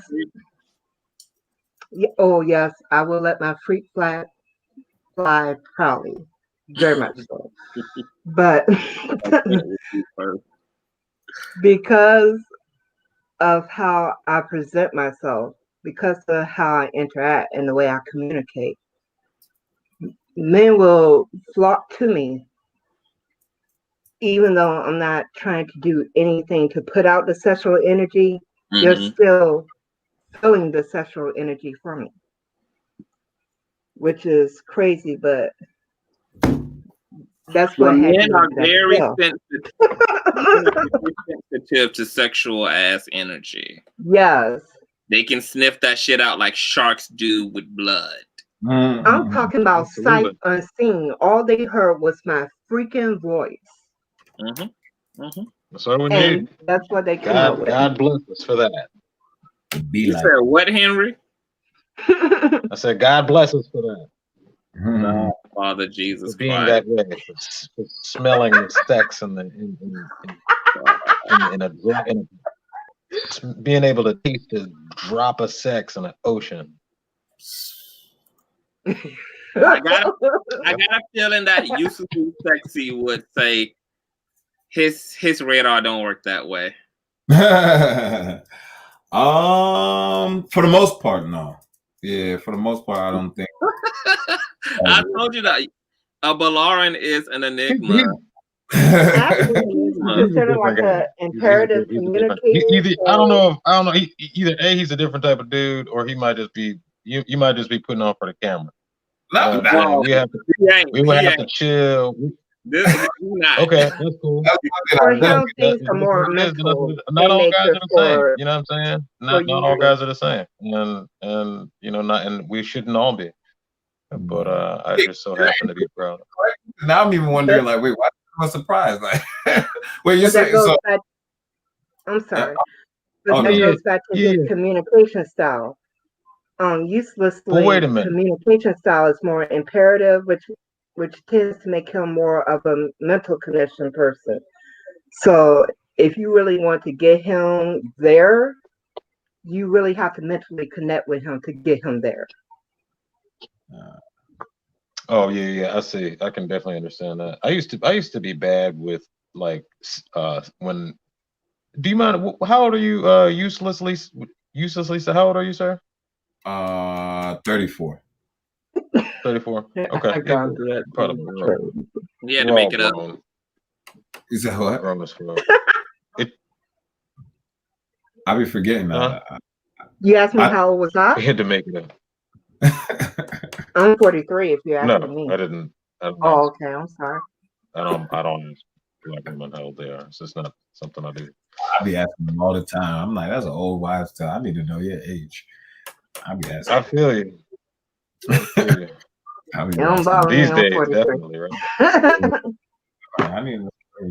But I mean, yeah, I think, yeah, I don't think I too often I've had those experiences too often. I mean, but that means so what that, they were like, explaining.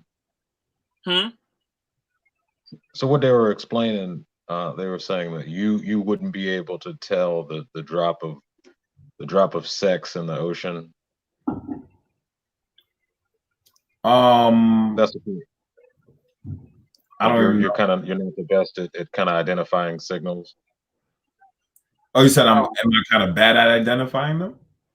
Yeah. No, I was saying that he was not that type of a guy who's like seems to be sexually driven like that. Like he doesn't.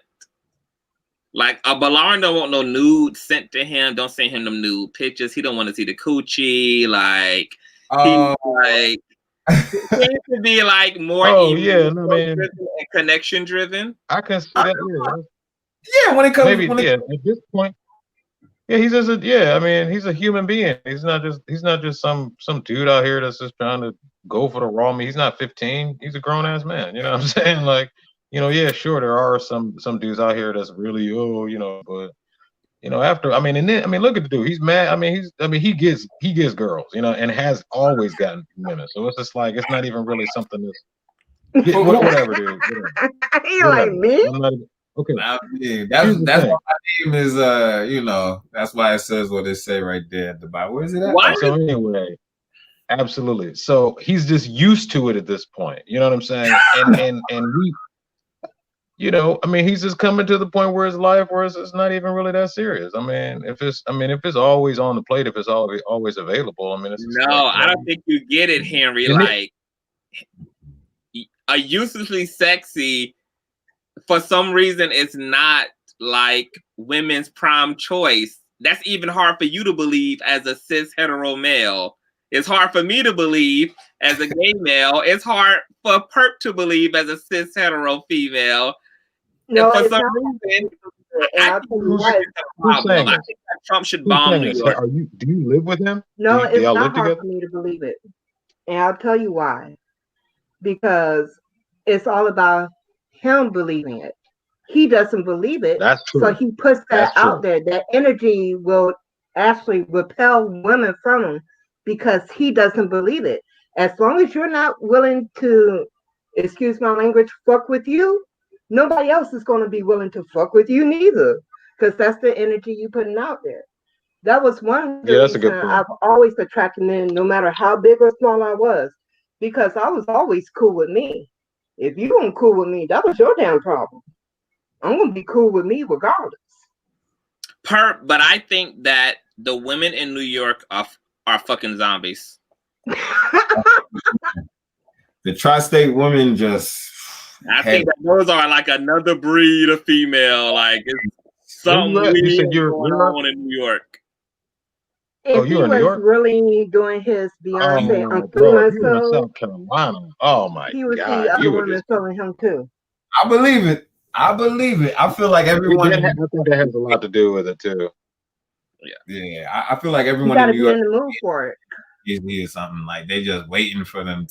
They think they're gonna run into Jay-Z and they waiting for that moment. That's how I feel like they act. Yeah, Because right. I like can see that. on days when I see decide that that. I'm gonna be in my little feeling myself mode, oh, that's a whole different type of day than when I'm like, I don't want to be bothered with nobody. I know what those two Right. different energies are going to create for me that day. If I'm in leave me the hell alone mode, most people Right. are going to leave me the hell alone. There'll be a few brave souls every now and again, but the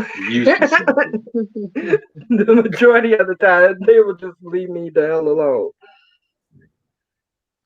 So me and Spirit and Usefully Sexy have to finish this show off in a boy cave, disgusting kind of way where we don't disrespect you, Perp, as a woman. Oh, okay. More power to you. No problem. I will exit stage left on that one. I love you. Love you too, hon. Bye, y'all. All right, bye.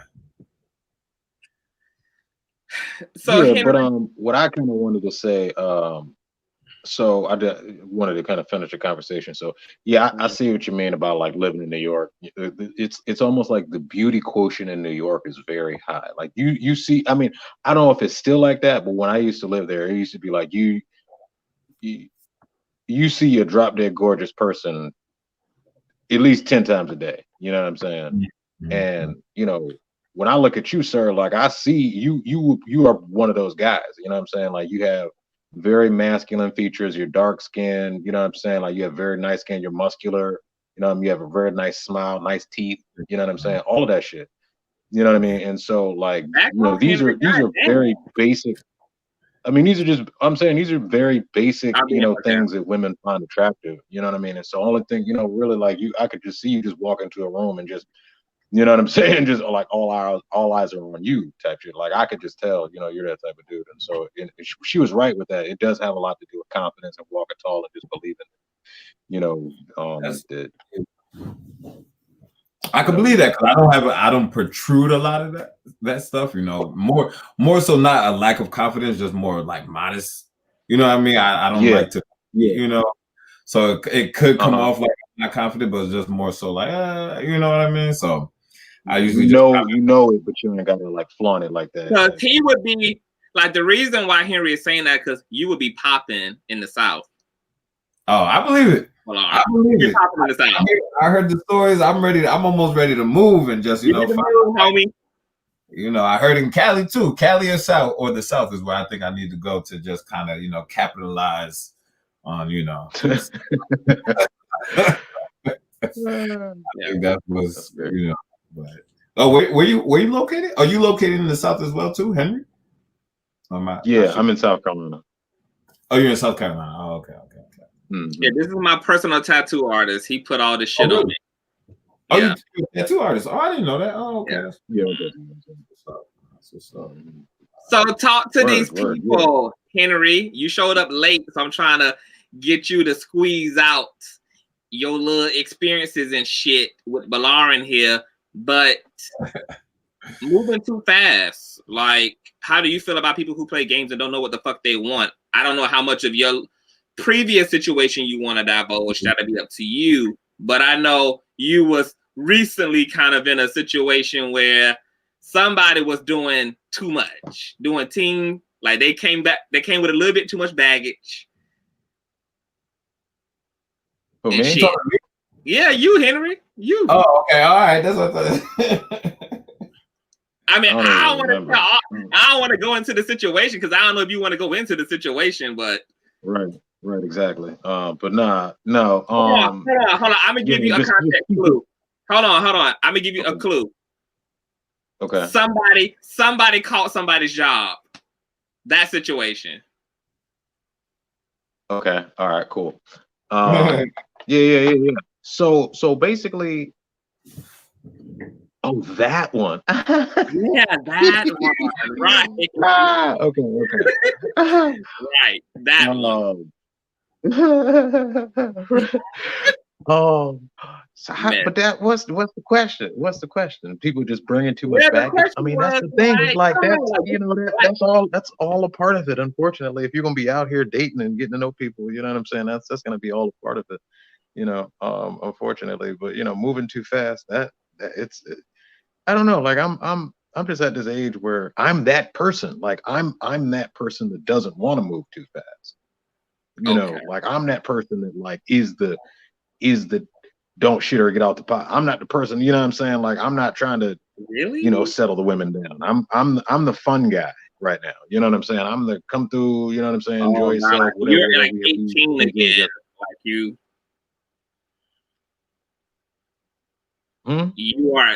You are young again.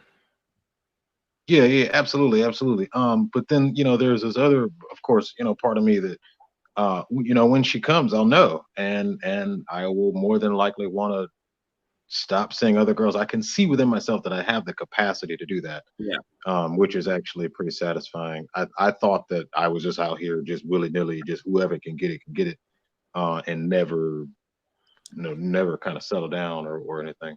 But I have been able to see that I can just kind of, if a person checks enough boxes, I could just chill. Mm-hmm. You know. Well, talk to me about me. Like, am I problematic because I feel like at 34, like I don't have time to play with nobody? Like, it's like, know what the fuck you want and just be clear. I don't really care what you want. Like, just be clear about what it is you want. Like, if you just want the pussy, say you want the pussy. Like, if you want to, like, what you want, date, like, just what you want. But like, ask a girl what you want and she'll squirm. Huh? It's always us. It's like what? It's like what? Why do I want you? Sometimes the answer is I just want that person. You know what I'm saying? I just want to spend time with a person. It's always like, oh, we gotta have everything mapped out. Like, but at least I got to. But my issue is like, I got to have next week. I got to know if I want to marry you. You can. I guess you can never tell a person I don't want to marry you. I just want to. I'm just saying, like, just be clear about that. Just like be fucking clear. Like, it's not like all the extraness is unnecessary. I totally understand. I mean, it's I guess it's one of those conversations that nobody wants to have, but when you have it, it's, you know, I always try to have it as much as possible, not as much as possible. A lot of times what I'll do is I'll do what's called a checking in. I'll sit her down and be like, look, you know, just checking in. How you feeling? You good? You know what I'm saying? Like, you know, we still blah, blah, blah. Or I'm still here with my emotions. Are you still there? You know? And just, I've been doing that lately. That's been working pretty well. That's just You've kind been of a doing coming to what? Jesus moment. Like you just, Hmm? like you just, like you're casually dating is what you're saying? Well, no, I'm just saying that I've been, I've been having that conversation. Like I've been literally been. This is the thing for me. Like I've been in a relationship for about 12 years of my life. So the person that you're talking to right now is, I'm an adult now, and I'm newly dating. So all of this it's kind of new for me. So it's new in this newer world, because when I went into my first relationship, there was no Facebook. You know what I'm saying? We were on MySpace. So there was no handheld device where you could just swipe left and swipe right and choose the next person you want to sleep with. Yeah. And all of the other things that this world has changed into. So like I said, I'm new to this. And then so where I'm at now is after that, my divorce. I was casually dating, and then I did meet somebody, and then what you said was just having the conversation, being clear. And I've always tried to be clear. Hey, this is what I want. I'm, like I said, I'm just a fun dude, you know what I'm saying? Blah blah. It's a conversation nobody wants to have, but I feel like I'm rambling now. So what do you do with the girls who like are pressed and they want more from you? Like, do you even consider their plight? Like, do you be like, maybe I should try this, or is it like a hell no, I'm gonna cut you off? No, I do. I say, I kind of ask him. I'm like, what do you want from, what do you want of me? What can I do to? What do you need more of? I need more of your time. Okay, if I can fit it in my schedule, I will. But if I'm not we're at the point where I want to be mutually exclusive with her in a sexual way, then I'll just say no. That's not something I'm interested in. If I'm interested in it, yeah, sure. I'll see about it. But do you know what you're looking for? Like, are you like playing the field right now because you like, are you afraid of commitment? Are you afraid of vulnerability again? Are you afraid of falling in love with somebody or allowing yourself to become attached? It's weird to be divorced and dating, because and it's even weirder being divorced and dating with a kid, because a part of you is like, well, dang, should I get back with the mother of my child, or should I keep out here looking? And, should I go back to, and of course I have to like fight that in a conscious way. I gotta be like, hell no, what the fuck am I doing? What kind of question is that? Yeah. So, I don't know. I don't know. Are you open to getting back with your baby mother or your ex-wife, I guess? Am I open to it? Mm-hmm. In a perfect world, sure. Yeah. I don't know what that means in a perfect world. Like in the perfect world of if we were to get back together and I would be happy with her, yes, absolutely. With So if she came to you today and said that she was interested in working a relationship out and whatever that takes, whether it be y'all going to counseling, etc., and working through y'all issues in order to have a productive, loving relationship, that would be something that you could consider?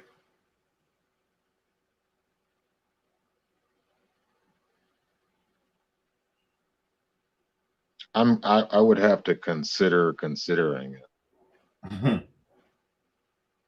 Okay. That's where I'm at with it. I would even. Okay. It would just be like if, you're constructing a scenario here that is. Because you said in the ideal world, in a perfect world, I tried to construct what that might look like, a perfect world. Yeah, but you just came to me.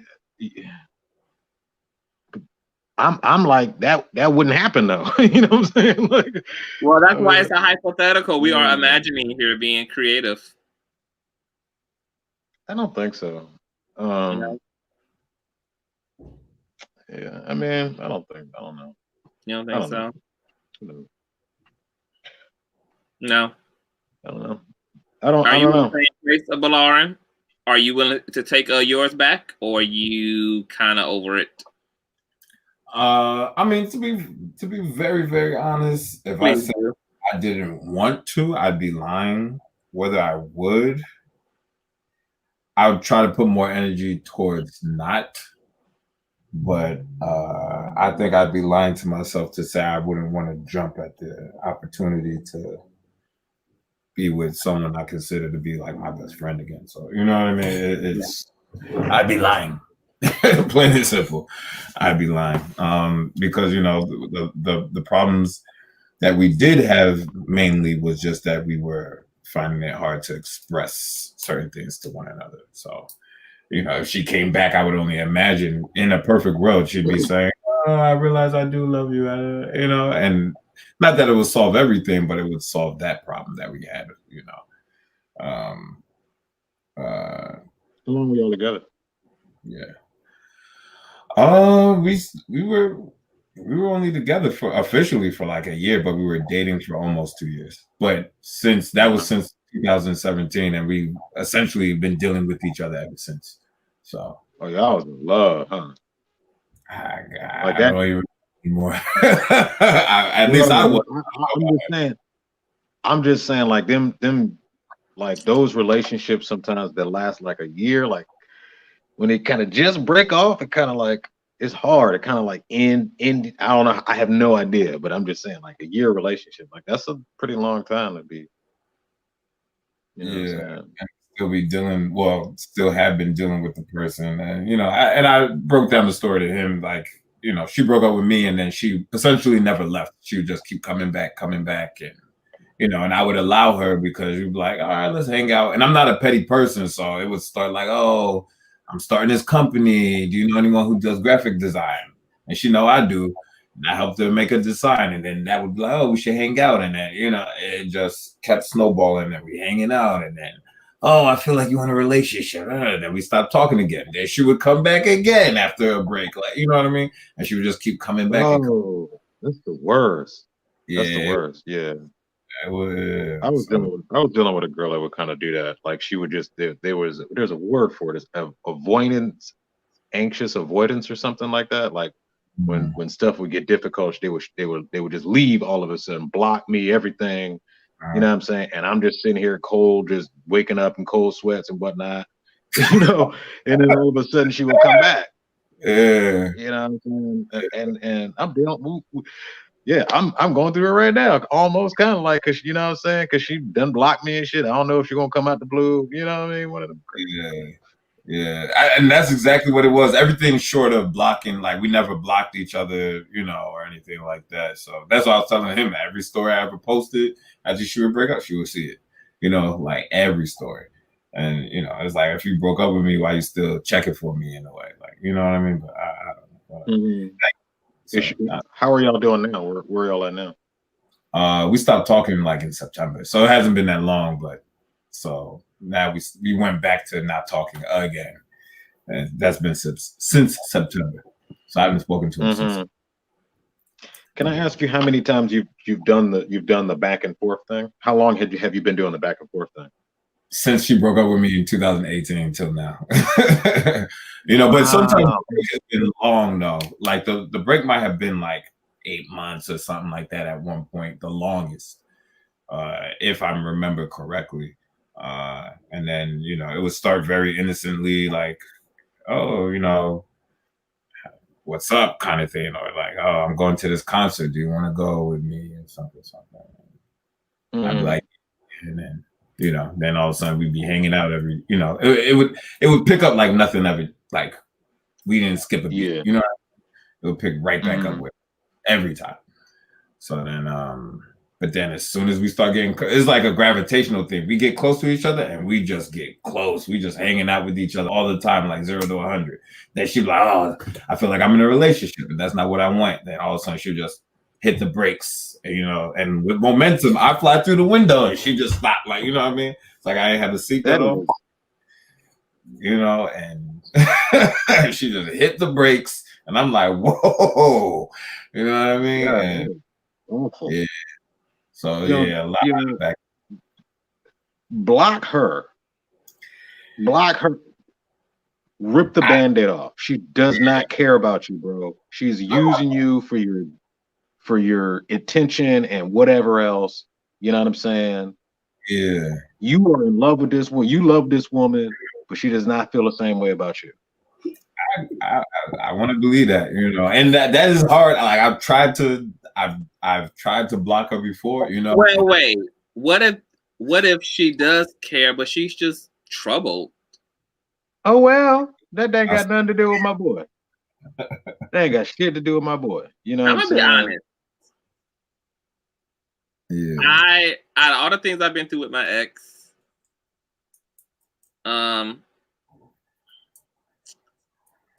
Bro, I'm available. you shouldn't bring up your ex as far as you know what I'm saying, this kind of stuff. Your ex. Oh my God. Like, please. Look, this is my skill. He done got kicked out the goddamn stream again. You see what happens when you speak against a witch? You see what happens? And the witchcraft get your ass right on out of here. You should know by now not to come for the altar, cis hetero man. I was just gonna say, I don't know. I'm a stickler. I'm a very hopeful person. I'll say this, like, I don't mind being in love and working on anything as long as I have the time.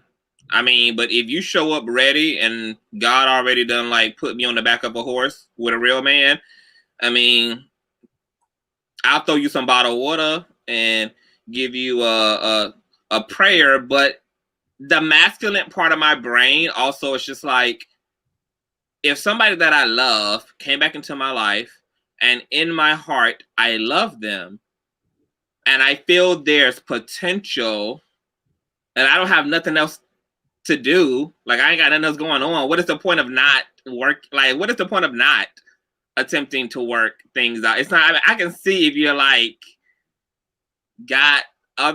if you're already involved, if you already got the connection, but it's just like, what else are you going to spend your fucking time doing in your life other than trying to make the things you love work? Like, whether it's a career you love, whether it's somebody you love, whether it's something like, it's just like, that's what we're here to do, is to just like live for what we love. And like, if I have the time, then I'm not going to lie and be like, I would just like not entertain working things out with someone that I truly love. Just, I mean, out of what? That's toxic shit. Out of what? No, because here's the thing. If are we talking about your situation, or are we talking about okay? Let's not even say your situation. Let's not say your situation. Let me say that philosophy, that logic, if applied to a situation where every time that person comes back, it's not bringing you joy. It's bringing you a little bit of love, but the pain that is bringing, with the hurt and the toxicity they're bringing with them to that experience, is not healthy, because ain't nothing working at that point. But that's up it to ain't you. Working out. It ain't gonna work out. But here's the thing: you don't know what is going to work out until it works itself out. And my whole issue is so I took him back in last October, and people was like, why would you take the narcissist back? And I took him back because, unlike the first time I was with him, I was ready the second. I trusted me to be with him. I didn't trust myself when we was initially together, which is why he got to get in and be a madman, and I was willing to go. I was willing to be in the car with him and take the journey with him. But this time around, it was just like, I'm with you on my terms. And that makes this totally different for me. It even made the way that it ended different for me, because obviously you walked with me, Henry, through the journey of what it was like with me breaking up with my ex the first time around. You know how hurt I was. You knew the shit I was dealing with. We kind of were going through the same thing at the same time. And, but this time around, when that shit hit the fan, that shit hit the fan and my ass kept on selling because it wasn't about him. Like, I was strong enough to be with his ass. I was strong enough to like, and know why I was with him. I knew what I was going to put up with and what I wasn't going to put up with. And when he introduced parts of shit that I didn't want to put up with, chuck up the deuces. And so stay away. And when you contemplate like keeping those things away, you can revisit me and then we can talk about some things. But like, I'm very clear about what I'm giving, what I'm not giving, what I'm tolerating, what I'm not tolerating. So I'm not afraid of him. Like, I was afraid of me. That's what I realized. I was afraid of me when we was together. I'm not anymore. I know who the fuck I am. Mm-hmm. I know what I want. Mm-hmm. I know what my boundaries are. And the minute that you disrespect those boundaries, your ass can go for the 100th time. We can break up for the 1,000,000th time. And if somehow through all of that, we make it to a happily ever after, fine. But it's just like, what else am I fucking here to do? Like, I mean, it's not that deep. It's no waste of time to you. Breaking up with being with the same person, I ain't got no time for that. Hard for me to believe. That's dismissive. Let me not say I don't have time for that, because I got time for a lot of bullshit. It's hard for me to believe. Let me instead say that I can't take. I can't look at love as like wasting time. Like, it's just like, I'm not wasting time. Like I mean, like when you spend it on what you love, it's not a waste to you. The issue with like, that's a beautiful way to think about it. The difference between me and most people is that most people are loving from their ego, so they're looking like they're trying to sneak out the house. They're like very transactional in their relationship. They're making like whether it was worth it based upon what the other person did with it. I love you for me, not for you. I love you because it makes me fucking happy to do that. That's why like it's easy for me to forgive motherfuckers who like do the most, because I'm like, I'm not here because you have a say so, and you're not here because you have a say so. Like, I'm doing this because it makes me happy, and that's what I'm connected to. Like when I'm doing anything that I love. So okay, well then by all means, do you then play up? That's what I did. But the reason why by this person's presence in your life. But the reason why But the reason why not everybody is happy with a person that keeps coming in and out of their life and causing pain. But the reason why I was fucked up the first time around was because I was loving him for him, and that's why I was miserable, because I was like, oh my, like I was calculating in all of it, like, oh my God, like all this sacrificing I'm making, all this and I needed him to like appreciate it, and I needed him to blah blah blah blah blah, and I'm just like, this when I took him back in April, it was just like, girl, I'm available, and I'm doing you, and I'm doing me on my terms, and if you like find your way out of that, if you sabotage your way out of that, like that shit is on you. Like, ain't nothing changed over here. Like, I just literally went on about my fucking life, and I still love him, and I don't take any of the bullshit personally, because that shit ain't got nothing to do with me. Like, the way you act, the way you behave, like how fucked up you are. So every time he comes back, do you take him back every time he comes back? You said what? Do you take him back every time he comes back? No. Do you take him back every time he comes back? I take him back when I'm ready to, because he kept coming back in between the year and a half we were separated.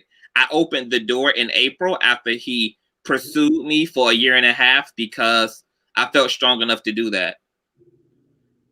And so it's not like he gets his way with me. It's not like he just comes back and he just like has his way. Do you think that there's a codependency with him? Like there's a symbiotic relation, like he needs you, you know what I'm saying, in a certain way that only you can provide for him? Of course he needs me. And of course there are things that... And is it that keeps you with him? Like, if you could take that and like wrap yourself in it and have him around all the time, you know, and not I guess. No, because that's kind of what led to like us breaking up, is because I was trying to get him to also like, I was trying to get him to see me as an accessory to his personal power, but to not be the power itself, because I didn't want the codependency. Like, I feel like in relationships, we're all designed to like complement one another in a relationship. Like, you're not meant to do the work for me, but you're meant to be like a great catalyst for me to do the work I need to do for myself. You're there to support that work. You're there to facilitate the emotions and the environment and etc. to help me help myself, but you're not supposed to do the work for me. So when I tried to get him to like actually do his part, he didn't want to do that. And then he got angry because I was trying to get him to like do his part for himself and trying to make it clear that like, I'm not the light, but I am like the usher boy saying, there, like, I'm just going to like be by your side and show you where you should go, but you have to go. Don't depend on me. Don't hop on my back, but just appreciate me supporting you doing the work. Like, I don't want to do the work for you. When we was together the first time around, I was the rock. I was the work. I was the light. I was all of that. I didn't want no part of that this time around, but he was still in that place. So it crashed and burned again. Like, it's very clear to me that he and I are meant to be together, but he's going to have to get his shit together for their relationship to make sense between us. Because if he don't get his shit together, it's just going to be a disaster every time. But it's clear that we bring out the best in each other. It's clear that there's like a powerful chemistry there. The law of attraction responds powerfully to our relationship. All the magic and bells and whistles is there when we're together. But he's a hot fucking mess. So there's a dark side to that light and love. And I don't judge him for being fucked up because he didn't do it to himself. And I have a lot of compassion for him because he keeps himself in spaces that reinforces his wounds, and he doesn't surround himself with people that challenge him to do his fucking work. And it's kind of like the blind leading the blind. And so I just don't take it personal. And I used to take it personal, which is why it used to hurt me so bad. I don't. Exactly what I was telling BOLARIN about his chick. Like, those wounds don't got nothing to do with him. Those wounds almost don't have nothing to do with her either. Like, But they hurt him though. They have real consequences on the real world. Like, just because something exists in somebody else's head doesn't mean that it doesn't come out and bite me in the ass. It has like, real. Yeah, she has problems, but it has real. He got to hurt because of her problems. But you don't necessarily have to hurt. Like, you get to have your boundaries. Like, I have my boundaries. Like, my ex, like, look, my ex tried to do a lot of, my ex tried to go for the gusto when we broke up, and to no avail, to zero fucking avail. No avail. None. I mean, that's anecdotal. That's anecdotal information. I mean, you're just giving me that one experience to prove an overreaching.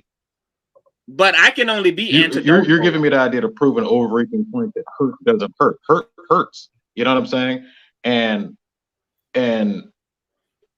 that what he was doing to try to hurt you may not have hurt you, but what we're talking about is this idea that her leaving him, that he doesn't have to hurt from that, but he does because he wants to be with her. You know what I'm saying? No, he doesn't. He doesn't have to hurt. That's all I'm saying. It might be her problems. You don't look. Here's the thing: you can't love somebody. You can't just love somebody beyond their faults if their faults are hurting you. If their faults are hurting you, that's why not fair to you. That's why you transcend That's why you transcend the ego, so you can transcend the hurt, because you also can't be ashamed that you fucking love someone. And just because things don't work out, don't mean that now you inherit. But it is a shame because that's all the shit that we go through. Like we start to feel a way about love, and we start to feel a way about the person because our egos got fucking dealt with and got disrespected and got disregarded and blah blah blah blah blah. And now shit is all fucking out of sync. And all I'm saying is that you can actually love freely. You can be vulnerable, be with somebody, let them figure their shit out, live your fucking life, love yourself accordingly, and never actually deal with the damaging parts of them, because when they start to do that toxic shit, that's when you chuck up the fucking deuces. That's how you keep drawing the boundary. And then I they see know what you mean. I see what you mean, but So you're saying that basically like he can love her and let her go freely and just be in love with her when she is fucking up. You know what I'm saying? No, that's not no. Just be in love with her when they're together. I'm gonna paint the picture for you. No, what I'm saying is that he can love her because he can't change the fact that he loves her, and that's a mistake we try to make. Or that's a mistake. That's a misunderstanding on our part. Is sometimes we try to focus on I shouldn't love this person, and then we try to play the tape back and be like, see, I got cheated on, I got lied on, I got abandoned, I got slandered, I got ... and then we still find that as many of the negative shit we can still call out, I still love this person. You can't control the way you feel. What you can control is proximity or the development or the willingness to be in a relationship to that person. You get to decide, I'm not going to try to change the fact that I love you because I know that I fucking do. I'm not even going to lie to myself. I don't need to lie to myself about that. However, what I can do is deal with you in a way that teaches you how to deal with me and make sure that I stay committed to my boundaries so that you know that when you cross them, these will be the consequences and reap a goddamn cushion. So if that means chucking up the deuces to you 101 times, that's fine with me. Because see, when you're the whole person, you don't have the codependency issues to begin with. So it's nothing for you to let that person go when they disrespect the boundaries. I'm not going to run after you, and I'm not going to need you when you're gone, and I'm going to live my life and move forward without your ass because I stopped giving up on my relationship. But what if you meet somebody else? Huh? You said what? What if you meet somebody else that loves? What if you meet somebody else that loves you better? What if you meet somebody else that loves you better? But that's exactly what I said in the beginning. That if I have time, I'm gonna make the time to do what I love. But bitch, if I'm gone, if God got me on the back of a horse or with a real man, bitch, I'm gone. I'm gone. I'm gone. I'm not going to deny myself like any level of fucking happiness.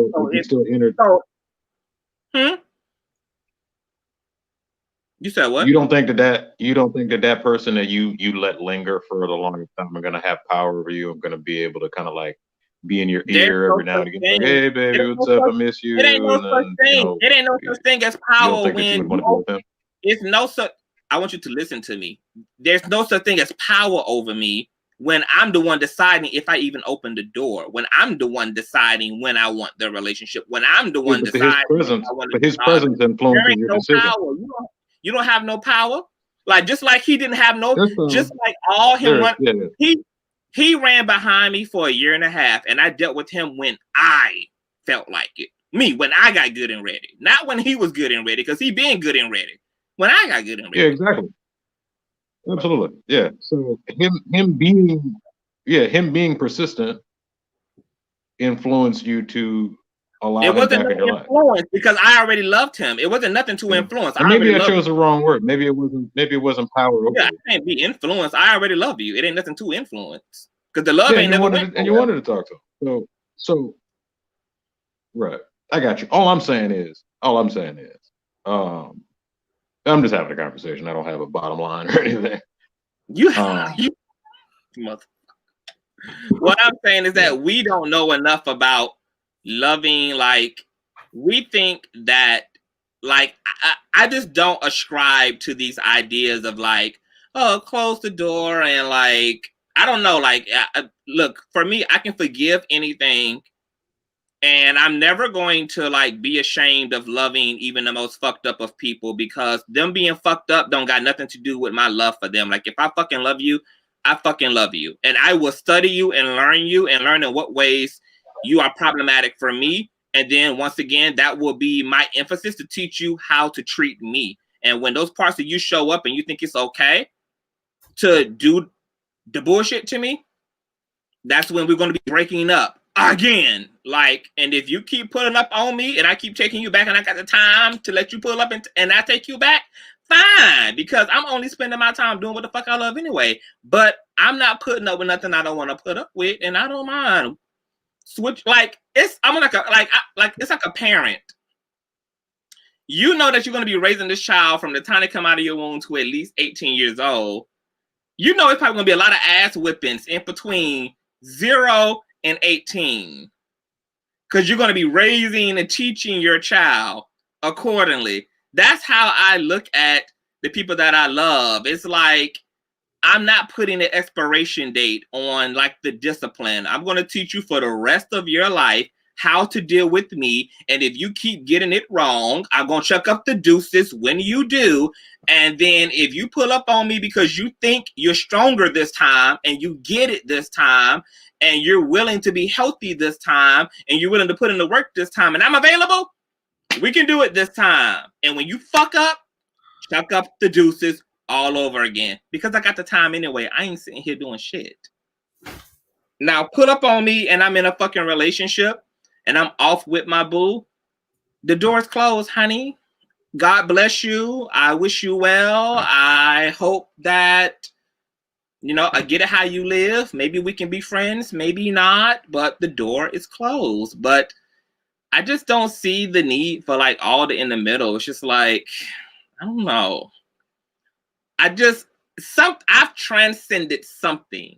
I don't know what I've transcended, but I just don't have a problem with loving people because I love them, and I don't have a problem with teaching people how to treat me. And if that's my ex, so be it. He's never going to be able to do anything to me that I don't allow him to do. He's only able to do to me what I allow him to do. And the better you get at mastering yourself, it's like, and I guess this is my point. The more masterful you become at you, the less you are afraid of your perceived enemies or opponents. You're not so governed by fear because you know you. You know what you're capable of. You know your own strength. And I'm not afraid of him. And I'm not afraid of the way that I feel for him. And he don't have no power over me. I control me. I control how much of me he gets. I control what I distribute to him. And that is what's powerful for me. I don't need him to even change in order to love him. He's going to be what he's going to be. I'm going to be what I'm going to be. And if he remains a mess, be a mess. I'm moving forward and living my life. And when God bless me accordingly, I elevate accordingly. And when somebody who I want to be with comes into my life, I will be with them. When he tried to come back over the year and a half, I was dating other people. I wasn't putting him before anybody. If I was simply available for the rendezvous, we rendezvoused. But if I was with somebody who meant something to me and I was entertaining a situation that was much healthier than putting up with him, that's what I did.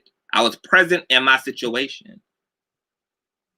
And when I was out of those situations and he pulled up, I dealt with him on my own terms. And I think that's how you alleviate people having power over you. It's not like by avoiding them. It's about you finally leveling up in you. Like, I'm not going to block you. I'm not going to run from you. I'm not going to do none of that shit. Like, it's not even that fucking deep. Like, and I'm also going to bless you. Like, when you go on to be with another bitch and you think you can find somebody better, I hope so. And when it's over and you're looking in my face, like, I'm not, either way, it don't matter to me. This makes no sense. Because everybody else is looking at the person who they love and who done hurt them, and they can't see past the pain.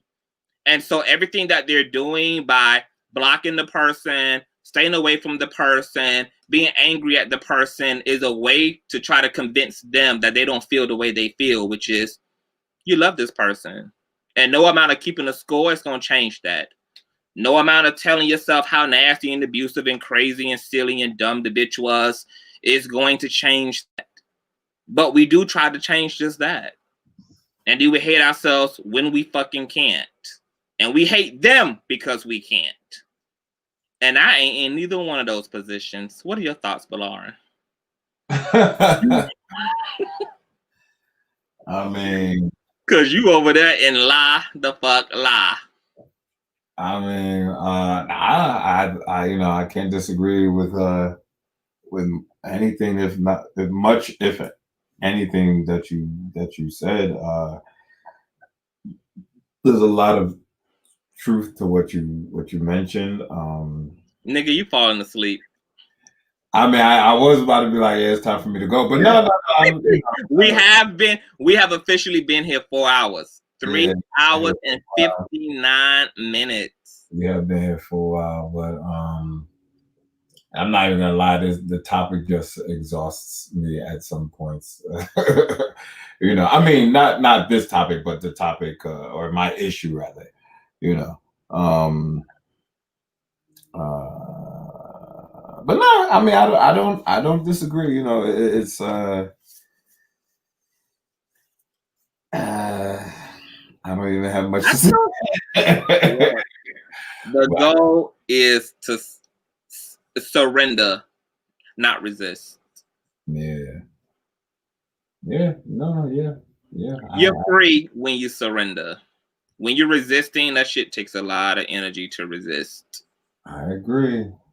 I just accept that you feel how you feel, you love the person, and you're open. You're open to things being better, and just learn yourself in y'all time apart. When y'all are on the off seasons, just learn yourself, learn your boundaries, step your discipline up, and just keep making it better for yourself every time you let this person in. Yeah. Instead of avoiding, like trying to avoid it and trying to talk yourself out of it and trying not to love somebody that you fucking love. Like, it's dumb. It's like, it's really working counterproductive. It's like, I'd rather just surrender to that shit and just learn myself. Like, and to just let wherever that learning take me, just let it take me wherever it's supposed to take me. And if that's me and you on the other end of that, some ideal version of us, fine. If that's me and some other person, that's perfectly fine. But you just keep learning you and doing you. Definitely, absolutely. No, I agree. I think that's one of the best things you can do is, you know, put all that energy you put into someone into yourself, you know, and work on yourself, better yourself, and you know, distract yourself with yourself, essentially, you know. Yeah. Tell the people where they can find you, my nigga. You can find me if I'm on it, it's gonna be uselessly sexy. So I'm not great with social media, but Instagram, I would say is the safest place. And YouTube as well, both uselessly sexy, YouTube and and Instagram. I'm sorry, I'm much more high energy, and I could tell my energy is so. Baby, the battery is draining. The battery is draining. I'm defeated right now, but no, Instagram and YouTube, you know, uselessly sexy, and you know the web series titled "Uselessly Sexy" is the reason why that's that, and you know. That's still coming, where I hope to shed some light in a comedic way on how men do go through heartbreak, but we don't hear about it as much. We only hear about how men are dogs, but you know, I mean, like, even y'all shook me in this conversation today. I'm like these some different type of men right here. Like, they breaking all the stereotypes and generalities. Exactly. So that's what I hope. You know, that's the plan for what my web series will explore in a comedic way. But yeah, uselessly sexy everywhere. Except for TikTok. I ain't on TikTok. Don't when the next time you gonna be on the fucking Grapevine? You need to hit up Ashley. So was that you that asked me that last week? Yeah, it was me. Yeah, I don't know. I think they use me sparingly, I guess, or who knows? Maybe they tired of me. I have no idea. Although Carl's there, so I have no idea. But yeah, I have no idea. Don't be letting the youngins push you out. Don't be letting them niggas push you out. As far as I know, they have requested to have me removed. I don't know if they won, but what? I mean, yeah, people don't like what I say, and they say that all the time. I used to see that in the comments. Why is he there? But I mean, hey, yeah, he is there to represent a unique opinion, nigga. Like it's a panel, it's a open discussion for a reason. That's what makes the conversation exchanges amazing, because they come from these different corners and crevices of the psyche, like. Exactly, and sometimes I'm gonna be honest, like you add a practical value too. Like sometimes the conversations get super complex and super deep, and you kind of like condense it and bring it back to like a layman person's like. Yeah, I don't mind holding that title, because I don't shy from. I said it on that show plenty of times. I said it in real life, when I don't know something, I'm not embarrassed to be like, I don't know what y'all talking about, because the lot of them on that show. And you humble enough to ask questions. Exactly. What's that mean? That's like, BOLARIN. Don't never be afraid. Like, do you? I don't know there's someone else that don't. So I don't care if I look stupid. Like, everybody don't know everything. So I don't know what you're talking about. Man, you are refreshing. I know like a lot of people really like you on the show because, to be honest, you come off as like probably one of the most authentic people on the show, because you don't seem to give into pressure to like sound cool or to like jump on the bandwagon. Like you're very true to yourself, and people can really appreciate that. Thank you. I really do appreciate that. Cause I do. That's one of the things that I do like about myself, is I feel like I'm always genuine and not putting on a show. And nothing against anyone who does do that. I think there are some benefits, but I really do appreciate that. Thank you. Yes. I hope to continue to do the same. To continue to do that, rather. Yeah. Well, I'm gonna need you to start. You got the good guy spirit down. You got the sweet as humble pie spirit down. Now you need to like get your boss ego attitude up. Like I need you to spend time in the mirror flexing. I need you to like start talking that shit to yourself. Like get your gangster up. Like start really bringing in like your self-worth and value as a man, and like start walking around kind of with your S on your chest, nigga. Like poke your chest out a little bit. Like it's okay to feel yourself. Like you only got one you to feel the fuck out of it. You're right. Feel the fuck out of it. You're right. Don't let nothing diminish your motherfucking value of yourself, man. Like you're absolutely right. I'm gonna work on that for sure. Yeah, you do that. I'm appreciative of us getting an opportunity to connect. Like, you've been like super fucking dope and a super breath of fresh air. And thank you. I'm kind of obsessed. You need to keep coming on the platform. You need to keep coming on, homie. I'm always down, The people love you and the women love you. That's why I think you just need to you need to get out of New York. Maybe, because if they love me, I had no idea. Yeah, like you're just in the wrong place. You know what? Every one of my friends who has like a whack dating life, now that I think about it, they're all in New York. Whether they're gay or straight, like they love life sucks. So it's New York. Trust me. It's true. I believe it. I believe it. As sexy as Ashley is, she's single as hell. Donovan handsome, he's single. Like all these educated millennial smart people got like they shit together, and everybody's single because New York fucking sucks. That is true. That is true. I ain't even think about that. It is not you, BOLARIN. It is New York. That is true. That really is true. Oh, It is fucking New York, man. So y'all need to get out. Like Jordan Peele says, get out. Get the fuck out of the sunken place. New York is a mess. Well, I thank you for your time today. Thank you for having me, as always. I'm always appreciative to be included. Yeah, I'll be booking you again next week. Let me know, you know. Okay, well, is there any lasting word you want to leave off on the people? Because we're going to say goodbye at the same time tonight. I mean, I'm glad everybody tuned in and watched, and you know, I was reading through the comments, you know, funny comments, and We've been trying to make some love connections, like you and Tawana, Miss Tawana, too inspired. I'ma shoot you BOLARIN email. Like there's a bit of chemistry between y'all in the chat. You always get real chatty with somebody in the damn stream, honey.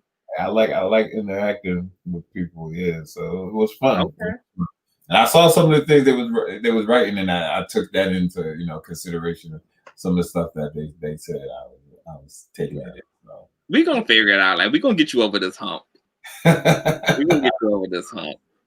Well, you stay there. I'm gonna say goodbye to the folk. Okay. You just stay right there. Oh wait, don't move. Yeah, you stay right there. Like I'm gonna take you out, but just stay in place. I see. Okay. All right. Well, you guys have had a 4-hour fucking show. That was definitely something that was not meant to go this fucking long. I want to say thank you to Purple Lover 77 for joining us today. I want to say thank you to my tattoo artist, Henry. I don't know what the fuck happened to his connection. That Boost Mobile hotspot kicks his ass every time. I hope you guys enjoyed this episode of The Canceled Show. We went all over the diaspora here in this dialogue today. I don't even know why I give titles. I don't even know why I put subjects in the title, because the conversations take on a life of their own. Okay, I'm just going to start putting numbers like episode 2 and just leave it at that. Episode 3, and just allow life to do what it does best. I will be back. The Gentlemen's Panel is going to be hosted on this platform. Okay, we got some interesting conversations to get into with the gentlemen, okay? So be right here tomorrow at 7:45 Eastern Standard Time for that show. Once again, thumbs up this video, share all this shit out, help build the kingdom. Hello to all my new subscribers. I love you all. I'm going to go take my ass to bed. I will see you guys in the PMs.